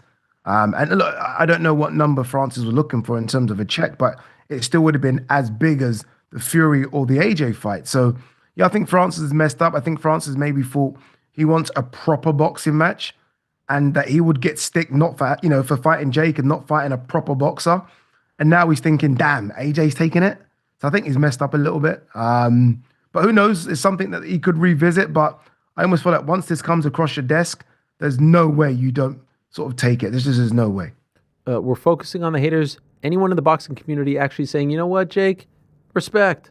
We didn't think you would do this. We didn't think you had this in you. Is anyone giving him props for taking this fight? I think they will. But I think for now, it's more a case of let's just throw more shade at AJ. It almost seems way more AJ hate. And then I think people will calm down and think, one second, Jake's actually saying he wants to fight Anthony Joshua and he's doing it. Like Jake called out AJ and we all laughed about 4 or 5 months ago. Remember him saying it, like, I want to fight AJ. And we all kind of like, is this guy crazy? And he's doing it. I asked the question today, is Jake the biggest name in boxing? And someone laughed. And I was like, no, seriously. This is a guy that was, I don't know, a few minutes away from fighting Canelo. This is a guy that Usyk said I wants to fight. But Turbiev said, everyone wants to fight Jake Paul. Like Jake Paul right now, I mean, this fight says Jake Paul versus AJ. I've never seen AJ be B-side since he turned pro. It's blowing my mind. I mean, it's small things that no one should really care about. But I just thought, one second, it says Jake Paul versus AJ? This is a Jake Paul show, not an AJ show? I've never seen it ever. By the way, what's with the judgment? The spelling. You guys are really hung up on this. I've seen so many tweets about. What is it? What's going on? That's how we spell it here in America. We. That's how we spell it. It's sort of like color. You spell color COLOUR. In America, it's LOR. Oh, is that it? Talk about sanctimony. Golly. I've seen more tweets on the spelling of judgment than the validity of this fight. It's absurd. By the way, what do you think? What do you think? What do you think about as far as the actual fight? Like, is there any chance here that this goes? Not what? Is there? Seriously, I don't know. I don't know what the hell to make of it. What do you think? You think he starches him in 2? What if he says, "I want to carry him"? Starches him in 1. You think so? Yeah, and this goes back to the AJ sort of ruining his legacy. If this goes beyond 3 or 4, then there is maybe like, okay, what's going on with AJ here?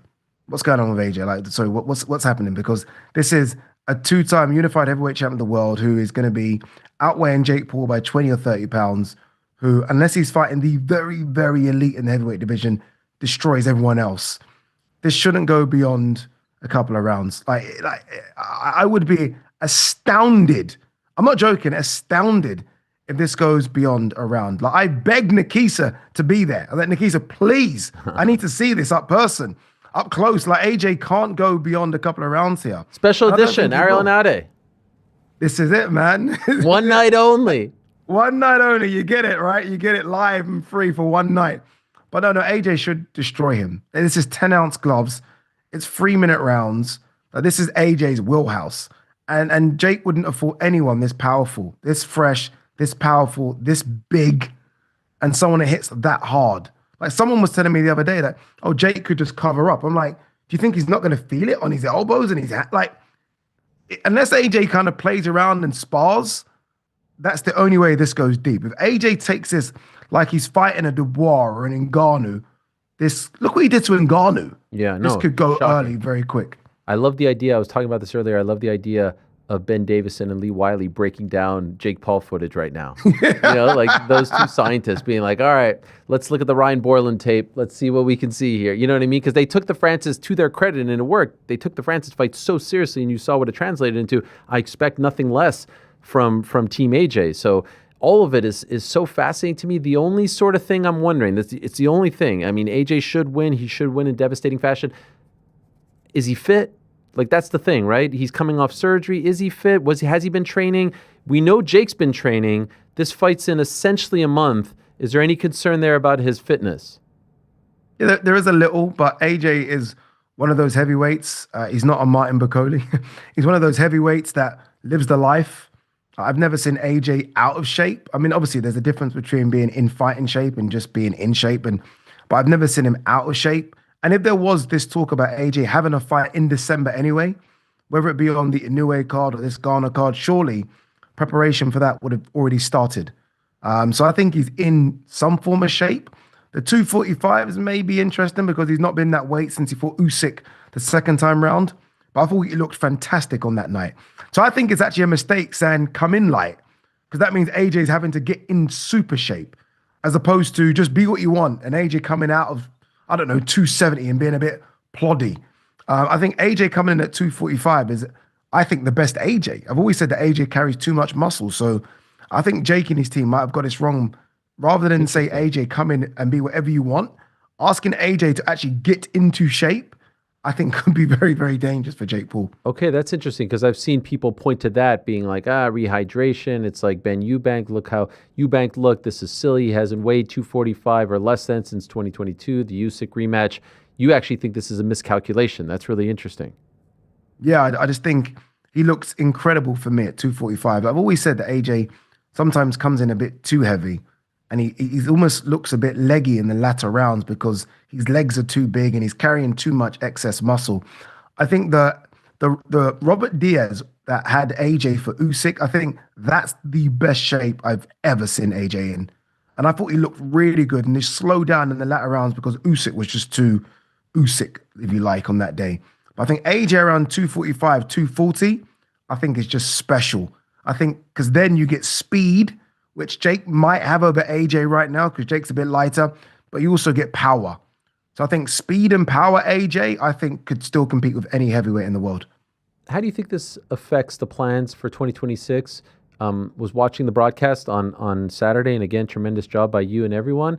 And Turkey was on there talking about we have big plans for AJ, 2 fights, February, later in the year, alluding to the Tyson fight that we all want to see. Do you think this changes anything? No, nothing at all. I really don't. And I hope I'm not sounding too disrespectful to Jake Paul, but in my eyes, if Jake Paul was over here, Jake Paul would probably be like a Southern area level fighter. So maybe just around English level or below. AJ should be able to blow that kind of fighter out of the water in a couple of rounds. And then you have another fight in a couple of months' time in February. So this should be nothing for AJ. And if it is something for AJ, then I guess I come on the show and we have a bigger conversation about where AJ is. But where I think AJ still is, this should be merely a speed bump onto serious stuff in February. That's what it should be. But that's why we're all going to tune in, because you're right. I mean, if Jake Paul closes his eyes and throws that right hand and he's going to be 220 pounds, and I mean, Tyron Woodley and everyone says he can hit like a truck. If he lands one, whew, boy. Yeah, I saw some dude on Twitter was like, I can't wait to see you spin the narrative that if Jake lands one on AJ's weak chin. Let's be very clear. I don't think AJ has a weak chin. I think he's proven that like what happened against Andy Ruiz was something when you get hit by Danny Dubois, something. I don't think Jake has that power, so I'm not going to spin that narrative, but I don't know what happens in a fight. I don't know who tweaks this. I don't know who's going the distance. No one thought Francis would go the distance. I'm intrigued. And again, I'm way more intrigued in this fight than I was Anthony fighting some no-name jobber in Ghana. You know, the intrigue in that fight was just Anthony going back home, right? Anthony going back to Africa. There was no other intrigue. And I am curious about whether or not Jake can ruin any plans. Could you imagine if the reason we don't get Anthony Joshua versus Tyson Fury is because of Jake Paul? I know it's a long shot, but we have now put ourselves in that position where it seems like we've never been closer and he could ruin all of it. And you'd have to think he'd relish the opportunity to ruin all of that. Oh my God! If honestly, if that happened, it's not like it's like, don't get me wrong. There are times in the last 3 hours, 4 hours, where it's come to my head like, what if he just lands one? Like, even if AJ's legs just wobble for a second, like, what does that mean? But surely that can't happen. But there is intrigue there because all of a sudden, Jake, as you say, is fighting a live dog. He's not fighting someone that's 5'5" and he outweighs by 100 pounds. He's not fighting someone that was in a wheelchair 4 or 5 months prior to their fighting Mike Tyson. He's fighting a real, live, big, strong heavyweight, and he deserves so many props. Like, my intrigue for this, and it's not just because AJ is over here and he's a Brit, for this compared to Gervonta Jake, is through the roof. I wasn't that interested in Gervonta Jake. In fact, like, Gervonta did nothing for me at the press conference. He didn't sell it at all. It was boring. I was like, this is all Jake. This is not capturing my attention. This, I mean, dude, I've never ever gotten to Nikisa. And I was like, Nikisa, please. I said, I will carry the spit bucket just to be there in some way, shape, or form. Like, I am so intrigued by this, only because Jake has balls of an elephant, and because my boy AJ just has to get this done early. Has to get this done early. And ultimately, if the likes of KSI are giving you props, if you're Jake, you have to, like, your biggest hater, your biggest rival, KSI on Twitter saying, yeah, fair enough, Jake. I mean, like, that kind of That kind of says it all.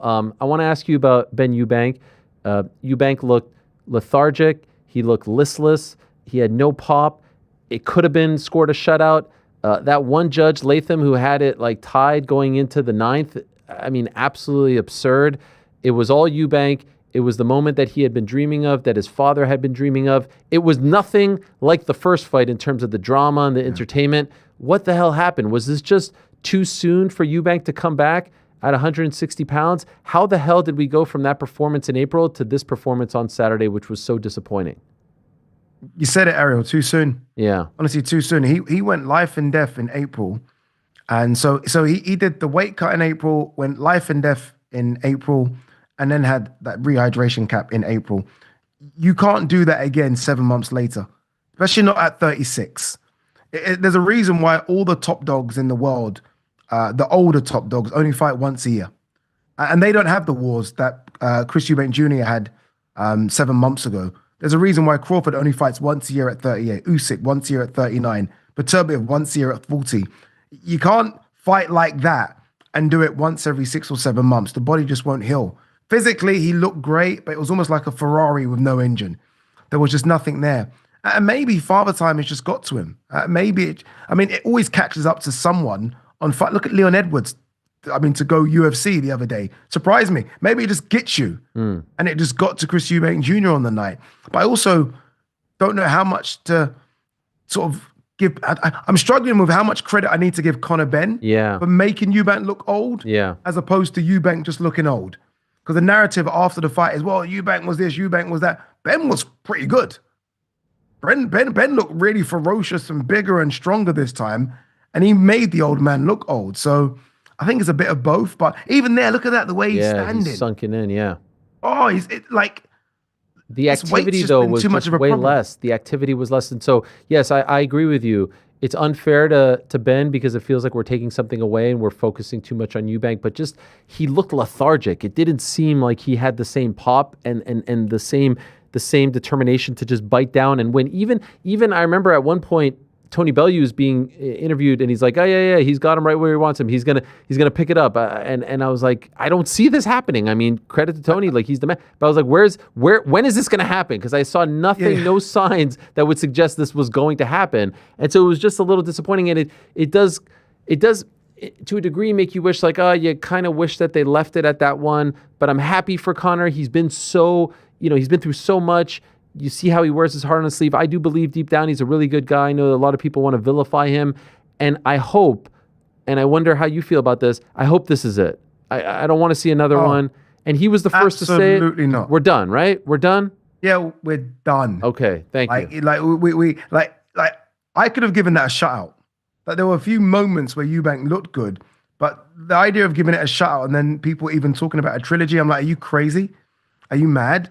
But what's crazy for me is like he walks out with 50 Cent. Yeah. And he looks the part on the stage. I'm like, whoa. And then even when, look at this. So you can't see anything here. Like his face isn't giving anything away. And I'm like, okay, he's ready.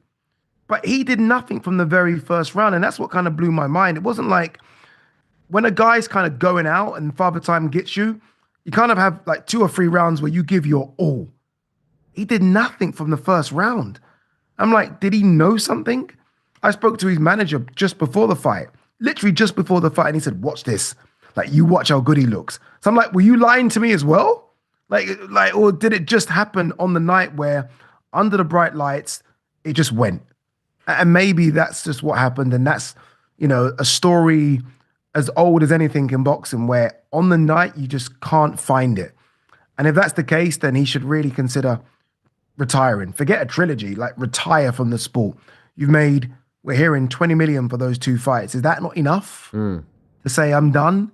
Like, is that not enough? Does he want to go out like that?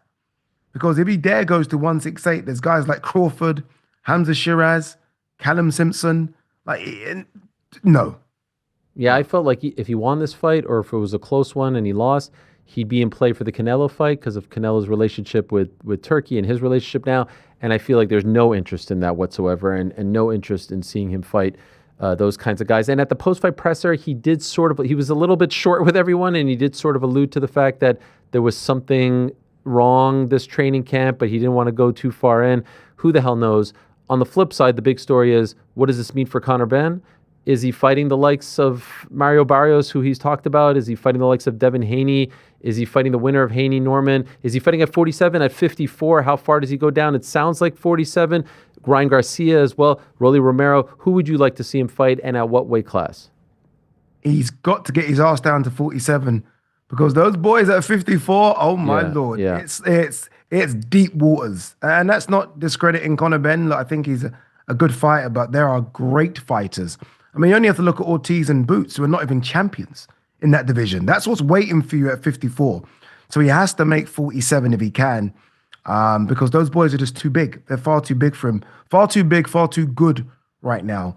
Whereas I look at Rolly Romero, I look at Mario Barrios, I look at Ryan Garcia, and I see routes to victory for Conor Benn. I really do. There's Lewis Crocker over here, who's the IBF champion, potentially. That's an in-house fight. I mean, there are actually fun fights that make a lot of money for Conor. He's now a superstar. Like, he got the crowd, the majority of the crowd in the Tottenham Hotspur Stadium were his fans. I'd say about 70-30 split. So he's got the crowd now. He's a superstar. And I feel like he just needs to leave this Eubank thing behind, and it has to be a Rolly Romero or Barrios next if he can make 147.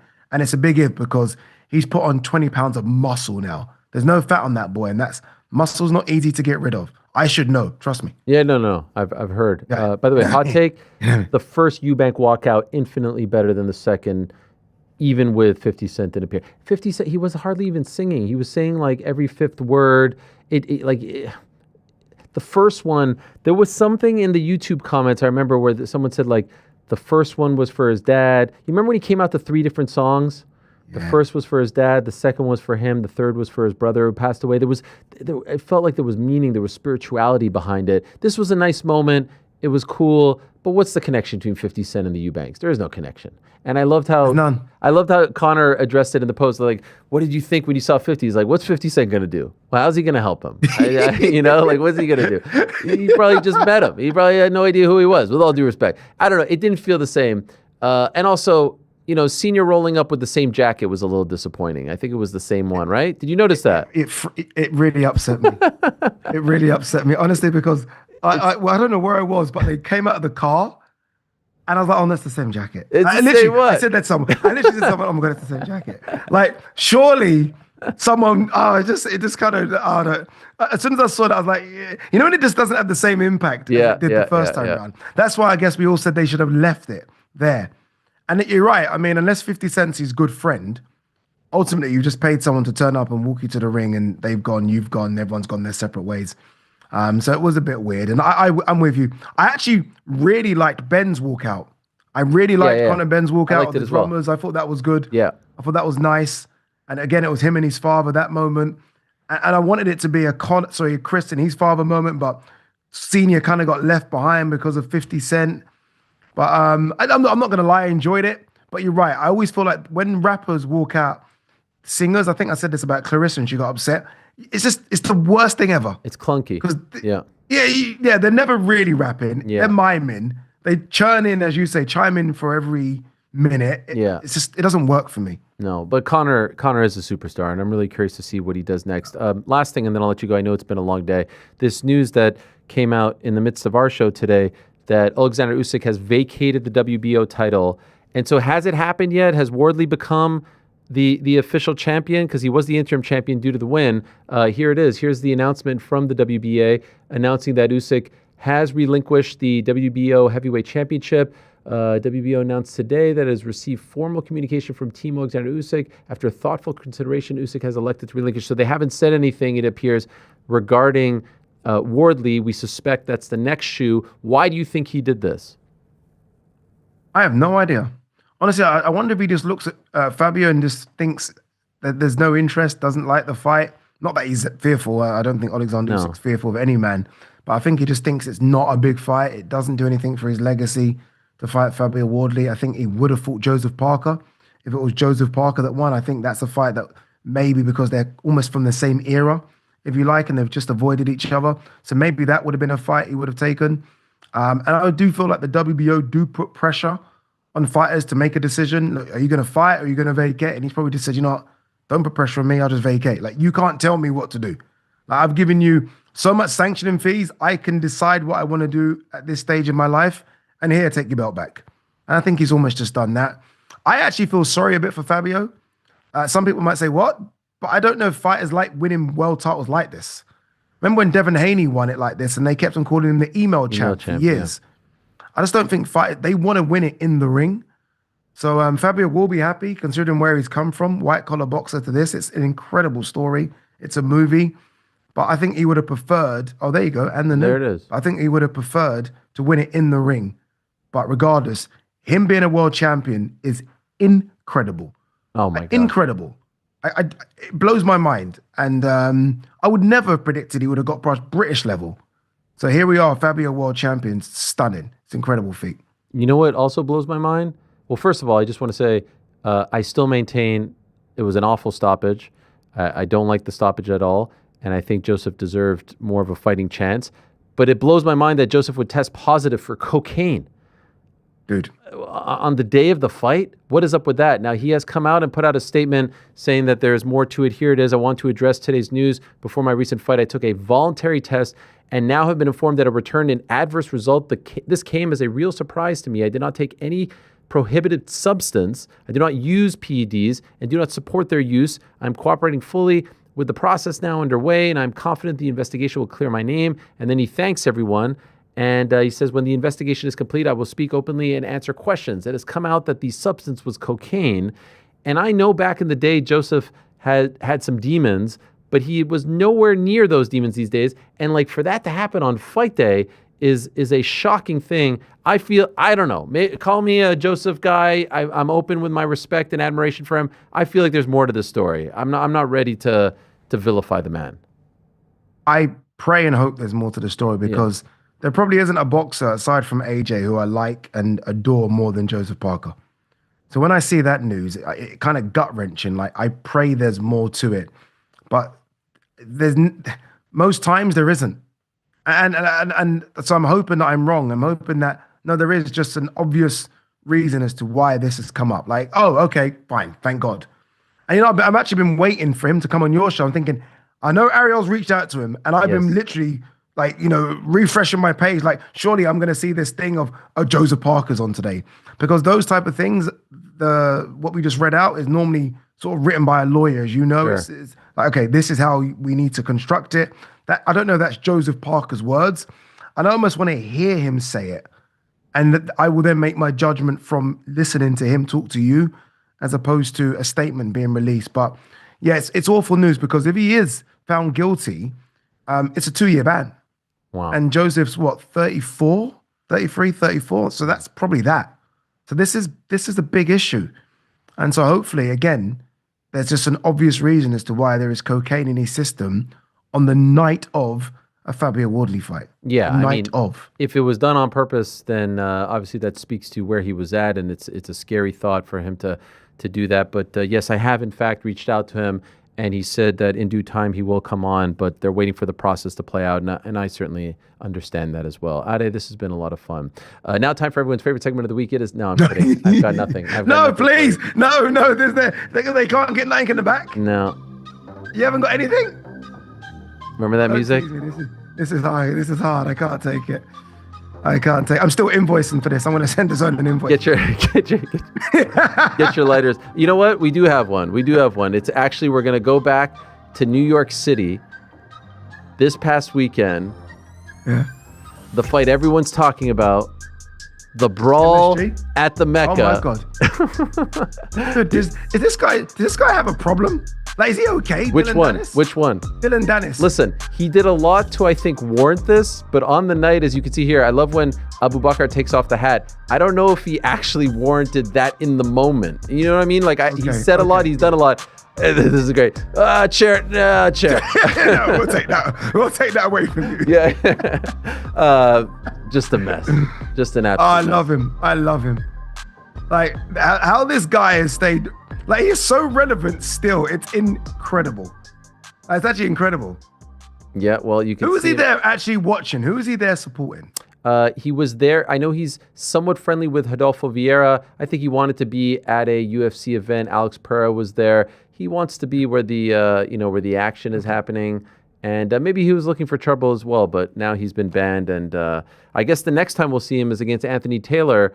And you were involved in that. Are you going to be at that one? No, I don't think. I don't think so. I'm not sure. Yeah, Okay. That's actually a good fight because that's a MMA fight, right? Yeah, it is an MMA. I mean, good. That would actually be quite interesting. Good is a bit of a stretch, but this is something. I mean, maybe any coffee involved in that one, or that was the one, right? Yeah. That was the one you were at, right? Well, yeah, that's the one where oh my God, yes, years ago where Anthony Taylor punched him. You didn't put two and two together.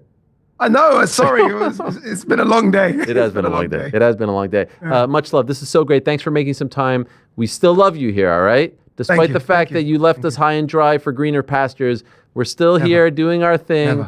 Little engine that could. The #1 unbiased platform in all of combat sports, and you're always 100%. welcome. Agreed. You're always Agreed. welcome. Agreed. Thank you, Ade. Great job this weekend. Thank you very much. Appreciate you. The great Ade Oladipo. Check out his YouTube channel. Does a great job there. His podcast as well, and all the work over on DAZN. All right, we covered a lot there. Some super chats to get to, Frankie. What do we got? What do we got? What do you have? What do you have? Still one or two. Oh, love it. By the way, can I just say, shout out to the real MVP, Andy, for that parting shot. I had nothing. And then she got on my ear. Oh, yeah. Well, good. Yeah.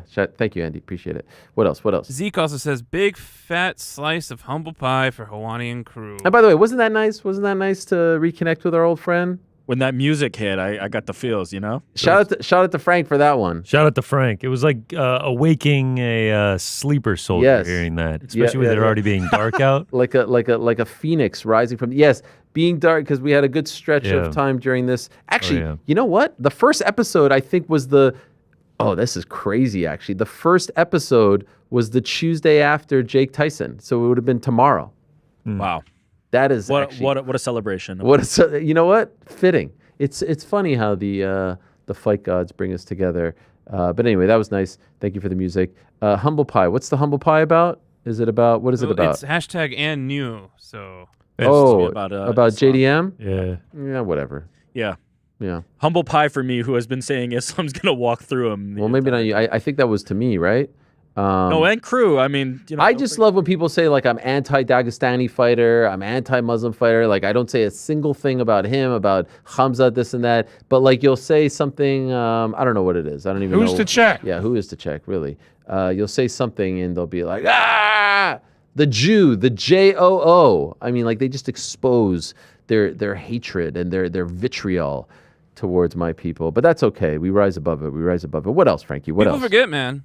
Not since Randy had a 2-division champ won their second title via unanimous decision. Islam landed 30 significant strikes in 5 rounds, 0 significant in round 5. Not since Randy had a 2-division champ won their second title via Islam.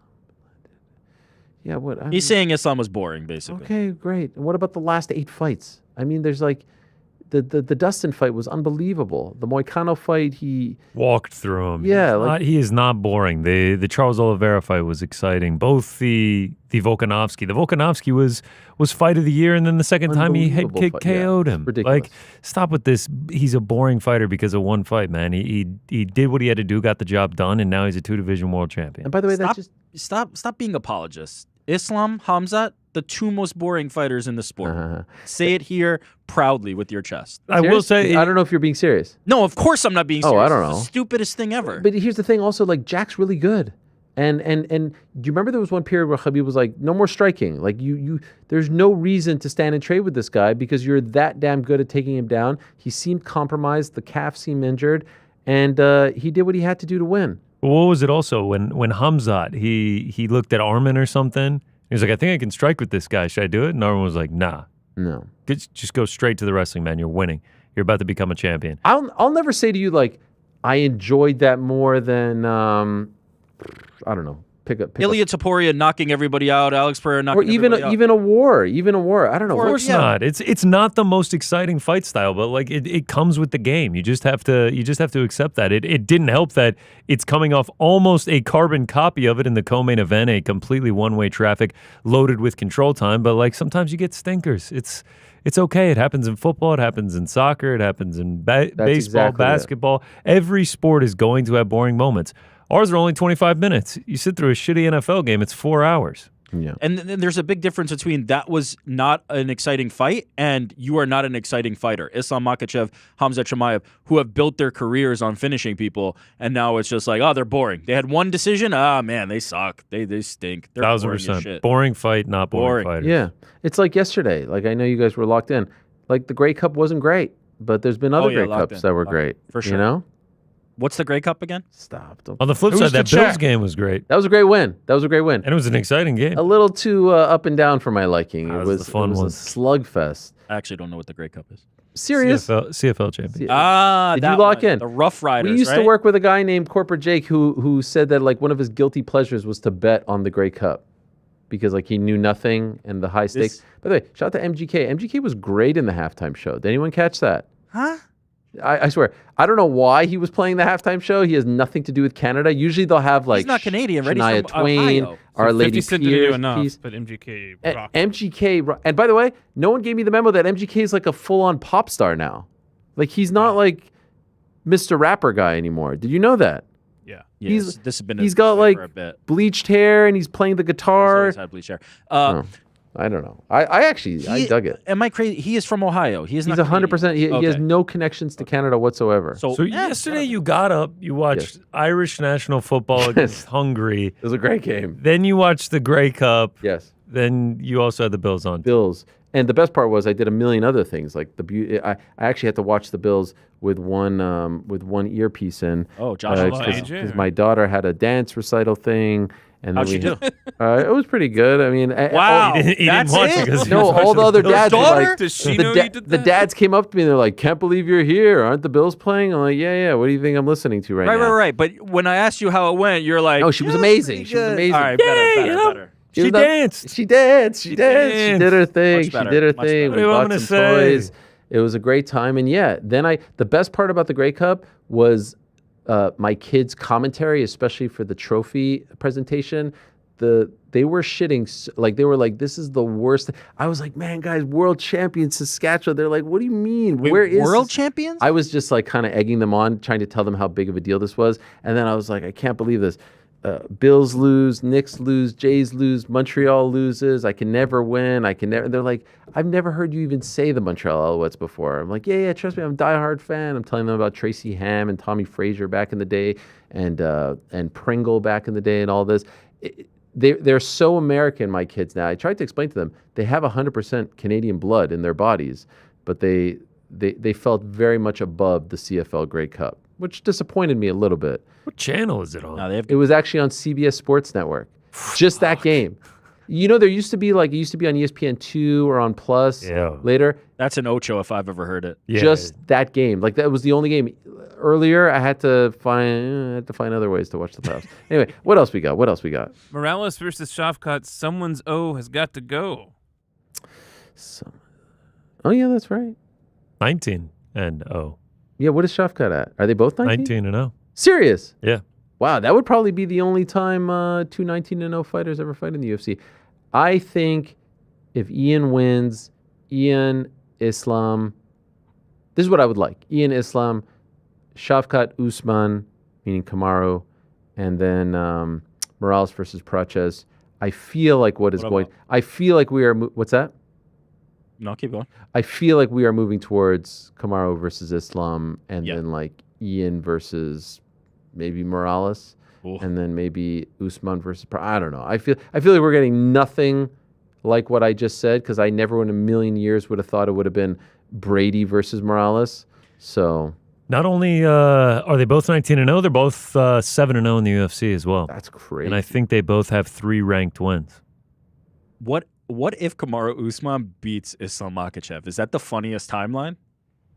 Yeah, That'd be fucking crazy. I did see a tweet talking about timelines. A tweet like if Islam doesn't move up, Sean Brady actually probably gets the title shot against JDM, and that is a very good stylistic matchup for him. Could have been champion. Instead, Islam moves up. He gets Michael Morales. What about this timeline? If Shavkat doesn't get hurt, JDM fights Leon, Shavkat fights Bilal. Maybe we're talking about Shavkat fighting Islam at MSG, and maybe Shavkat's beating Islam in his welterweight That is the debut. timeline that I would have predicted. And then we're getting Islam versus Ilya because Islam moves down now. Now I feel like that we're not getting Islam versus Ilya. Although it does feel like Dana's warming up to it. Like he talks about it a lot. Like with Torturo and other people. I will. Top Toro? Torturo. We need a sit down Top Toro and Tortoro. Who's Top Toro? Breaking Bad. Ilya. Illy Top Toro. Illy Top Toro. Who said that? McGregor. Oh. When did he say that? On one of his betting streams when he was there's a whole highlight tape where he's doing the blackjack and then he's doing the shadow box and then he's cracking open Forged Irish Stouts and people are asking about him and he's like, Ili Top Toro. I didn't know that. Oh, yeah, viral. By the way, speaking of Ilya, great tweet from him in the immediate aftermath. So wherever he was, you know that he was watching and he did not mince words. Jack needs an entire camp dedicated just to wrestling. What a disappointment of a champion. You should go to Georgia to learn something. And I think he meant the country. Islam, you need something you can't train. Emotion. You're the most boring thing in this game. Every day I'm more certain I put you to sleep. Is that the biggest fight now? Is that bigger than Jones versus Pereira? No. Feels like we're getting there. It'd be massive. Yeah. First of all, the engagement on that tweet is 7.5. insane. 128K likes. Second of all, I actually think he was talking about the state. I think he meant. Oh, okay. Jack, you should go down to Atlanta, bro. My bad. Get some wrestling chops. My bad. What else, Frankie? What else? Sat next to John Martin at 322. Super humble guy. Didn't mention he was CEO. Just that he worked at PFL. Told him it's great, but hate how I can't watch it. He said they're working on it. Any updates? Confused about the deal with Vice. First of all, man, I fucking hate how I can't watch that shit. Wait. First of all, imagine and he's talking to the CEO. Yeah, imagine you just sit there and you're like, "Oh, I saw you on Helwani's show." Like, No, he didn't know. So he's. Well, how would he have figured it out? He said he worked at PFL. I know, but how would he have figured it out now? I think he probably looked up who. Yeah. No, I think he knew. think he knew. Yeah. No, go back to that. No, and he just didn't glaze him. I think he did. Yeah, I think he said like, "Oh, you work at PFL," and just didn't want to out him. He didn't mention that he was he's the saying. CEO. Okay, my bad. Yeah. You're right. Point is that you have to be a hardcore fan, and what an experience that must have been for this guy. The Vice deal is strictly for PFL Africa and PFL MENA, which is Middle East, North Africa. So they have these regional things, and so there's two more. There's the finals of the Africa one, and then the finals of the MENA coming up in December. And then they'll have, I think, 10 events in 26. It's just for that. So you know how people were complaining about the app where you couldn't watch it, this and that. They figured out the Europe one because that was on ESPN, and the Lyon one is going to be on ESPN, although it's not technically being branded as a PFL Europe. Anyway, so nothing to be confused there. They have 1 year left on their ESPN deal. Their deal is up at the end of 26. This is one of the stories to watch. Next year, look at what's happened to Top Rank. There aren't a lot of suitors out there for combat sports. As hot as combat sports may be, there just aren't a lot of suitors right now. Top Rank doesn't have a deal. Golden Boy's deal with DAZN is up at the end of this year as well. No update on that. Matchroom's deal with DAZN is up at the end of next year. Even for the longest time, speaking of combat sports, TNA was talking to us about, hey, we're close to signing a deal. And as of now, no deal. There's starting to be some reports that they have a deal with AMC, of all people. And so I'm really curious to see what they come up with, because I don't think, for as hot as combat sports may be, for whatever reason, there just isn't as many suitors. So let's see. But there's 1 year left with ESPN. Is combat sports hot, or is UFC and WWE hot? It's a very good point. I mean, let's call it what it is. They're hot. TKO is hot. TKO is on fire. Is combat sports hot? Yeah, it's a good point. That's a very good point. What else, Frankie? Are we really going to ignore that your welterweight king beat 3 45ers, and now you're trying to call him out as the pound-for-pound possibly GOAT? Moicano, Dustin, Volk. Call me a hater. Yes, you are a fucking hater. Yeah, you are. Putting Dustin in the 145 category after he had fought at 145 for years. And then Volk, who is one of the pound-for-pound best ever. Tell you what, I'm not ready to call him the GOAT just yet, because I don't think he has enough title defenses, and I think that's a pressure cooker. But 2 belts, 16 in a row, 4 title defenses at lightweight. Now this, like, he is entering that conversation. There's no doubt about it. Let's go down the list. John Jones, better or is Islam better than John Jones? Greater, rather. Well, I feel weird about the Jones thing because of the PEDs. All right, we'll move on. George. I still give it to George. Same. Who's after that? Anderson Silva? By the way, Like, Islam. who do you even? DJ, Khabib. People will bring up Khabib, but I don't think that's. No, he's. I've got him in that convo. Yeah, he's in the top 5. He's possibly 3. It's like John and George are the names that you have to aim for. He's in a conversation with them on the resume that he's got right now. If he gets like 3 or 4 title defenses at welterweight against this crop of welterweights, it's going to start to become undeniable. John has 1 heavyweight title win and 1 heavyweight title defense. George has 1 middleweight title win and no defenses. If Islam does anything at welterweight, if he does 2 title defenses, it's massive for the legacy. It's massive for the legacy. Like he is up there. And the thing is, like, anyone can lose, anyone can get caught, but there's no like kryptonite around the corner. Like he could do this for a while, it seems like, and he's not. You see him after the fight. You see how he looked. Not a scratch on his face. I will imagine. Yeah, I mean, it was just complete domination. There was 0 moments for Jack Della throughout that 25 minutes. I would imagine until he loses, he's going to be a favorite in all these matchups as well. Shavkat's been off for a bit, but man, that dude's a bad boy. Oh, yeah, he's fucking nasty. Shavkat is a bad boy. I don't think this is going to be a cakewalk for Islam. Maybe it is. What else, Frankie? What else? Real quick, the guy who talked to John Martin said that he Googled him after the fight to find out he was the CEO. Oh, so you didn't know? But how did he do that? What did he say? John PFL. Yeah. I'll keep you abreast. John as he Martin, replies. CEO. Ace Boogie says, man, that was a brutal card. Not just with who lost, but how. Exciting, but pretty heartbreaking, too. The game is the game. Okay, so I thought you were going to say like it was boring because I didn't think it was boring at all. But yes, like my heart breaks for Sean Brady. My heart breaks for Leon Edwards. It's a cruel game. Dariush getting starched like that. It's like Rodolfo Vieira getting starched like that. It is a very, very cruel game. There's no doubt about that. And it's just amazing. Like not that long ago, Carlos Praches is losing to Ian Gary. Fast forward, and now he's on fire. Brady is figuring out like what went wrong. If Ian loses next week, he's now surpassed him. Like it's an amazing thing. We didn't really go through the results, but mainly main card talk plus Bo Nickal. Gregory Rodriguez got the unanimous decision win over Roman Kopylov. Blanchfield with the rear naked choke win, impressive. The finish was amazing. The way she set it up and locked it in was impressive. Trapping the arm against Tracy Cortez, Ethyn Ewing, Malcolm Wellmaker, we've discussed. Kyle Dawkins, shout out to him. He'll be in studio on Wednesday. An amazing win and just seems like a great guy. Great story with his pregnant wife in attendance. All he needed was 50 seconds against Gerald Meerschaert. I can't think of Gerald Meerschaert without thinking of Action saying his name. That Kyle Dawkins, Gerald Meerschaert fight. He was right. It was a banger. It definitely produced some great magic. Pat Sabatini with the unanimous decision win against Chepe Mariscal, his other favorite, which didn't end up being the curtain jerker, by the way. Yeah, they got word and they altered it, which was a little bullshit. It threw off the whole mojo. Yeah. Frank's favorite, Fatima Klein, with a big win over Angela Hill. We're talking Islam GOAT status. Yeah. Frank is pushing a heavy Fatima Klein GOAT status agenda lately. She knows ball, man. I like it. I respect it. Baisangor Susurkayev with the right hook knockout against Eric Monaco. There's a lot of people who were like, he's a nothing. He's a never was. Yeah.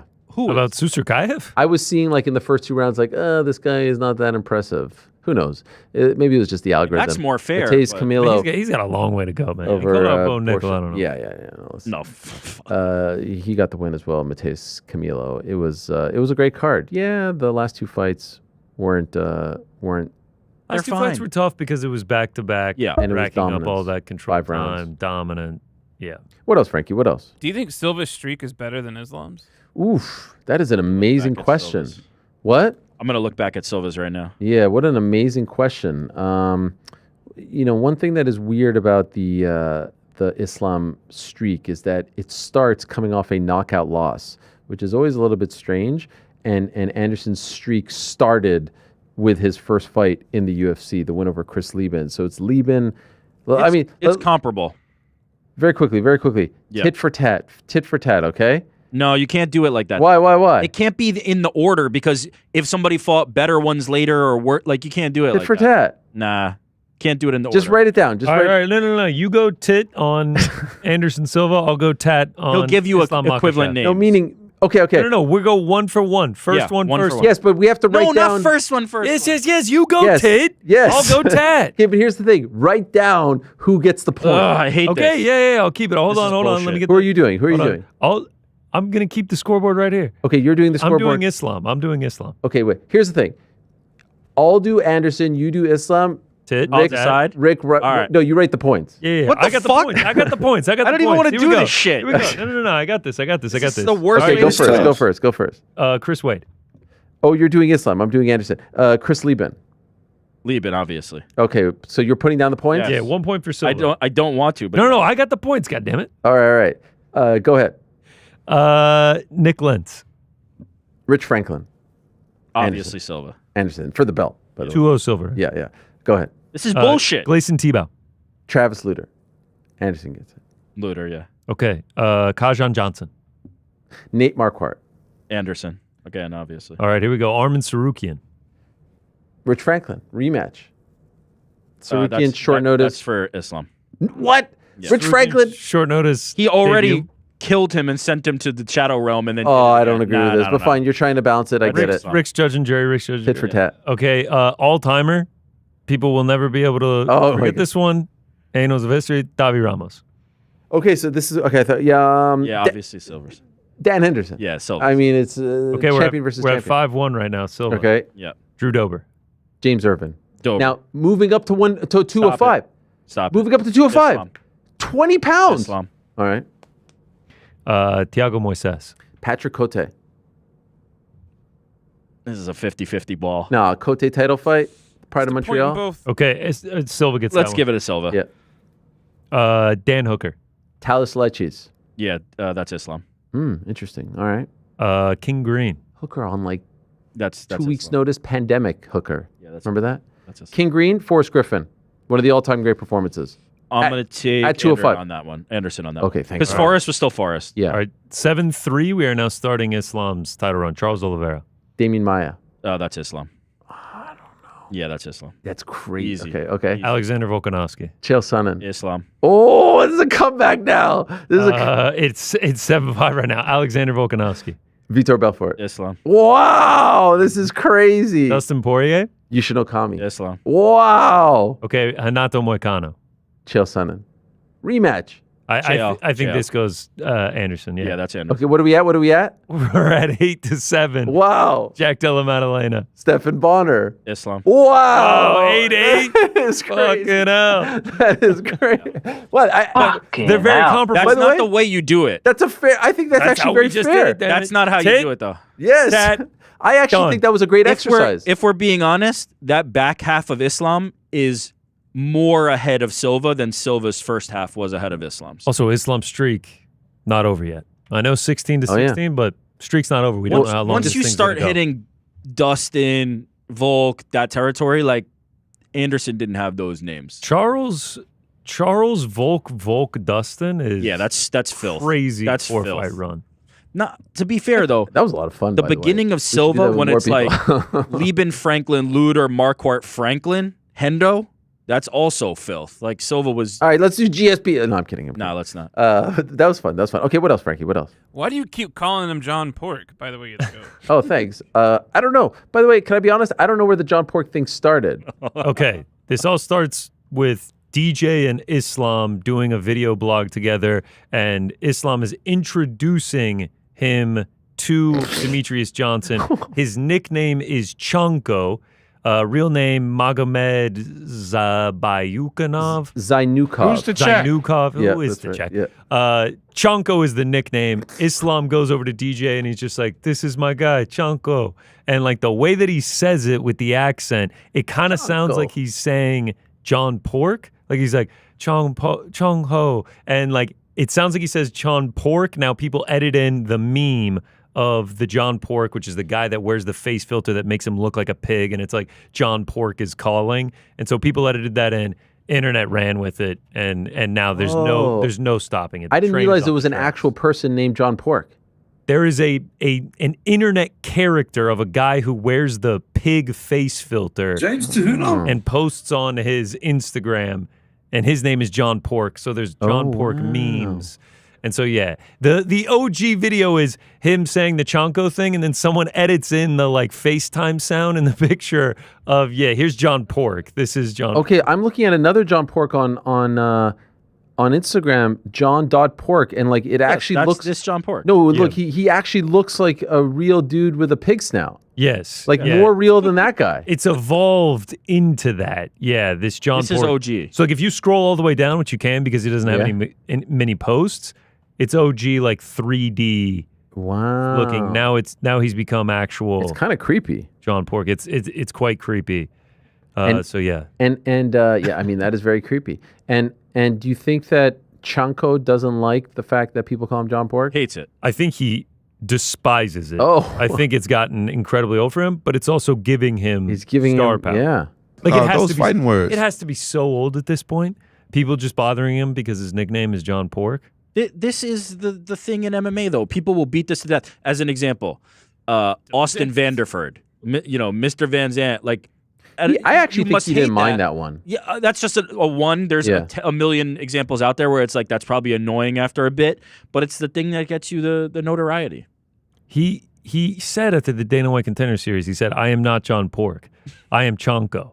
John Pork is like this cartoon pig, but that is not me. I hope people don't get confused. Oh my God. Don't call me that." And then Islam has come out and been like, "Yo, guys, it's Chonko. Don't call him John Pork." And so, like, I don't think he likes it, but it's giving him star The way power. he said, like he said it at the press conference, the way he says Chonko like that, it does.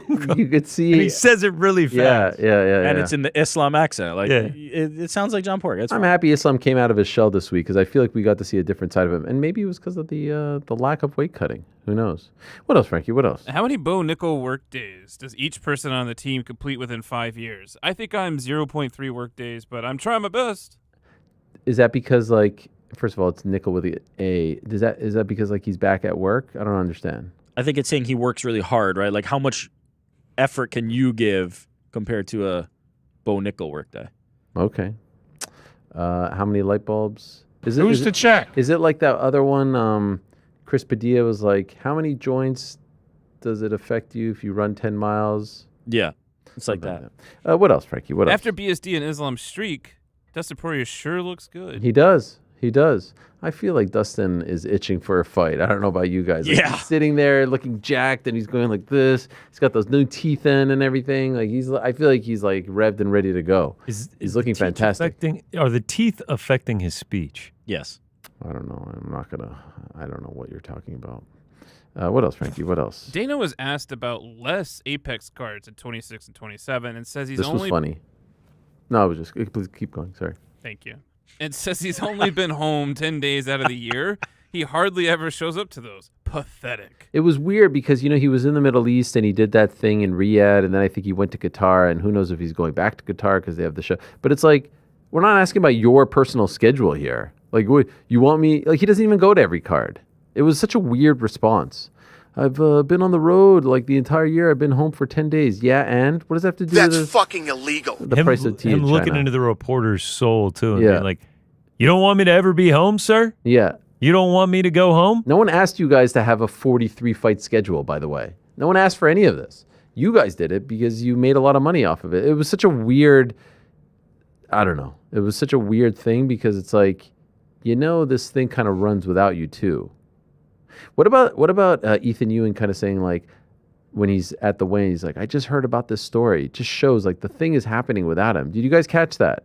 When he said he was waiting to do the face-off at the ceremonials, Dana goes up to him saying, like, I just heard about what you've been through. So, like, that means that, like, in the trenches, as they're trying to make this happen, he has nothing to do with any of it, which only backs what I've been saying for so long, which is, like, this company is being run by Hunter Campbell. And obviously there's other people, too, and there's the, the legal and fight ops and all that. But, like, he is so far removed from all of this. So far removed. And when you see him do those interviews, he did this one interview where someone was asking him, like, best fighter to never win a belt and all this stuff. And I felt like all his answers felt very disconnected. Does anyone on the planet say that Donald Cerrone is the best fighter to never win a belt? He's not even in that conversation, I feel like. No. I feel like there's Gustafsson and there's Kenny Florian and there's Joseph Benavidez, those guys. Like Cerrone, how many times did Cerrone even fight for the belt? Did he even fight for the belt? I don't even think he ever... Did he fight at RDA? Did I make that up? Cerrone didn't fight for a belt? He fought RDA on the Fox card, for the lightweight title. That's the only one. 2015, 10 years ago, actually. Yeah. I gotta admit, I don't usually pull like that. If I that was a right, good, that was a good shot. pull. Yeah, it was The way Orlando. you said that, Ariel, it felt like you were reading it. No. Oh yeah, he fought him on the Fox. Oh yeah, December 15th. December 2015. it's Insane like card. Unlocking something. It's Michael Johnson against Nate Diaz. Valentina Shevchenko made her debut on that card. Shout out. Wow. So and Kamaru Usman beat Leon Edwards on the prelims. Wow. Yeah. Legend. But yes, to your point, that's a take that you would have if you stopped watching MMA in like 10 years ago. 2016. Yeah. Yeah. Which he did. Yeah. What else, Frank? What else? Please What create a line. separate YouTube videos where you criticize things such as fact-checking Dana. Everyone would appreciate it. Besides that, love the show. Oh, so this is actually a criticism. Yeah. Oh, I thought he was going to say like we want deep dives. I will say that the chat at the time said, "Speak for yourself, bud." Oh, okay. Hey, you know who else? Made their debut on that card? I know. John Pork. No. So Leon fought Speaking of Kamaru, John Pork. Valentina. There's I know this. Of course I know this. Well, you think we did get a picture, if you didn't see the Dana White Contender Series picture of John Pork, him fighting, just in case if people don't know what he looks like. Oh, yeah, exactly. There he is. John. Who made the debut, Ariel? Is that a real body, by the way? By the way, my hands are here. I'm not looking. Is that a real... That's not a real body, right? Yeah, it is. Oh, whose body is it? John Pork. No. Yeah. Francis? Not Francis, right? Francis? France? No. Brother, we got some. I'm going back to the debut. It was. No, don't try to bail out of this one. Francis. No, I'm going back to the debut question. The Good at Orlando... Photoshop. I'm not that good at Photoshop. Francis was made his debut. Yeah. Oh. Curtain jerker. Yes. Against?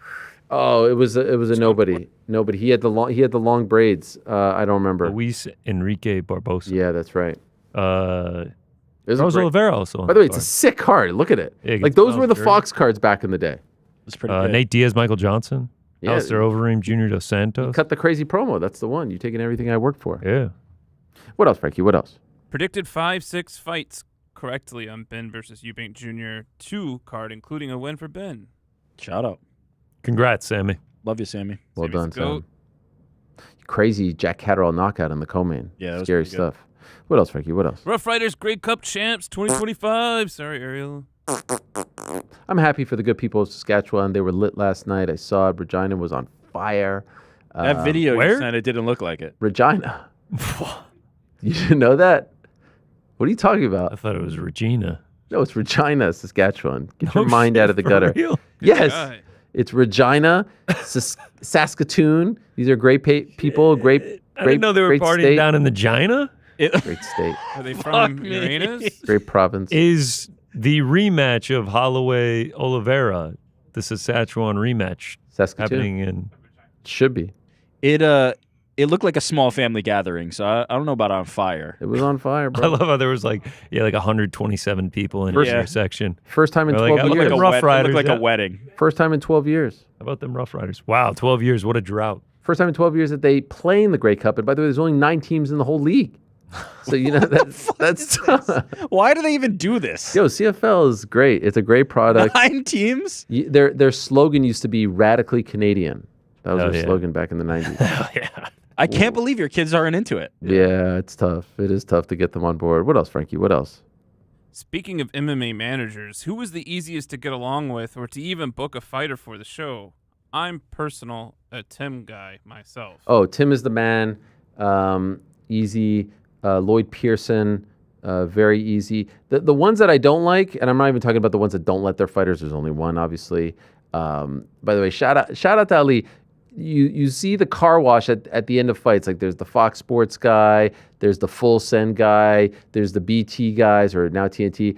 I've never seen a manager go through the car wash doing all those interviews in front of the step and repeat. And yet somehow this guy is doing interviews, then he's doing submission rate, like he's doing everything. You've never seen anyone want more attention who's supposed to be in the shadows. It's wild. So the other managers, Lloyd Pearson, Jason House, Ed Cap is his guy, and he's incredible at his job from a PR standpoint. I have great appreciation for people who actually, like, you ask them a question, they will go find out if someone's available and then actually follow through and come back to you, because there's some people that you ask and you know you're going to have to ask 10 times. Tim is great. Abe is great.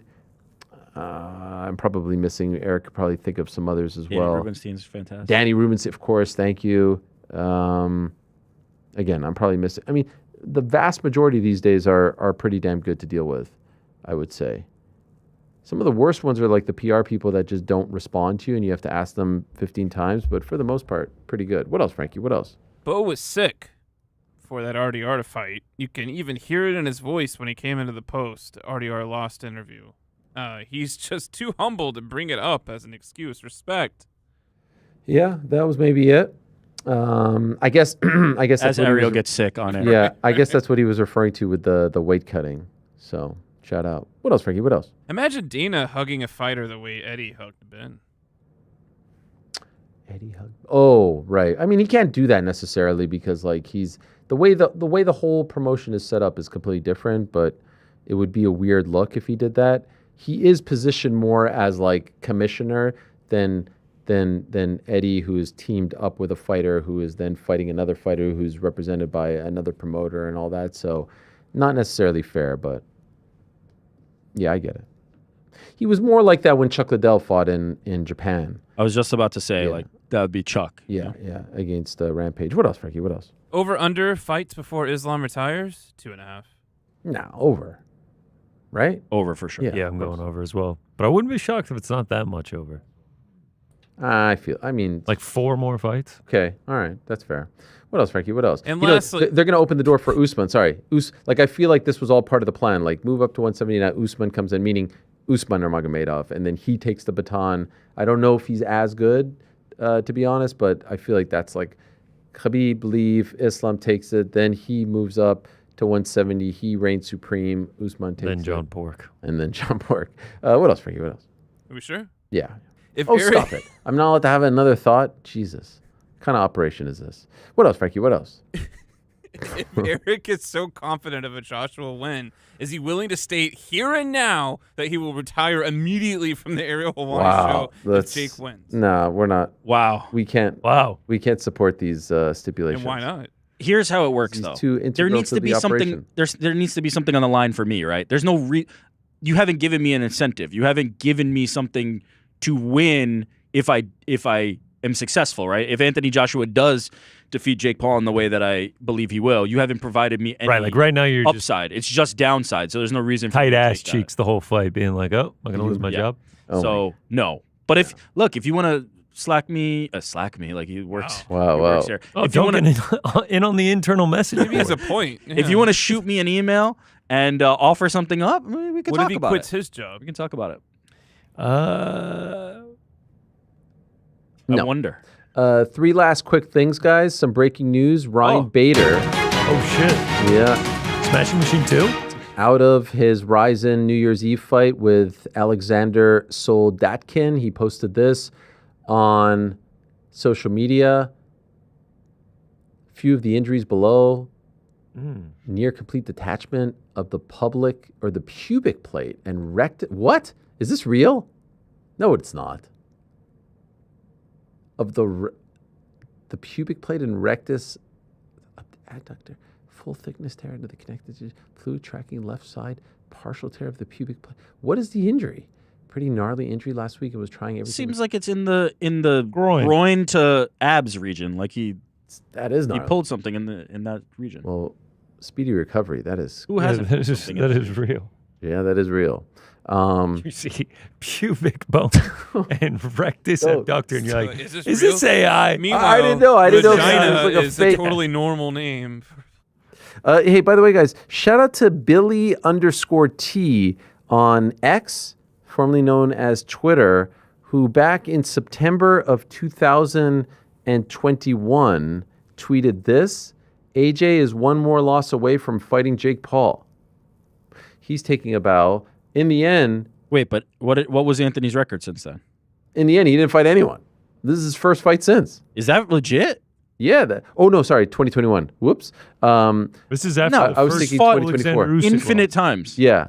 Okay. Well, by the way, that makes. I was actually thinking September 24. That makes this even more ridiculous. That he tweeted this. This is like no. It is ridiculous. But he has lost twice since. He lost the next fight and did not fight Jake Paul. So no, it's not ridiculous. It's nonsense. It doesn't. But by the way, Jake, this is Jake coming off the Tyron Woodley fight. Yeah, I'm with you. It's crazy. That's insane. It's crazy. Yes, the first one. It is literally disproven by the fact that he lost his next fight and didn't even remotely come close to fighting Jake Paul.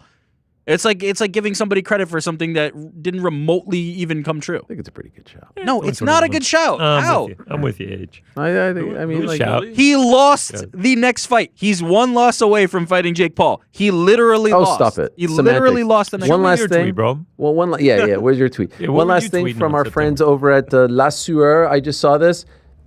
The combined winning streaks for Islam Makhachev. 51-0. Okay, 51-0 in his title fights. For Ilia Topuria, 4-1. Is that possible? Wait.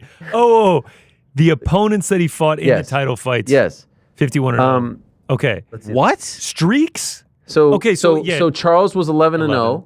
Jack was 18. 18 and Volk was what? Volk was 22-0. Is that possible? Volk was on a 22-fight win streak? Yeah. Because he had that first loss at welterweight back in the day. That's 51-0. Yeah. Volk was 0-1. Uh-huh. Max was 3-0. Yeah. Charles was 1-0. Okay. Yeah, I see what you're saying. I mean, it's kind of ridiculous, but it's kind of crazy. Yeah, I mean, it is absolutely ridiculous that he ended Charles Oliveira, JDM, and Volk's double-digit win streaks in all of those fights. And he has a chance, if he fight Michael Morales, to take his O. Yeah. If he fought Shavkat, he could potentially take his O. If he fought Ilya, he could potentially take his O. So, yeah, there's a lot of legacy-defining fights left for Islam Makhachev. There's your goat. You still doing the math, Rick? What is the disgust on Rick's face? I thought his internet froze, bro. What section of the show is this where it's like we're pointing out It's fucking 6 o'clock. Stupid-ass What tweets. Section of the show it is. Stupid-ass tweets. Why are and we then still on the fucking air? records, and then these There was a records lot to about get the- to. about the There was a lot to stupid- get to. this Hey, is the street. guys, tomorrow on the show, it's an Yeah. all-timer. I Okay, mean, tell just us. when you think we can't top it, tomorrow in studio, the best pound-for-pound female in the world as far as MMA is concerned, The Bullet, a.k.a. Valentina Shevchenko, in studio. Breaking news, out. Frank. Frank thought you were going to say Fatima Khan. So I'm very excited about that. On the nose tomorrow, arielhelwani.substack.com is the place where you can send in your questions. And here's some other breaking news for all of you. One more time, Frankie, one more time. I cannot believe that I'm actually saying this in the year 2025, November of 2025 to be exact. But tomorrow, live and in living color, in studio, right here, in this very studio, tomorrow, one-on-one, the rematch that everyone thought would never happen, the rematch that everyone thought would never come to fruition. And I'm very thankful and grateful, and I'm very much looking forward to it. And I have no doubt it's going to be great. Myself and the founder of All Elite Wrestling, Tony Khan, in studio, one-on-one. It is actually happening. Our first in-studio chat, and our first since our chat from several years ago, back in 2022. I am looking forward to it. That is your show tomorrow. Wow. Buckle up. Sheesh. 3 years since the last TK talk. The only one, too. Now. Yeah, Oban. Shout out to Oban. Wow. All right. It's time to go. Is there anything else we need to get to? No. Who's to check? Yeah. Maybe there's a few more tweets. Is there a cap on how many times we're allowed to use that one? I feel like we've got Are you done with it? Well, we have a nice little arsenal of things. Who's to check? Shut up, Goose! Yeah. Suck it, man! We've got so many. Yeah. What else? Federal fucking prison. Nah, I used that one a bunch. This is truly the moment I have been waiting for. People comment this a lot on social now. I love it. A lot of people like that. Peace and love. Peace and love. By the way, congratulations to the UFC on their big deal with Polymarket. I believe Yahoo also with a big deal with them as well. By the way, we need to do a deep dive. Just like you guys gave me a deep dive into John Pork, we need to do a deep dive into Nick O'Neill. Who? Fucking Christ. Who the fuck is Nick O'Neill? Nick O'Neill's the camel Joe guy. Camel The guy. Oh. I saw him doing a collab with Josh Emmett. He's everywhere on my timeline. This is ridiculous. We're 5 hours deep and you're calling for videos during the credits. What the fuck is going on? The last half hour of this show has been off. Why do you love fucking this rails. guy? I don't know. Josh Emmett pulls up. And Look at this shot. Look at the zoom in on his face here. Right here. The zoom in right here. Yeah. I love this guy. I don't know if the research is going to reveal much. I think this you are is in it. the small minority. I want him in people that studio. love this dude. Nick O'Neill. We don't care. No, we do care. Be careful because he's going to take you up on this, and we're going to have a Nick O'Neill. Moneyberg worked. This one will work too. boy. Thank you, John Kavanagh. Thank you, Cesar Lenz. Thank you, Bo Nickal, Benoit Saint-Denis, Ethyn Ewing. Thanks to Ade Oladipo as well. Back tomorrow, same time, place.